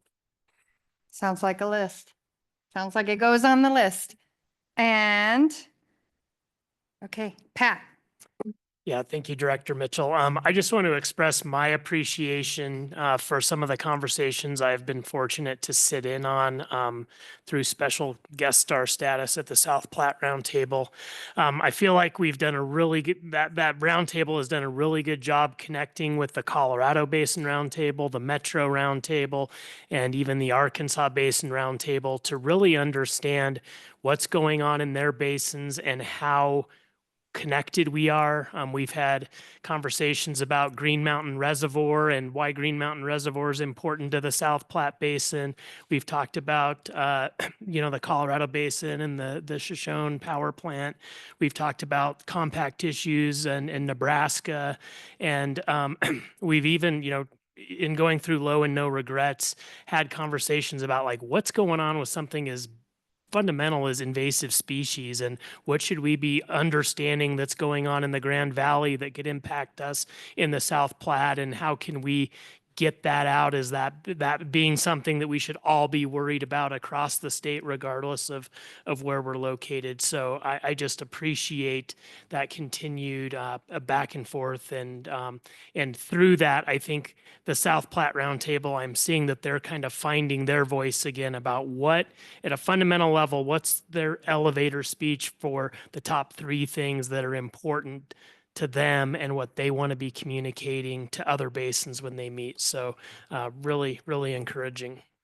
Thank you. And Andy online, if he's still around, I hope.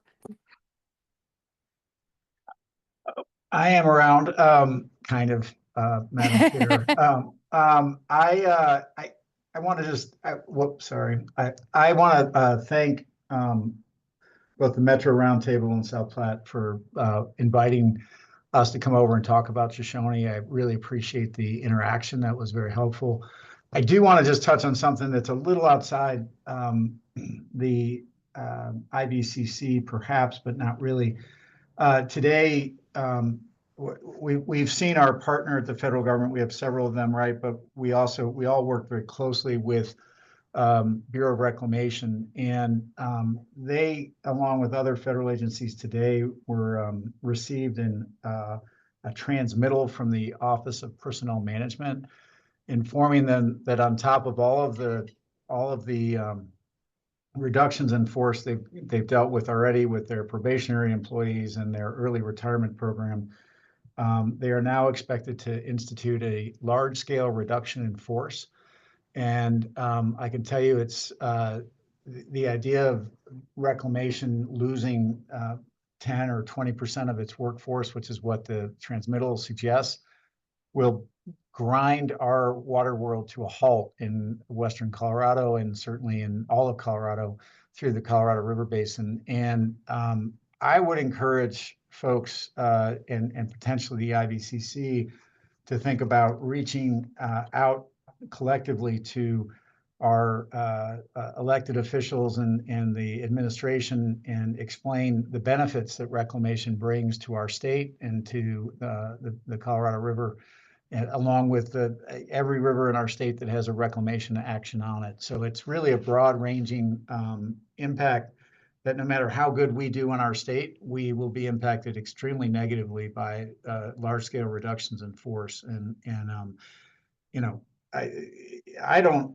you know, I think understand people's perspective that government can be wasteful. I don't believe that applies at all to reclamation, given how hardworking those folks are and how much they do, and how much we need them. And so just a plug out there for people to pay attention. I'll post the recent OPM transmittal from this morning on this chat, but if people are interested in talking about it, collectively, I think we should do something about that. Thank you for that, bringing our awareness to that. And what I've heard on the ground across Colorado is with the cuts that have been made thus far, in terms of personnel cuts, some of the temporary or probationary, it's already had impact.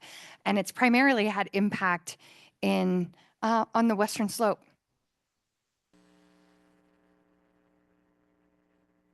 That is troubling.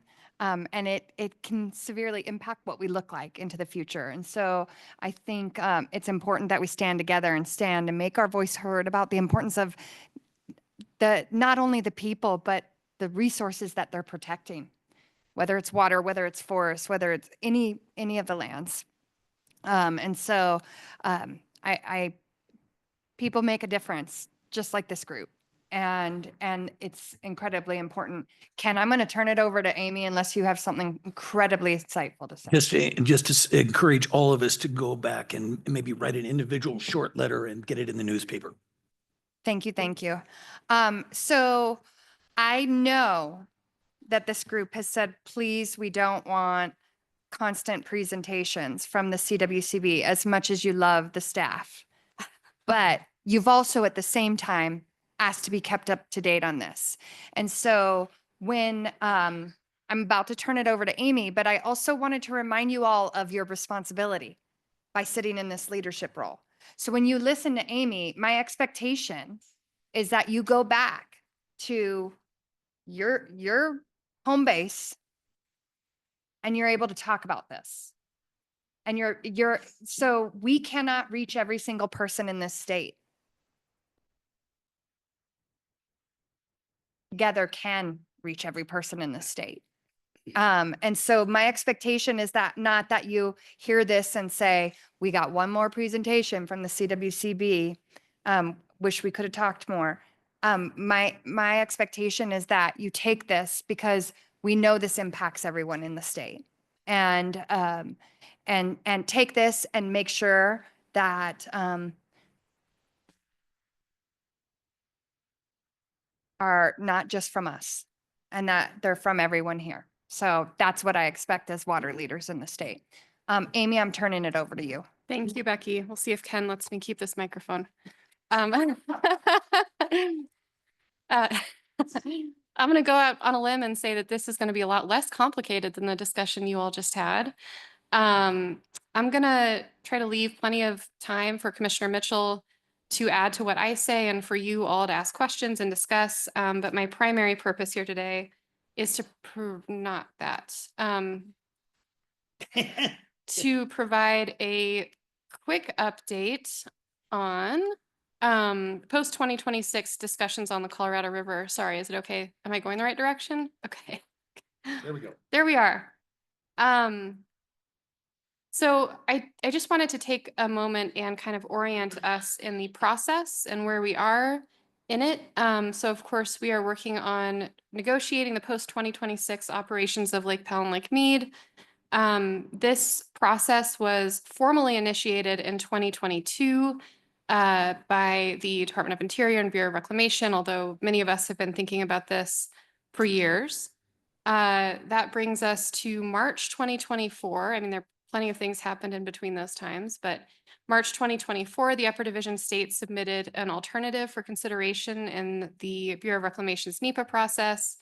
And something I want to talk about today is that we actually offered some limited refinements to that alternative in December 2024. So I'll talk through those a little bit. So where are we today? We are still working hard. Reclamation has released an alternatives report. I'll talk about that. But in terms of what the basin states are up to and what Commissioner Mitchell has been busy with, we're talking frequently to our fellow basin states. I'm sure we'll talk about this more. The discussions have not always been easy, but they are happening, and we are very committed to that process of trying to reach consensus. Of course, what we're working towards is the expiration of the 2007 guidelines in 2026. The thing to remember here is that this is a NEPA process. So we need to work backwards from the time that reclamation will need to actually analyze an alternative for consideration in that NEPA process. So, like I said, I want to talk today about the Upper Division States alternative and some refinements that we provided December 30th. If you're wondering if that means that we all worked on Christmas, you'd be correct. So let's just start with what the alternative is and what has remained consistent. The Upper Division States back in March submitted an alternative that we continue to stand behind. The whole idea here is sustainable supply-driven operations of Lake Powell and Lake Mead. I think this group knows as well as anyone that the problem with the 07 guidelines was that they have been demand-driven. So the lower basin, of course, pulls water from Lake Mead. That's one of their primary sources, along with tributaries, of course. But they pull water from Lake Mead. That lowers the level of Lake Mead. The way the 07 guidelines work, that draws down Lake Powell through a mechanism called balancing. So what we've really seen, to sum it up, is that lower basin demands have driven both of the reservoirs into crisis. We've seen lower basin demands remain relatively consistent despite years, as we all know, of record low inflows in the time of the 07 guidelines. So to get back to what I was actually talking about, the Upper Division States alternative is supply driven. So the whole idea is that operations of Powell and Mead would be based on actual hydrologic conditions. And the way that we look at that, at least at Lake Powell, is that the elevation at Lake Powell is an indicator of hydrologic conditions. So the releases from Lake Powell are based on the elevation of Lake Powell. And Mead releases similarly would be based on elevations at Powell and Mead combined. So the whole idea here is to help rebuild storage in our nation's two largest reservoirs. We know that having a healthy Powell and healthy Mead is just better for everyone. It reduces risks that we would face to hydropower production. Frankly, it is better for our downstream neighbors to have healthy storage in Lake Mead and Lake Powell because that's where they get their water from. It increases flexibility in terms of environmental issues that we might see. So having a healthy Lake Powell, having a healthy Lake Mead is important for the entire system and those who rely on it. The Upper Division States alternative also operates within the law of the river. So I want to highlight briefly the changes that you see in the refinements that we offered in December. So again, that concept of supply-driven operations remains the same. But at Lake Powell, what we've done is we've tried to optimize performance at Lake Powell and Lake Mead. And what does that mean? Essentially that we wanted to minimize the time when Lake Powell would reach critical elevations and also minimize the times that Lake Mead would reach critical elevations, and also reduce the depth of those issues. I guess that's not the best way to say it. But at any rate, we refined the Powell release curve to go all the way down to 5 million acre feet. In the original alternative, it went to 6. So lower releases on the low end. And then we also provided for higher releases up to 12 million acre feet on the high end when Powell is really healthy, which is hard to imagine today. But on the high end, Powell would be releasing more. So that's kind of the main difference that you'll see in terms of the Powell release curve. Those are October 1st. That's correct. And that's an important point as well, that our alternative is based on the operations are based on the elevations at Powell and Mead on October 1st. And there's a reason for that, Jeff. It wasn't just a pull a date out of our hat. It was that there primarily the water year is done at that point. And it's predictive. Whatever's in Powell is predictive of what's happened this last year. But the water orders for Mead releases are due October 15th.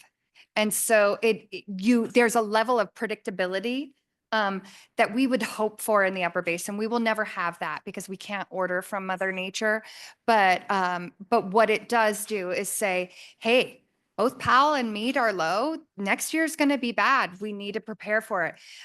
You know how we feel in the Upper Basin because we live this way every day. Our water rights system is our place in line. And so when we talk about defending water rights or defending, when you hear some of what's coming out of certain areas of the country about potential litigation, we defend our water rights too. But remember, what we're defending is our place in line. If the water's not there, it's still just not there, right? And if you get up to the front of the line, the benefit of a water rights system is that you know who was in the line in front of you. You know who was there. And that's where the deals are made. That's how you know who you've got to work with, right? And so that's where that October 1st deadline comes in, because if they know, hey, there's going to be this, the Mead releases are going to need to be this, them in the lower basin also. And so it gives them some time to figure that out.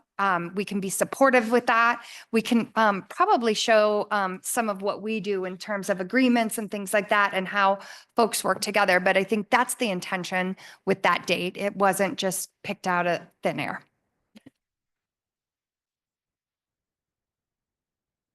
The other thing I want to, and I'll talk about this a little bit more, the other key point that we refined is providing additional details on parallel activities.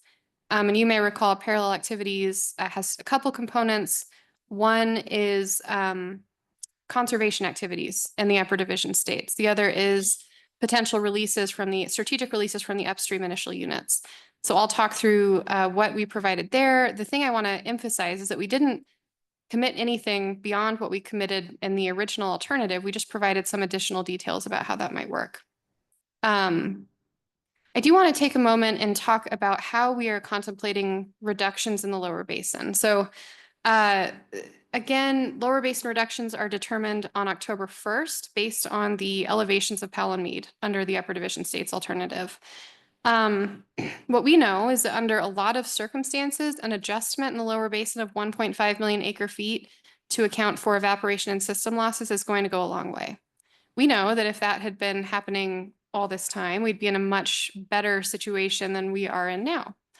So under a lot of conditions, the lower basin contractors would be looking at that adjustment of 1.5 million acre feet to account for evaporation and system losses. But we also know that under bad hydrologies, more is probably going to be needed. So on top of that 1.5 million acre foot reduction, we call for reductions of up to 2.4 million acre feet. So if you add those together, that's up to 3.9 million acre feet. So in the most dire of situations, the lower basin contractors are taking reductions of about 30% relative to their current uses, which brings me to my next point, which is hydrologic shortage. And I'm going to talk about parallel activities more, but the point I want to make here is that we also know that in the upper division states, our water users already regularly face hydrologic shortage. They face reductions of 30% in many years. That's relative to demonstrated demands. So we're not, what we're talking about here is water that water users in the upper basin have put to beneficial use in the past. So to kind of cut to the chase, what we're asking for is proportionate reductions from our lower basin counterparts. We know that they're still going to be using millions of acre feet more than us in that scenario because they already use more. Their denominator is higher.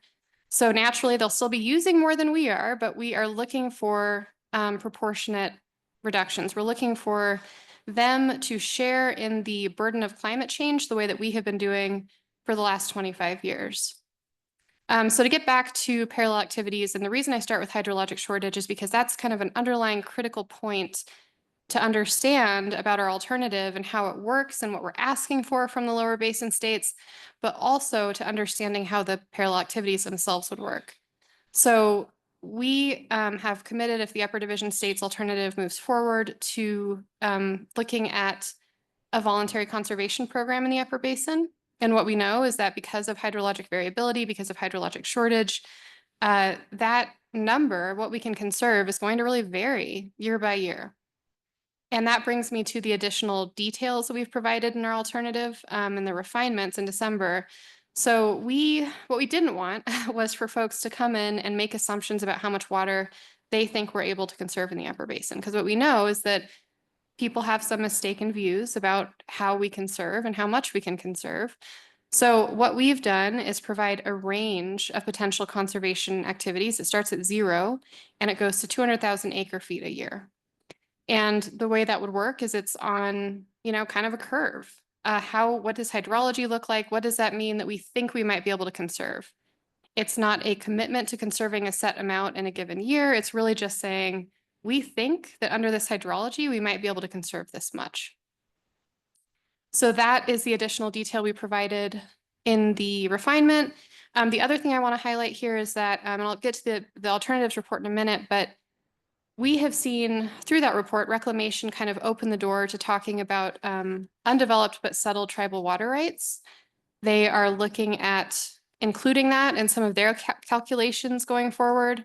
So they kind of opened the door to that, and we walked through that door in our refinement and said, okay, as part of that, that conservation range of up to 200,000 acre feet, you also need to consider unused settled tribal water rights.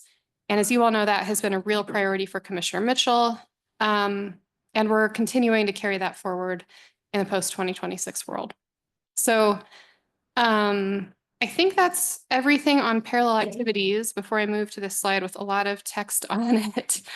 So like I said, Reclamation recently released an alternatives report. I'm not going to go through everything here, but I do just want to highlight a few things. First, essentially what Reclamation is doing here is outlining a range of potential alternatives for consideration in their NEPA process. There's a lot here. There are some things that are not here. You don't see the lower basin alternative directly modeled here. You don't see the upper division states alternative either. But let's talk for a minute about what you do see in this report. As with any NEPA process, you have a no action alternative. And what this looks like in Reclamation's view is PAL releasing 8.23 million acre feet or more in some circumstances. No new conservation mechanisms and reduced releases from MEAD. Those would be based on priority. up to only 600,000 acre feet. Go ahead. I want to make sure people don't think that that is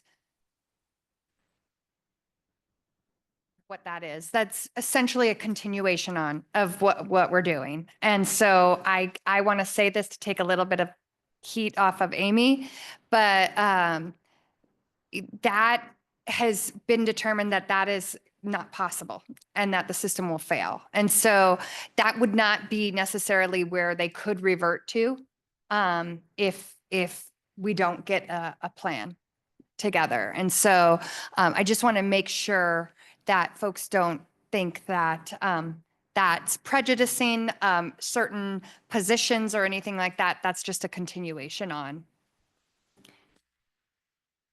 To add on to what Becky said, there are a couple of really important points to make here. And the first is that reclamation actually can't simply continue the 07 guidelines. That would be a federal action. The 07 guidelines actually expire according to their own terms. So they can't exactly continue the 07 guidelines without taking an action. A few other important points that Becky mentioned. Reclamation has been very direct in their view that this does not meet the purpose and need of the federal action. 8.23 million acre feet will drain the reservoir. We know that. So there's that. But the reality is, for those who know NEPA and how NEPA works, the no action alternative is important. It does mean something.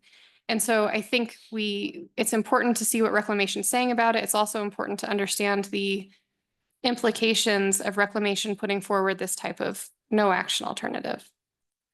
So moving on to the federal authorities alternative, the way that reclamation has framed this in the alternatives report is that they have the authority, they believe that they have the authority to do all of this today. They believe that this is something they could implement without adding any additional federal authorities, without any additional agreement on the part of the states.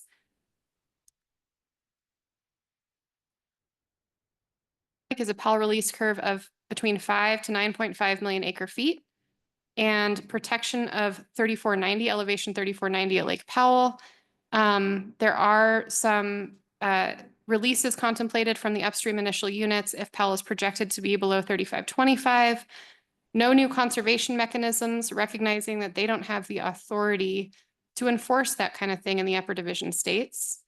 And we would have reduced releases from Lake Mead that would be distributed based on priority up to 3.5 million acre feet. So that is the federal authorities alternative. And the next few, I'm just going to skip over a lot of these details because they're complicated. And I think we have some open questions about exactly how legally they would actually work. I'll maybe just leave my commentary at that, but the federal authorities hybrid, as you see, the PAL release is determined by a combination of 4 different factors. There are initial unit releases contemplated. There would be a conservation pool in Powell with increased federal authorities over exactly how that would be implemented. And you would have a continuation of something akin to ICS in Lake Mead, and reduced releases from Lake Mead up to 3.5 million acre feet. Cooperative conservation, this was based on an alternative submitted by a coalition of NGOs, of conservation organizations. And this is based on a concept of 7 reservoir storage. So operations are actually determined not just based on the levels of Powell and Mead, but based on a few additional reservoirs as well, including the upstream initial units.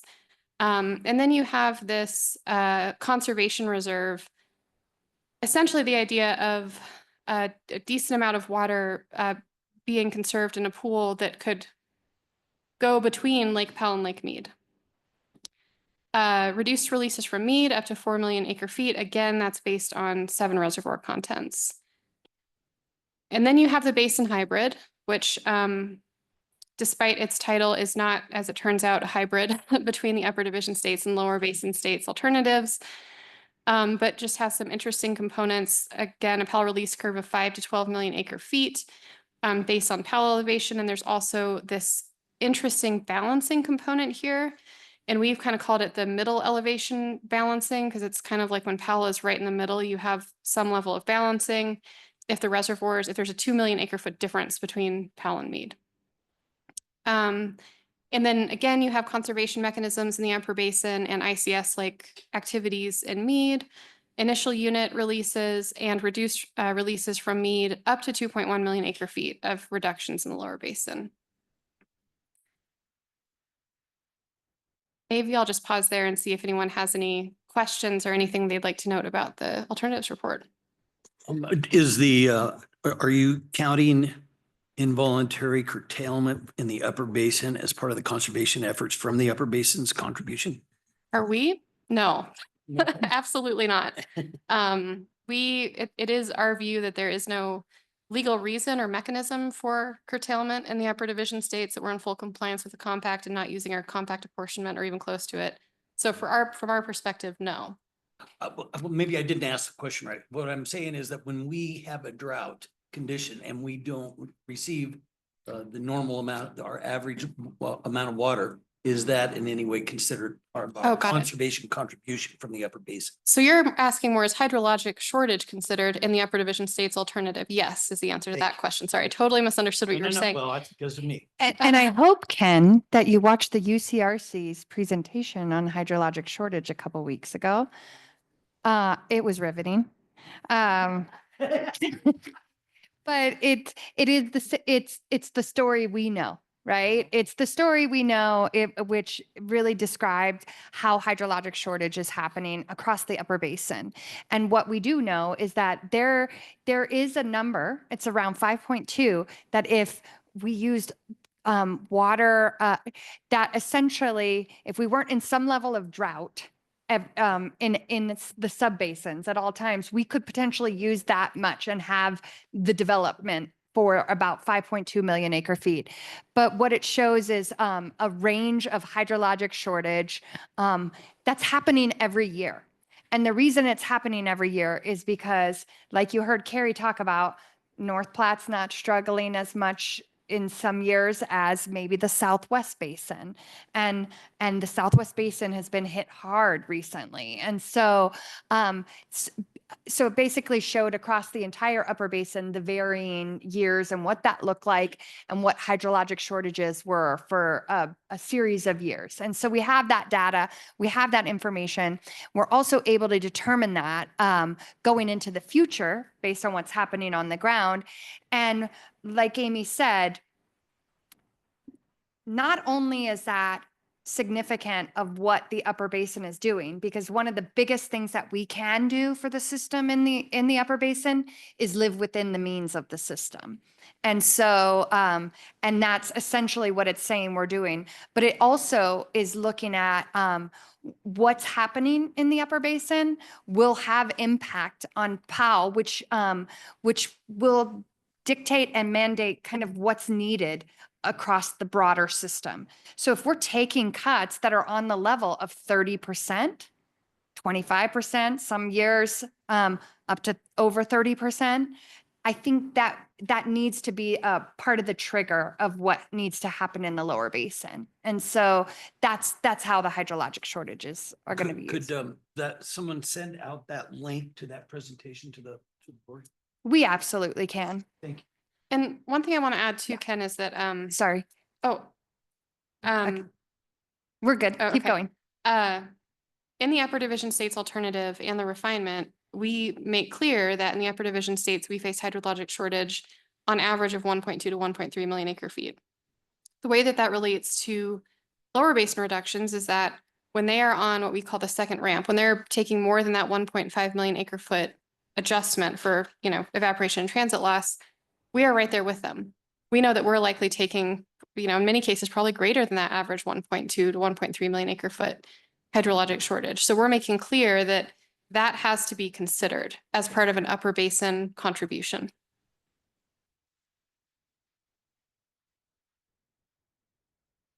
Don't get nervous.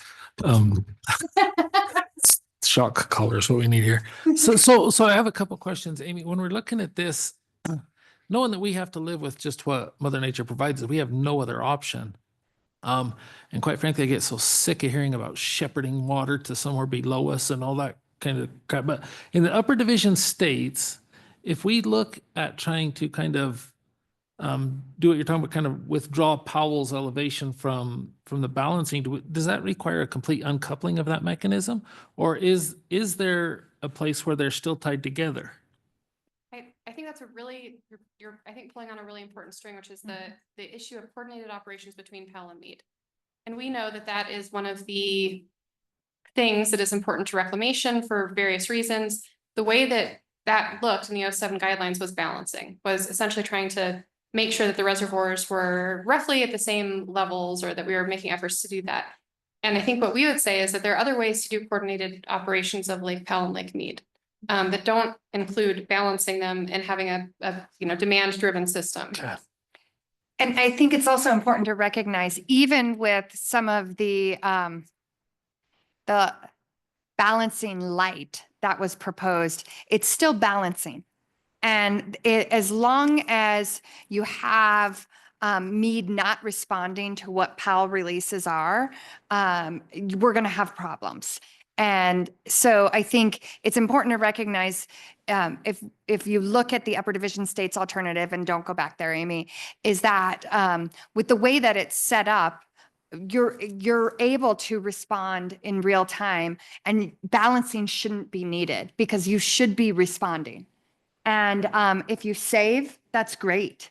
And you'll be able to save in your own account if that's what they so choose to do. But I have not seen a balancing proposal that doesn't incentivize draining Powell or draining Meade so that you can get more out of Powell. And so I think we struggle with that. If there was some other creative way to do it, but I have yet to see that. And I think when we talk about the sheer importance of these reservoirs, and hydropower is not a priority, but it's not what we're driving to. But we have to remember, like, when we talk about security, certainty, all of these things, the best way to get security and certainty, regardless of where you are, is to rebuild those reservoirs. And so what the last 20 years have shown us was we had a 50 million acre foot bank. Certainty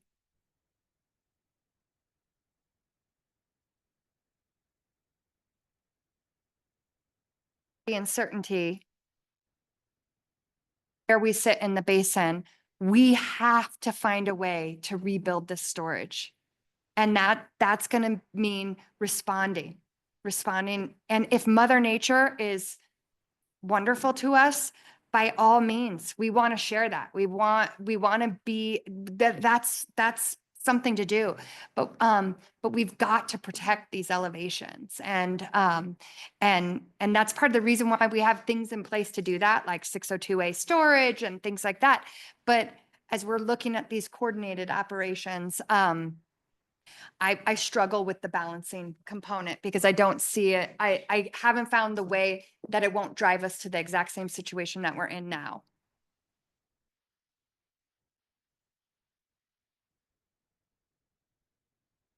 Things that I got some questions on. One is the hydrologic shortage and the evaporation and seepage credit to the upper basin. How would you assess those operationally? Well, how, against what number? What?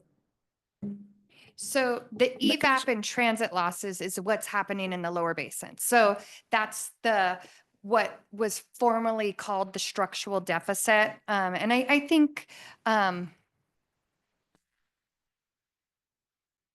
appreciate how much work they've put in to figuring that out. I really wish that we had acknowledged it prior to the situation that we're in now, but so that's not a credit towards the upper basin. I want it to be clear. That's not a credit. That's reduced releases from Meade. Okay. And so, and it has to be, and the way it's divided up is 760 from Arizona, I believe, 440 from California, 50,000. off of their apportionments, right? From Nevada, but also a reminder that 250 of that is also from Mexico. And so, and that agreement hasn't been put in place yet. So that's not a credit to the Upper Basin. In terms of the hydrologic shortage, we're constantly tracking that. And so that is to be looked at as a part of our contribution, and also a signal of the contributions that need to be made across the board. So you would affect that by reducing the releases from Meade.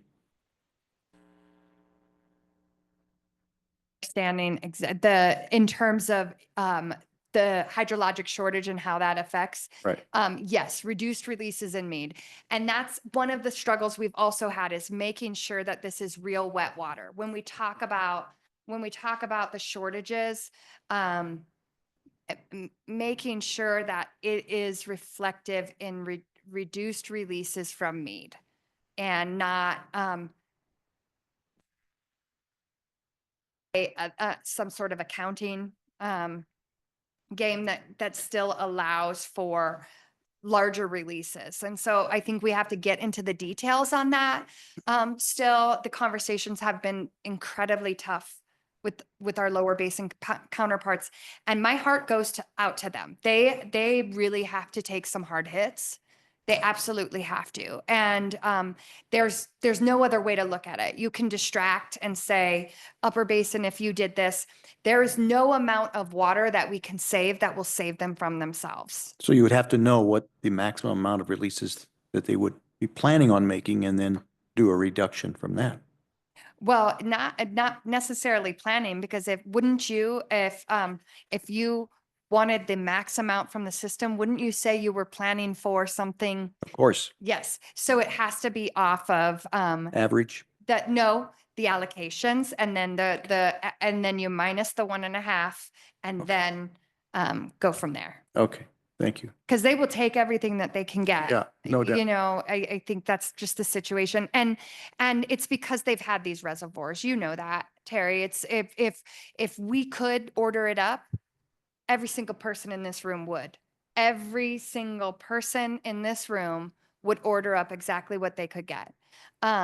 But that's not the situation that we have up here. And unfortunately, with lower reservoirs, it's not really the situation that many people are going to have anymore. But the way to get that back is to take smaller cuts earlier and more often, so you don't have to take a really large cut that could be painful and devastating later. The reductions that we contemplate in the Upper Division States alternative are from existing water contracts in the lower basin. That's what they're relative to. And I also just I think I heard you ask about evaporation and transit loss in the Upper Basin, and I wanted to make sure that you're aware that all of that is baked into the Upper Basin use numbers. So that's actually included in the numbers that you see when you see consumptive uses in the Upper Basin.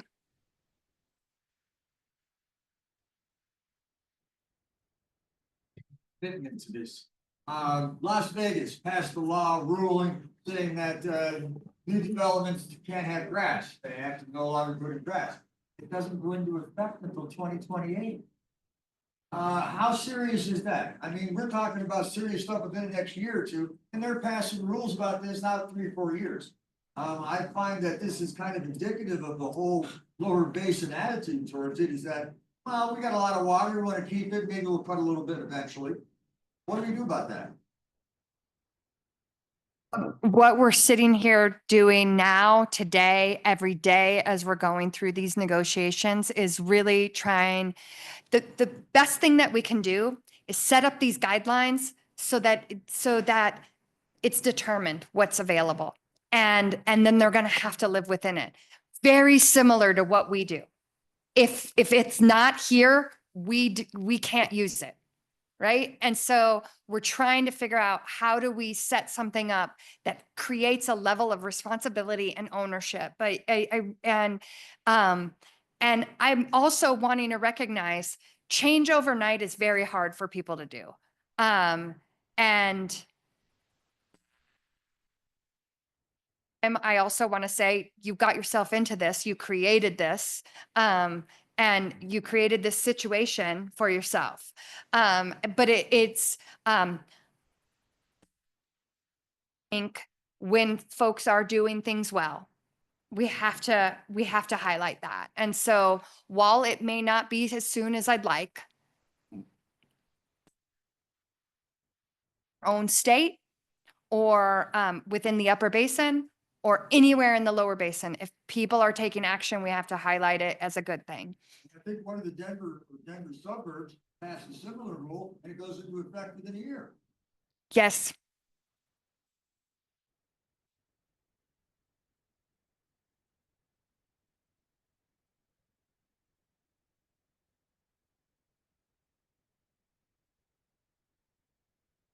Be very careful on my answers because I'm trying to, yeah. If you have the money to do that, feel free. But what really, again, what we're focusing on is creating guidelines that demand response.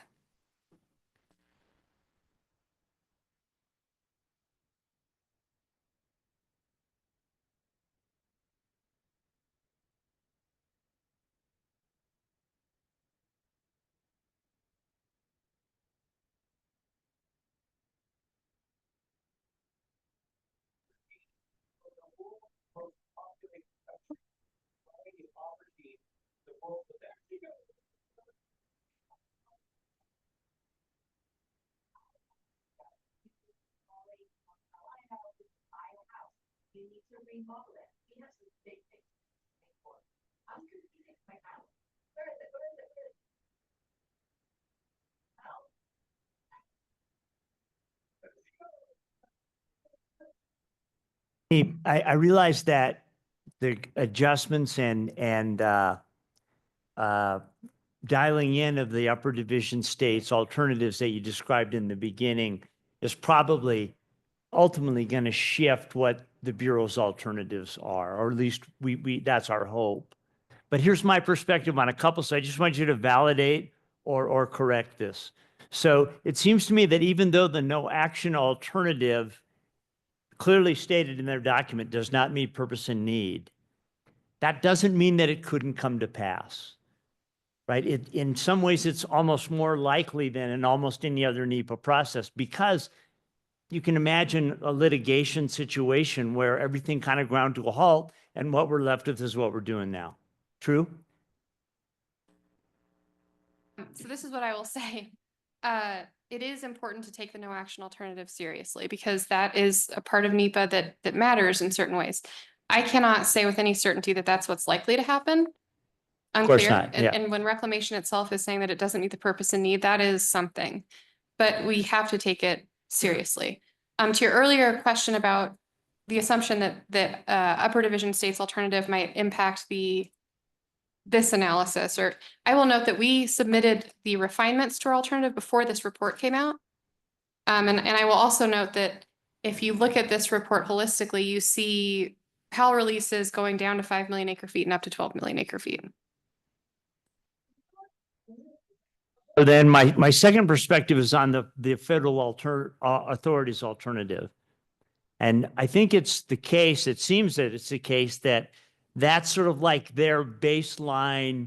If the kids can't all talk, this is what we're going to do, because it doesn't require, they have current statutory authority to implement that. They don't need anybody to agree to anything. Is that correct? Go ahead, Amy. I Sorry. think it's, I would suggest you read the report because I don't want to say what I think reclamation is going to do, especially given all the changes at the federal level right now. But I would suggest that you read the language in the report, which indicates at the time of this report, reclamation did believe that they had the authority to implement that alternative at this time. Thing I think to note is that all the other alternatives, the federal authorities hybrid, the cooperative conservation, and the basin hybrid, require some sort of agreement with someone. So maybe that's another way to get at not answering your question, but I think it's important to recognize, and when you look at the numbers, I think it's important to recognize also that the best case scenario is, particularly for the lower basin, is some sort of agreement. The numbers are really high. And to also put a little paranoia out there is that if we're looking at 2027 at this point, if hydrology is where we're predicting or where models are showing we could go, the need for reduced releases from Mead of about 2.7 million acre feet straight out of the gate. That is, I mean, and it's not unlikely hydrologies that are out there. And so an agreement is incredibly important right now. And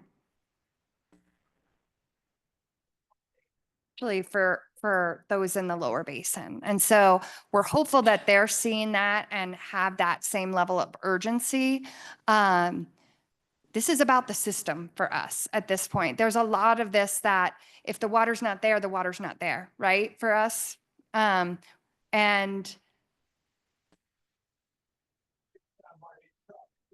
here. And it's surely going to mean people using less. And so the best case scenario is some sort of agreement. And we hope that folks see the writing on the wall, especially as it relates to the hydrology.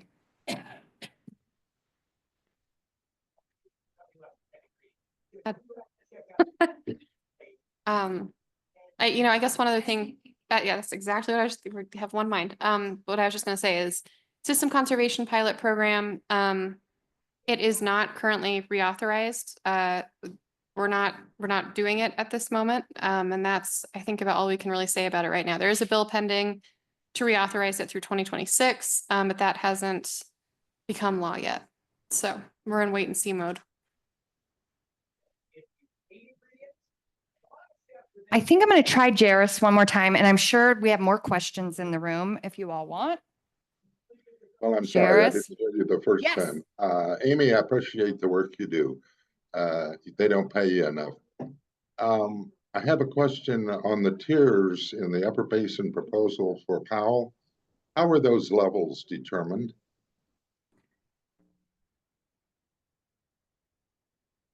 Oh, I don't know if I can.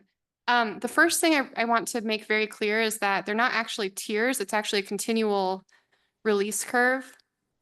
So it kind of looks like there are tiers, but there aren't. And this goes back to something that I think we all didn't like about the 07 guidelines, which is that there are sharp tier deviations. So just a little bit more water in Powell can make a really big difference in the release. So this is just a continuous line release curve. So we show, my eyesight is failing me, but this slide shows where those releases are at various points of Lake Powell between 5 to 12 million acre feet.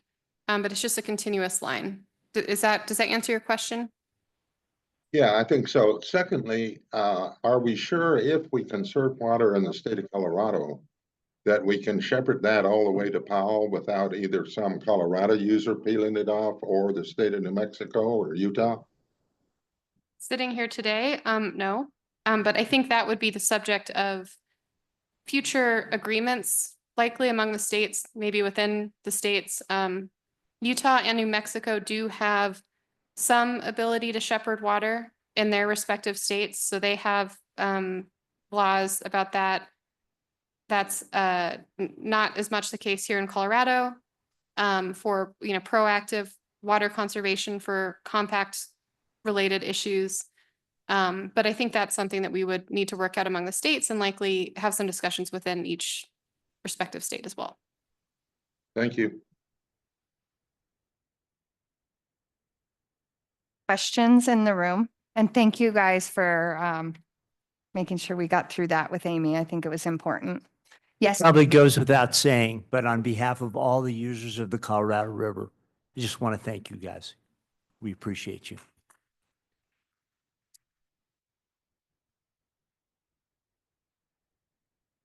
I don't think that when you look in this room and the people that are working on this issue, specifically, but pretty much everyone at the state has gone all in on this. I couldn't imagine working on anything else right now, and being as satisfied as I am with except for the IBCC, of course. But this is important, and it's incredibly stressful, but it's really the team that you don't see. It is Amy, it is Lane, it's Emily, it's all of the attorneys in the AG's office, it's the whole interstate and federal section, it's the CWCB board who's got our back like you couldn't even imagine. I mean, it's the people on the ground, and truly, truly, truly, without that support, we don't do okay anyway, right? And so we appreciate that, but ultimately, this state, the Upper Basin, we have to stay together, because water's been used. There's a strong drive to continue using it that way. We are not favored. I sat next to Carlisle at lunch, and he said his friend from Arizona was talking schmack about me, and that's okay. Like I think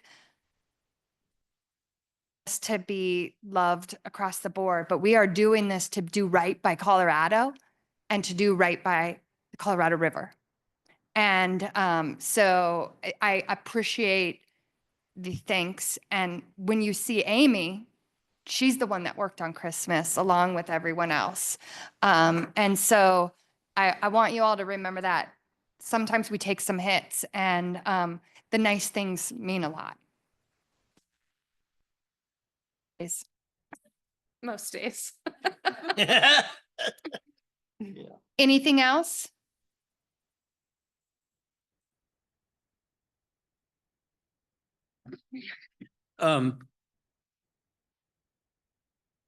If we've done enough to make sure that we understand the lower basin perspective. And I know you and your negotiating team have, but I'm wondering, as a state of Colorado, as water experts or whatever we call ourselves, if we've really had that opportunity to really get into some good discussions with them and help us understand their perspective on this.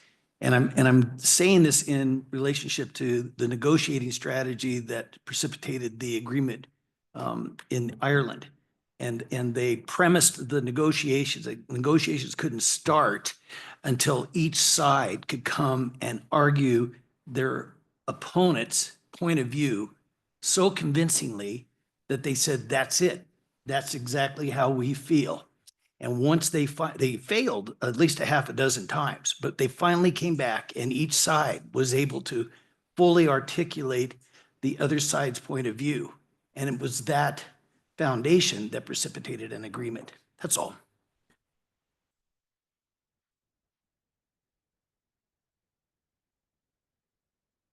Drinking more. All right. We're going to move on to where? The agenda. If you guys are okay with that. I think this was, you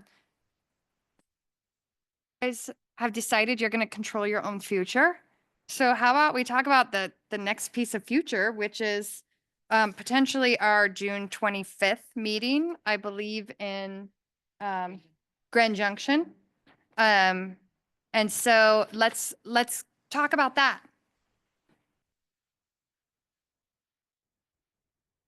Colorado River update. Let's get an easy one out of the way at that point.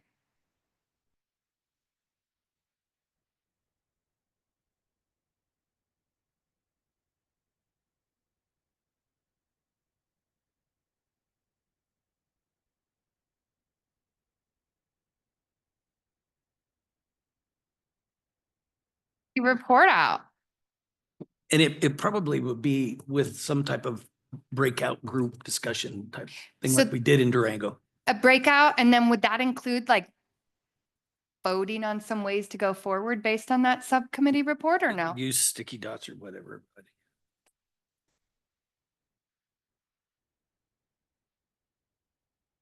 That's always a fan favorite.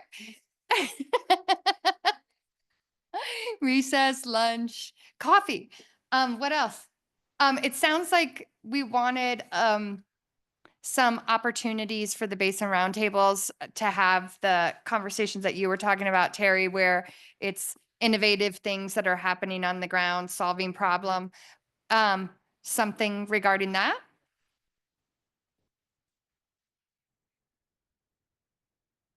Jason?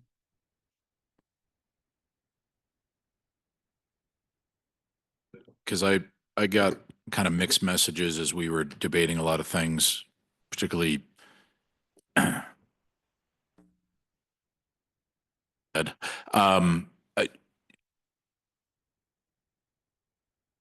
work of projects are being done by project proponents.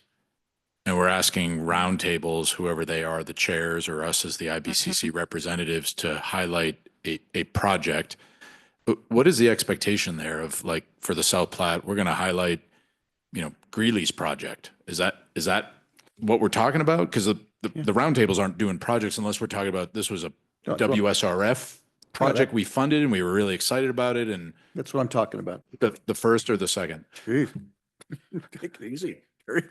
Ask Kelsey to help because I'm not a facilitator, I'm an engineer. But the purpose of it is to be able to have like transferable information, like information Sure. that folks could take and potentially use, Yeah. right? Sure, if you see a project, if you have a project within your basin that is something that could transfer to all the other basins, that's a good project that you're proud of, I think it'd be good for everybody to see what kind of projects are happening. And I can't imagine a project,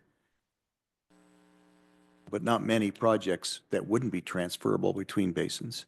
What about, so it doesn't end up being 9 projects? Well, What if there was some way to determine what's the most influential projects to highlight before we get there? I hear about 9 projects because that could pretty much take a whole day. Yeah, no, it probably wouldn't be a good idea. Yeah. What if there was some way to figure out something of like what's going on, and Well, I'm thinking, determine what the group needs to hear? really our report outs are pretty bland, to be quite honest. Yeah. And it would be nice, and I'm not trying to pick on anybody. I'm probably the worst. But maybe we just, we pick a few basins each time. Maybe we have three each IBCC meeting and focus on that. I'd like to hear about everybody's project. Maybe just reduce it down to one sentence for 80 or 9 projects, then take one and talk more about it. But I mean, in the interest of intelligence, know what's going on. If you're doing a project, I'd kind of like to know about it. Yeah. Yeah, I guess that's true. Well, and I think Yeah. they're talking about them a lot at the Basin Roundtable level, it seems like to me. So a lot of them are happening at that level. Sean, what did you have? I guess I'm still confused because I think, Becky, you highlighted something. What's a project? Could it just be somebody's talking about something, or could it be they're, putting the last piece of dirt on Chimney Hollow? Is that a project? And then again, who am I to talk about Chimney Hollow? So I'm confused as to who's actually doing the reporting. I'm not opposed to the idea. I'm getting into the mechanics of how that actually works. Yeah, and how beneficial it is. I mean, like this group is, these groups are, this group specifically is the leaders from across the state. So Yeah. how do we best use our time? And that's what you were gonna ask, huh, Kelsey? So I would offer this, in, again, just an idea. If there's an interest by the group to hear about quote unquote project, I think you let the roundtables decide what that is. Some featured project that they're really thrilled about. And we'll pick on my friend Pat and say that's Chimney Hollow Reservoir for the South Platte Roundtable, that the invitation be extended to the project proponents, And we could do it a TED Talk-esque, like give them 5 minutes, 10 minutes, whatever that Yeah. would like limit them and make that the challenge of this is the project. I think for me, hearing from the people who are actually doing the project as opposed to us water leaders translating what that project is or looking at it through the roundtable lenses, I think would be more helpful. Perfect. And do we have anyone online with thoughts on the next meeting or agenda? Yeah, Becky. Some of the sound is broken up here towards the end. So when you were talking about projects during the roundtable report out, I think I would throw my weight behind fewer reports, more in depth. I think that was Terry recommending that. Because yeah, I'm kind of with Sean. I don't want to report on somebody else's project, probably wouldn't do it justice. But if we did focus on just 1, 2, or 3 of the roundtables a little bit more in depth and let the roundtables choose what to present.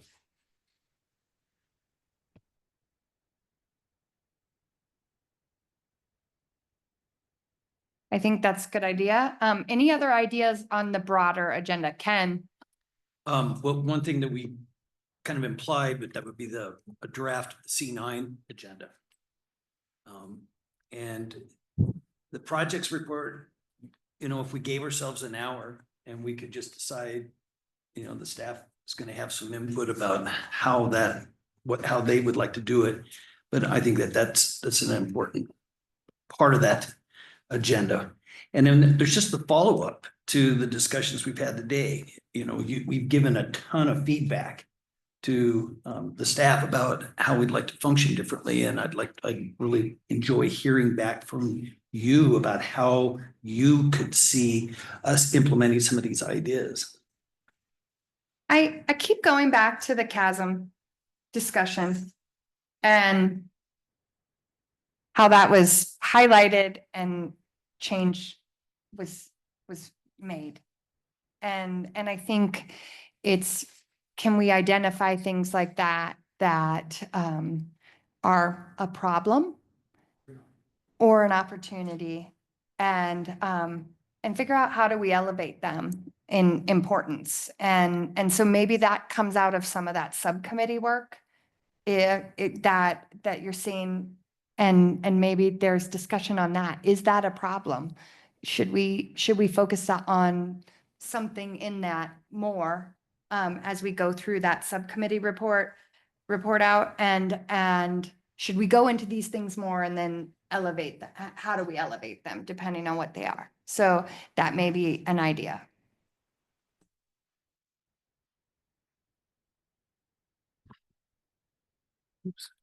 One thing that I think CWCB board feels this way too, but it would be nice in the summer to get some sort of summary or opportunity to maybe comment, brainstorm on potential legislation that, maybe besides the project bill, let's say, the DNR might be looking at. But oftentimes, by the time we get any chance to not say yes or no, I mean, I know that stuff, but to, maybe add some thoughtful input at an early stage. Usually by the time we get a chance to talk about it or hear about it, it's baked, and I know that in the past, I feel like when I've come in June, maybe that I think it was Kelly Romero Haney would sort of give a little preview sometimes. That was helpful to me. Maybe we have.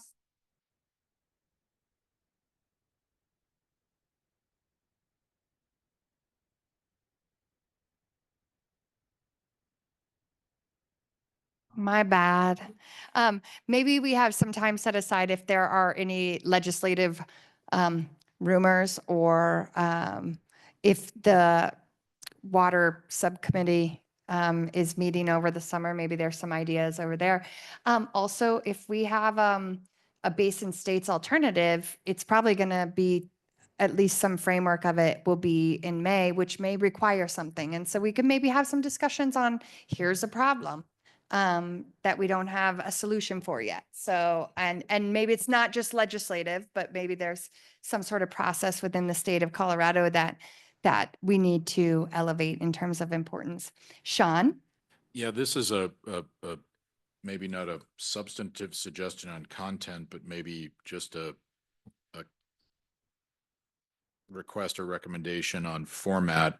I know there was a lot of emphasis placed on, it appears that it was a report out from staff, but it was intended to be a discussion. So it might be helpful to say that in each, like have a discussion section and have a old business section. I don't know, the standard agenda-y type ways to format an agenda might be helpful in communicating that to not only the IBCC membership, but others that might be monitoring this. Yeah, and I think that was one of the things that I thought about today when I looked at the agenda was a lot of it looked like it was just presentation, but much of it was about discussion. Jeff? So I think someone said this, but just make sure in the planning that you leave enough time for the connective tissue subcommittee to do its, because that was pretty messy and it probably won't be clean by June. You're probably right. Ken? I'll come back in a minute. So I'm actually going to ask Kelsey, did you hear anything from today's discussions that we didn't hit? Because you're on the pulse of what's happening or what's going on in our brains.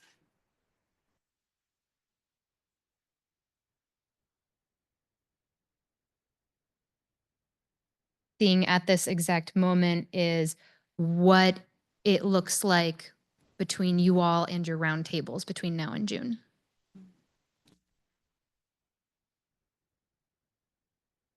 DC homework with our roundtables. I'm gonna overstep. Not really. But I think one of the important things for me is that while this is a formalized group, that we have a lot of folks that are watching or listening. So I would like to ask them if there's any comment from the day or thoughts, and go from there. I will first take in the room and then we'll go online and I'm going to get stabbed, but that's okay. Anyone in the room? All right. Oh, Carrie. I guess And Sean. that's what I was hoping to get from the subcommittee was sort of, at least my understanding was they're doing 1 through 3 is that, or 1 through 2. We've created a subcommittee and they're going to talk about those 2 things.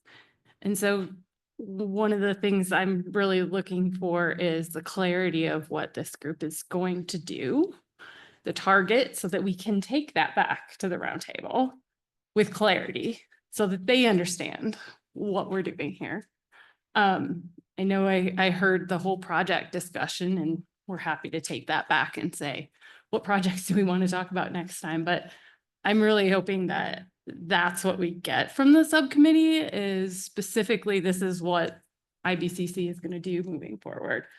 And I do like the idea of the policy issues and bringing something up and that we help solve a problem or create ideas for a solution.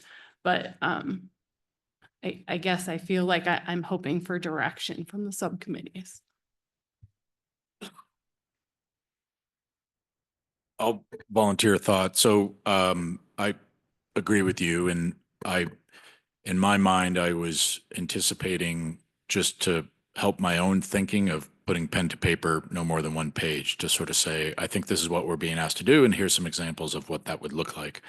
And then send that out to the subcommittee. Ken and I quickly talked about it in the hallway. But allow the subcommittee to sort of go, yeah, I think that's where we're headed. And I think if that was agreed to, it's certainly something we could send to the entirety of the IBCC and use as a report out back to the roundtables. If that's helpful, at least that's the way my mind works. Yeah. Yes. Yeah. Tonight. So I had another comment or question. Okay. So on the committee, I didn't take track of who volunteered, so that you did. Okay, cool. And then, crap, I lost it. It'll come to me later at midnight. Sean, we did keep a list, and I think we can initiate reaching out to the subcommittee to set up a meeting or a doodle poll to figure out a good time. Perfect. Yes, Ken.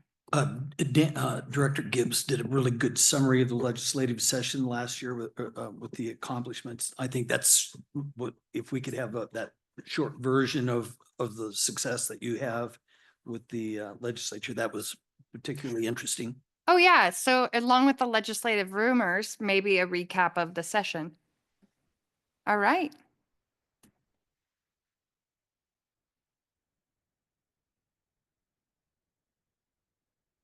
Add on to what Sean just said, that somehow, I guess I'm still looking for advice from whether it's Kelsey or Kat or others of how can we bring something back that gets us to action or gets us on a kind of a common platform for how we come back and re-engage with our roundtables and take kind of our aha moments or our action items back through and up and down the chain. And I know Russ attempted to do that last year, and I think he over-engineered that a little bit in my mind, but something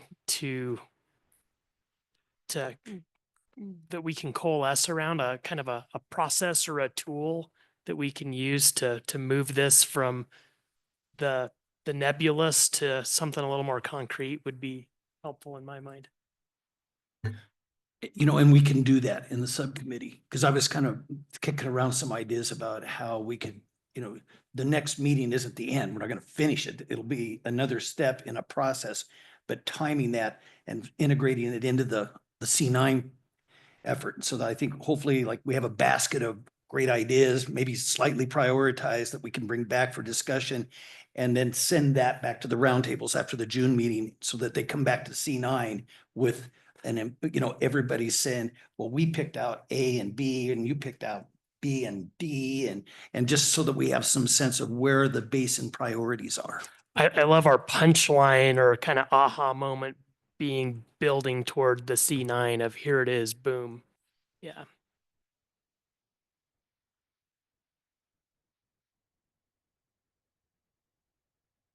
The short way of saying it is when we're done, which may not be June, I think we have to be aware of that, but these are the important things, and this is how the IBCC is going to help make those so. Yes, but it's the mechanics of us helping bring those things to life. That y'all get overwhelmed. One other thing I'd like to hear is, we have Greg and Heather and Jim and others that have been on the CWCB board, and just asking what we can do. Oh yeah, as well as the chair that's here today, but how do you envision, how would you like to hear back from BRT and IBCC? How do you see that continuum working best?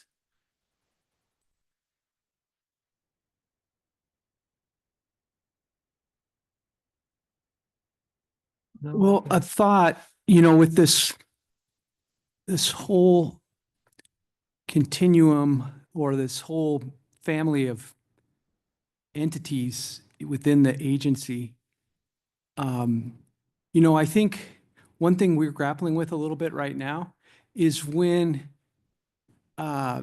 things are good, everything's good.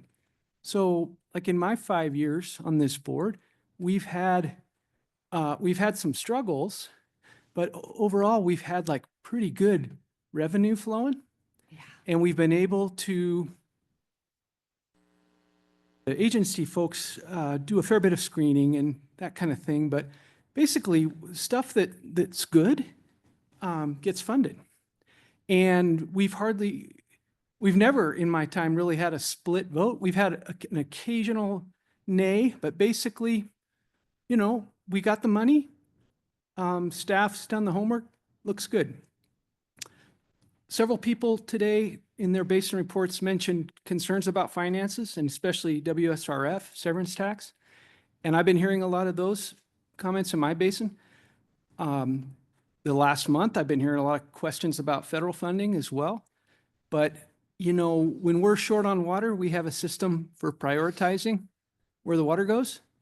And the question I'm hearing is, do we have a system for prioritizing where the money goes when in times of shortage, when things get tighter? And I know that some of that definitely is guided by statute, and that's either, you know, a brick wall or something to run into or to climb over or go around or whatever. But that, to me, to answer your question, Ken, in some ways, IBCC roundtables, you know, one of the most important things they can do, I think, is help the 9 basin directors figure out what should be priorities in times of shortage. Do we continue to just sort of spread it thinner, or do we pull back from some things that may be a little softer or fuzzier or helpful but not core to the mission, and prioritize? So that might be something to think about with kind of everything that the IBCC does going forward. That maybe is part of the mission to help the board and the staff over the long haul think about priorities if funds continue to be inadequate to the demand.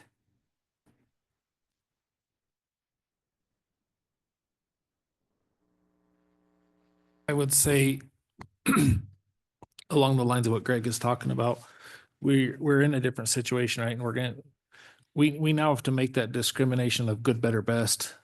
And I guess I always thought that at our roundtables, we ask a lot of those volunteers to come to the table and kind of, they bare their souls a lot of times in those meetings about what's important to them and what's going to be important to that basin. And they're not always able to separate their emotions from the reality of our situation. And so then maybe the IBCC is that methodology where that cooler head can prevail and say, okay, this is very emotional for our Rio Grande basin, but we're not emotionally capable of discussing it with the Arkansas as a group. But IBCC could probably get together, and to your point of how they're going to negotiate and talk is probably where that happened. But I believe that if we are not surfacing actual projects that come from the ground up, we're going to continue to flounder a little bit. And so I appreciate what you're trying to do on the committee and try to refine this. But I think if it's not representative to what our basins as a whole are going to say is that imperative for the state, it doesn't give us any direction. And now you've got the CWCB board trying to work with staff, and I think there's some things that might fall through the crack. And I don't want that, because we are getting into tighter times. I think Greg said that perfectly. We've got to be far more deliberate and methodical with what we're doing. And I don't think we can wait for the IBCC to step up into that role to have the hard conversations, the uncomfortable conversations, the discussions. Just think of all Terry did was talk about the possibility of a Trans Mountain diversion. Sorry, Andy, I'm throwing you on the bus, and then whack, we got it up and we're going to defend this, right? but you do see what I'm saying? We all have our emotions in it, and rightfully so. But as this state moves forward, and as these climatic conditions seem to continue, we're going to have different discussions, and it better be able to happen in a room like this, or else it's not going to happen correctly. And so that's what I would like to see, is you guys be willing to take one more layer down and get into the hard stop and be able to say, this is not probably the best project. This is probably not the best. As a state, maybe the Rio Grande needs to take a step back, and we need to surface these issues more now. That's what we need from the IBCC, in my opinion, is a little bit of discernment.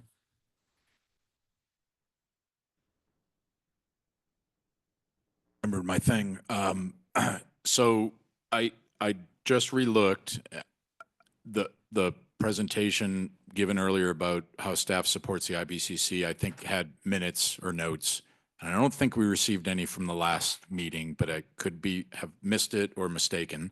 That would be helpful, but understand that's a lift. And I think it would be helpful in terms of what are we supposed to do as IBCC representatives and report out to the roundtables. So the timing of that is really important as well. And I'm harking back to an earlier time where sometimes that would even come like right before the next IBCC meeting when 2 roundtable meetings had gone by, but you can correct me. Yeah, we'll make sure to send them out. We get them posted within 2 weeks of the meeting. So Okay, then I misspoke. I'll probably turn a draft around here in the next like few days. Okay, thank you. Of the minutes. And I think in the past, we maybe haven't done the best job of sending them out widely other than posting Oh, then I minutes, totally missed it. If the we posted. recording and the slides on the IBCC webpage. But I think after the last meeting, we tried to send them out and kind of recap this like closing thoughts discussion too. We can certainly make sure to do that. Thank you. I misspoke, and I didn't even know there was a place to post, so I apologize. And just one thing to add with that, over the years, we've kind of streamlined those minutes because we have, we have full recordings of these meetings. Given the depth of conversation today, I think that we'd like to maybe add some detail into those meeting minutes. I think that would be beneficial. So probably something in between what we've had in the past and these more streamlined things. Minutes that we put out over the last few years would be ideal. And one other addition, as we're thinking through how we prioritize, it might be beneficial to think through how we can sync up what comes out of these conversations in our subcommittee with our funding categories for the water plan grants. Just thinking about ways that we can try to, utilize the resources we have, utilize the structures that are already there to achieve the priorities that we're trying to.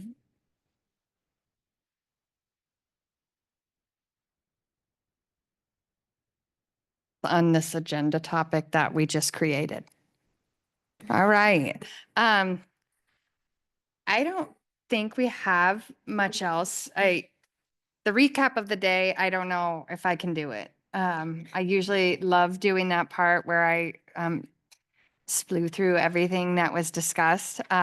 This one's a little bit harder because we tried not to control some. And so, but I really appreciate this. I'm excited about our next meeting.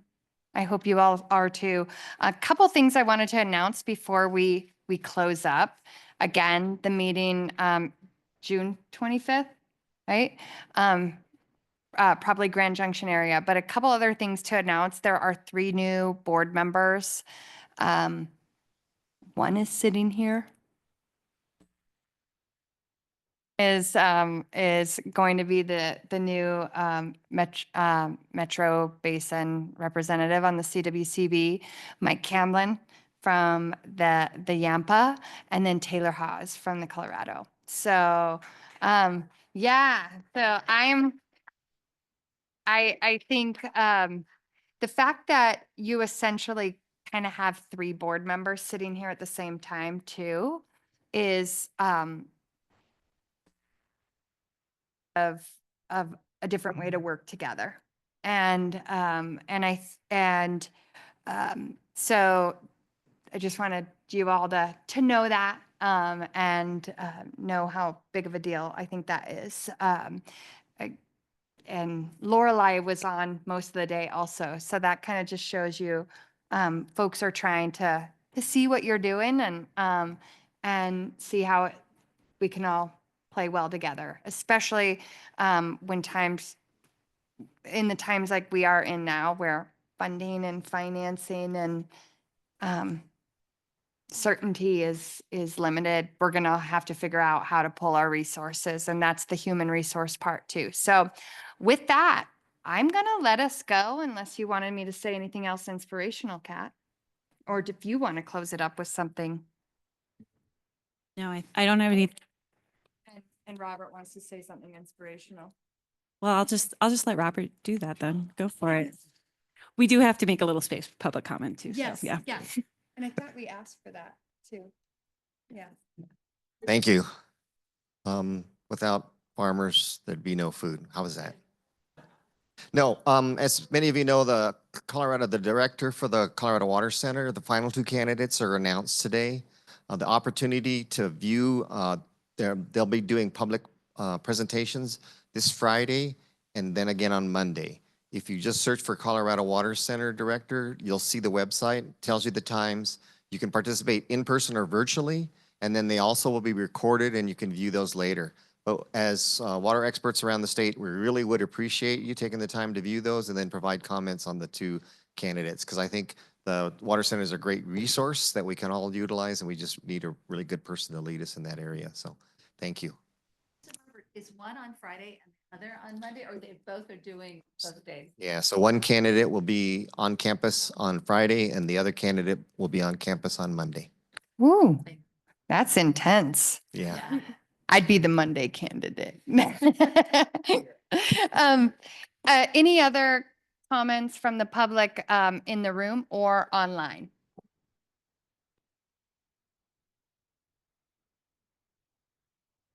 All right. Thank you all so much. Kelsey, thanks for being so patient with us, and appreciate it. Thank you all.